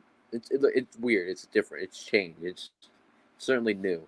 But I do feel bad for the people who bought the jerseys with their name on it and number, and now they're not. Right. Oh my God, I never thought of that. It's like Sterling Shepard. He's number 3. He it just looks weird. Like them as like Sterling 87. Like it just 87, right? He's now 3. Like that's right. I don't think a lot of them. I haven't heard anyone that on the Giants who's changed their number except like Sterling Shepard. That's it. I think everyone else kept theirs. Maybe a few people. I don't really know. But otherwise, I think it's just weird. I agree with that. I'll agree with that. Different. And I'm with you, man. I mean, I'm not going to say you say this or imply that you said this. I'm not really big on change either. Like the 17th game, hated it. Yeah, I hated it. The extra playoff game, hated it. Horrible. I mean, I thought it was beneficial for a team, to have the top 2 teams have a bye. I thought it was beneficial. Yeah, I thought that. Why fix if it's not broke? Like, I mean, but the evolution of the game changed to its benefit because before they only had one wild card team. Then before they only had only one wild card game. Then they extended the wild card game, and then they changed it from 3 divisions to 4 divisions. It just seems awkward now because we're living in it and we've been used to it forever. But it will be fine. Yeah, I mean, this will be a new normal. We'll get used to it. The next change will come. Yeah, disrupt everything else. But the funny thing is, the thing about the extra game, what started that whole thing was fans were complaining that preseason games cost the same amount as regular season games, and they wanted to deduct the price. They wanted to make it cheaper. And then, Goodell and his wisdom, plus with the help of the owners, we'll just add an extra game and one less preseason game. No, that's not what we're talking about. But okay, you know what? I don't make the rules. But you know what? We're still gonna watch it. We're still gonna be there Sunday, Monday, Thursday night, right? Don't really have a choice. It's fun. Hey man, I appreciate you. Tell your brother I said hi. I will. Let me hear it one time, brother. Let's go Giants. Ow. Appreciate you. How did you do in your tournament? How did I do? Yeah. I did pretty good. Okay. I played at 2nd and 3rd. And 2nd, it's not like my normal position. Right. But I still did pretty good. I threw a girl out at home. Okay. How'd you do at bats? Any RBIs? Any steals? Okay. I'm like one of the fastest on the team, though. I'll say that. So. Okay. All right. Well, hell yeah, you was on track. Yeah, I don't like track. I mean, you did like the 800, then you went to the 4x relay, and then you did the 100. I mean, all in 1 hour. hour. No. Never. McNugget, I appreciate you. Stick around, all right? And please do the honors. Let's go, Giants. Oh! I appreciate you. So first off, again, Jim Fossil, the Fossil family, you're not in this by yourself. When you're in pain, we're in pain. My heart, my thoughts, my prayers. I'm sending you some good vibes, good juju. If you need anything, please 520-720-1714. 520-720-1714. Please don't hesitate to give me. I'll do whatever you got. I'll do my best to get you whatever you need if you need anything. I wish I was like Shaq and have the money to take care of any, hey, just send me the invoice. I wish I could be like that. I wish, yeah. And I wish I knew him personally. I wish I knew Jim Fossil, coach, personally. Now I really don't have an announcement, but I do want to give a shout out.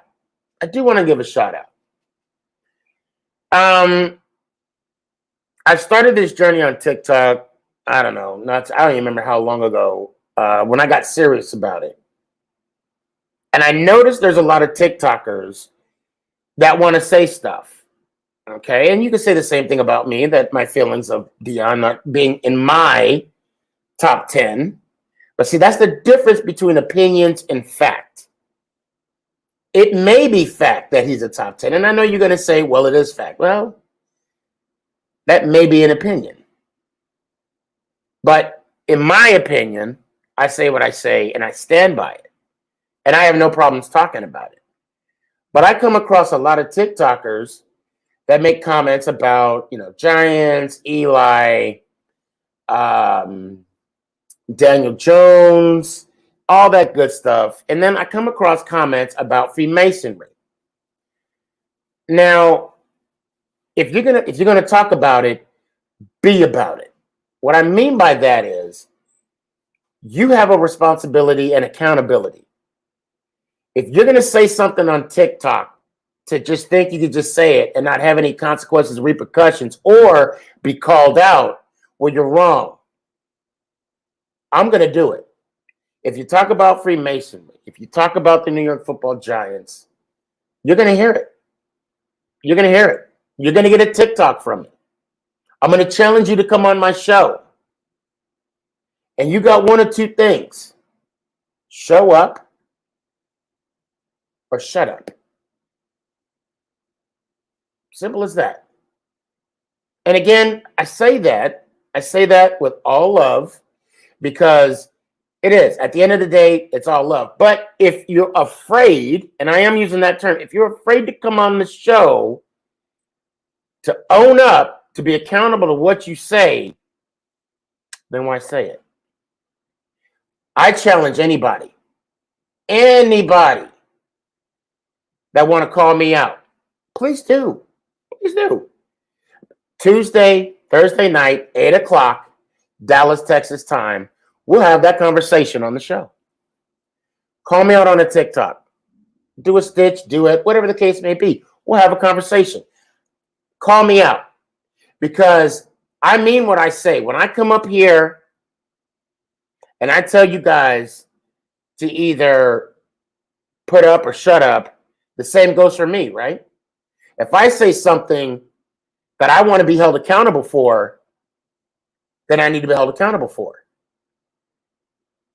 So those people that I called out, the only person that has said anything, I don't want to get his name wrong. I do not want to get his name wrong. I'm looking. Okay. So guys, if you can do me a favor, if you guys are seeing this for the first time, please go to my TikTok and you'll see the title where I said, to all the TikTokers I called out to come on my show, just to have a conversation. And that's what this is. I'm not going to attack you. I want to know. I want to do what OJ did today with me about my opinion regarding Deion Sanders. I want to know your thought process about Eli, about Daniel Jones, about the Masonry, the Freemasons, okay?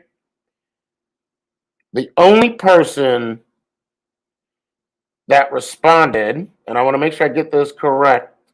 Hold on. Where's he at? Oh, here we go. Roundup Sports. Bro, I appreciate you.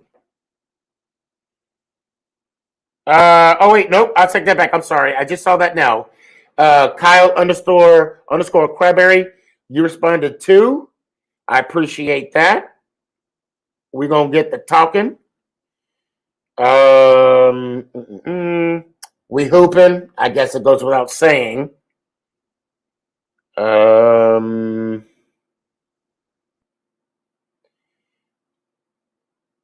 Okay. All things. Did I call you out? All things Chicago Bears. I don't. Let me see if I think I did call you out.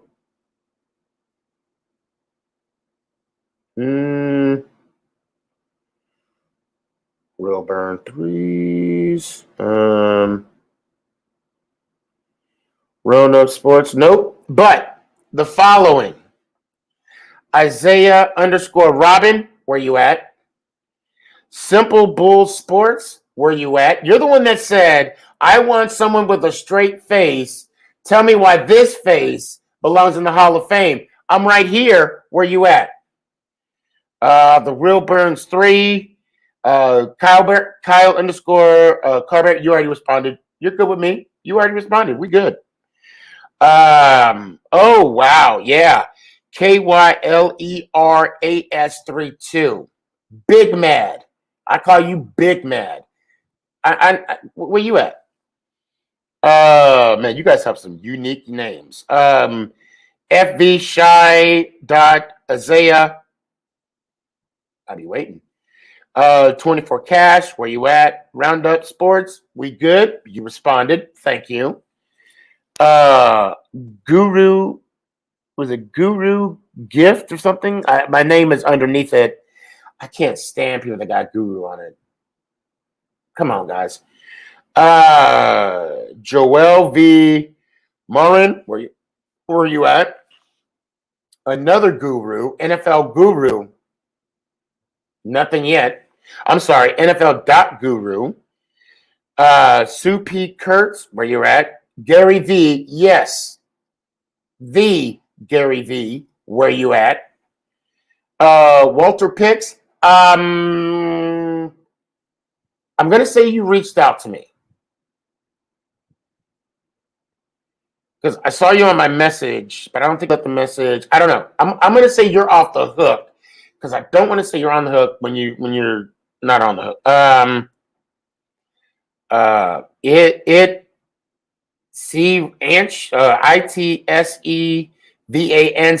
where you at? And fantasy footballs with an AZ. Holla at your boy. All right. I didn't mean for that to take as long as it did, but hold on a sec. Is that what you posted right now? What are we talking about? Oh, I'm talking. Okay, CJ. I'm talking about people that I'm calling out. Yeah, I'm calling about people that I'm calling out.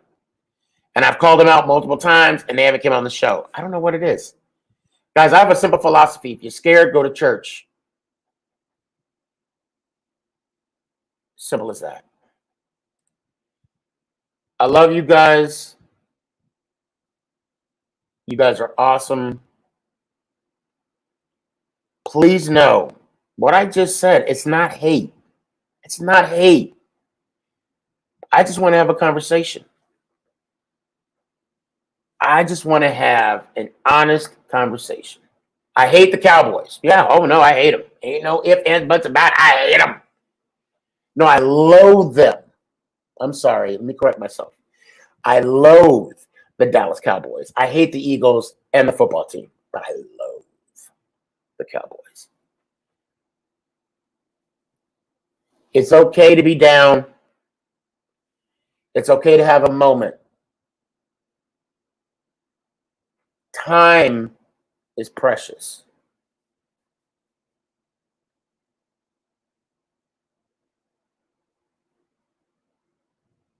That 10 seconds, that I just paused. That's a gift right now. That's why it's called the present. Enjoy it. Embrace it. You never know when you get that phone call. That's going to change your life forever. And you're going to have a new normal. I was there.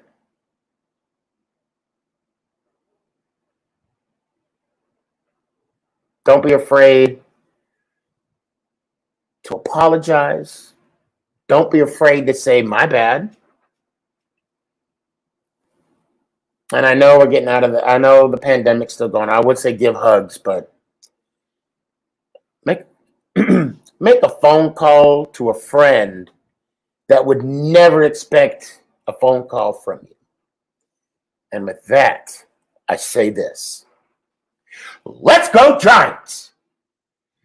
Oh! Is this thing on? It's your boy Stefan, aka SneakyG, man.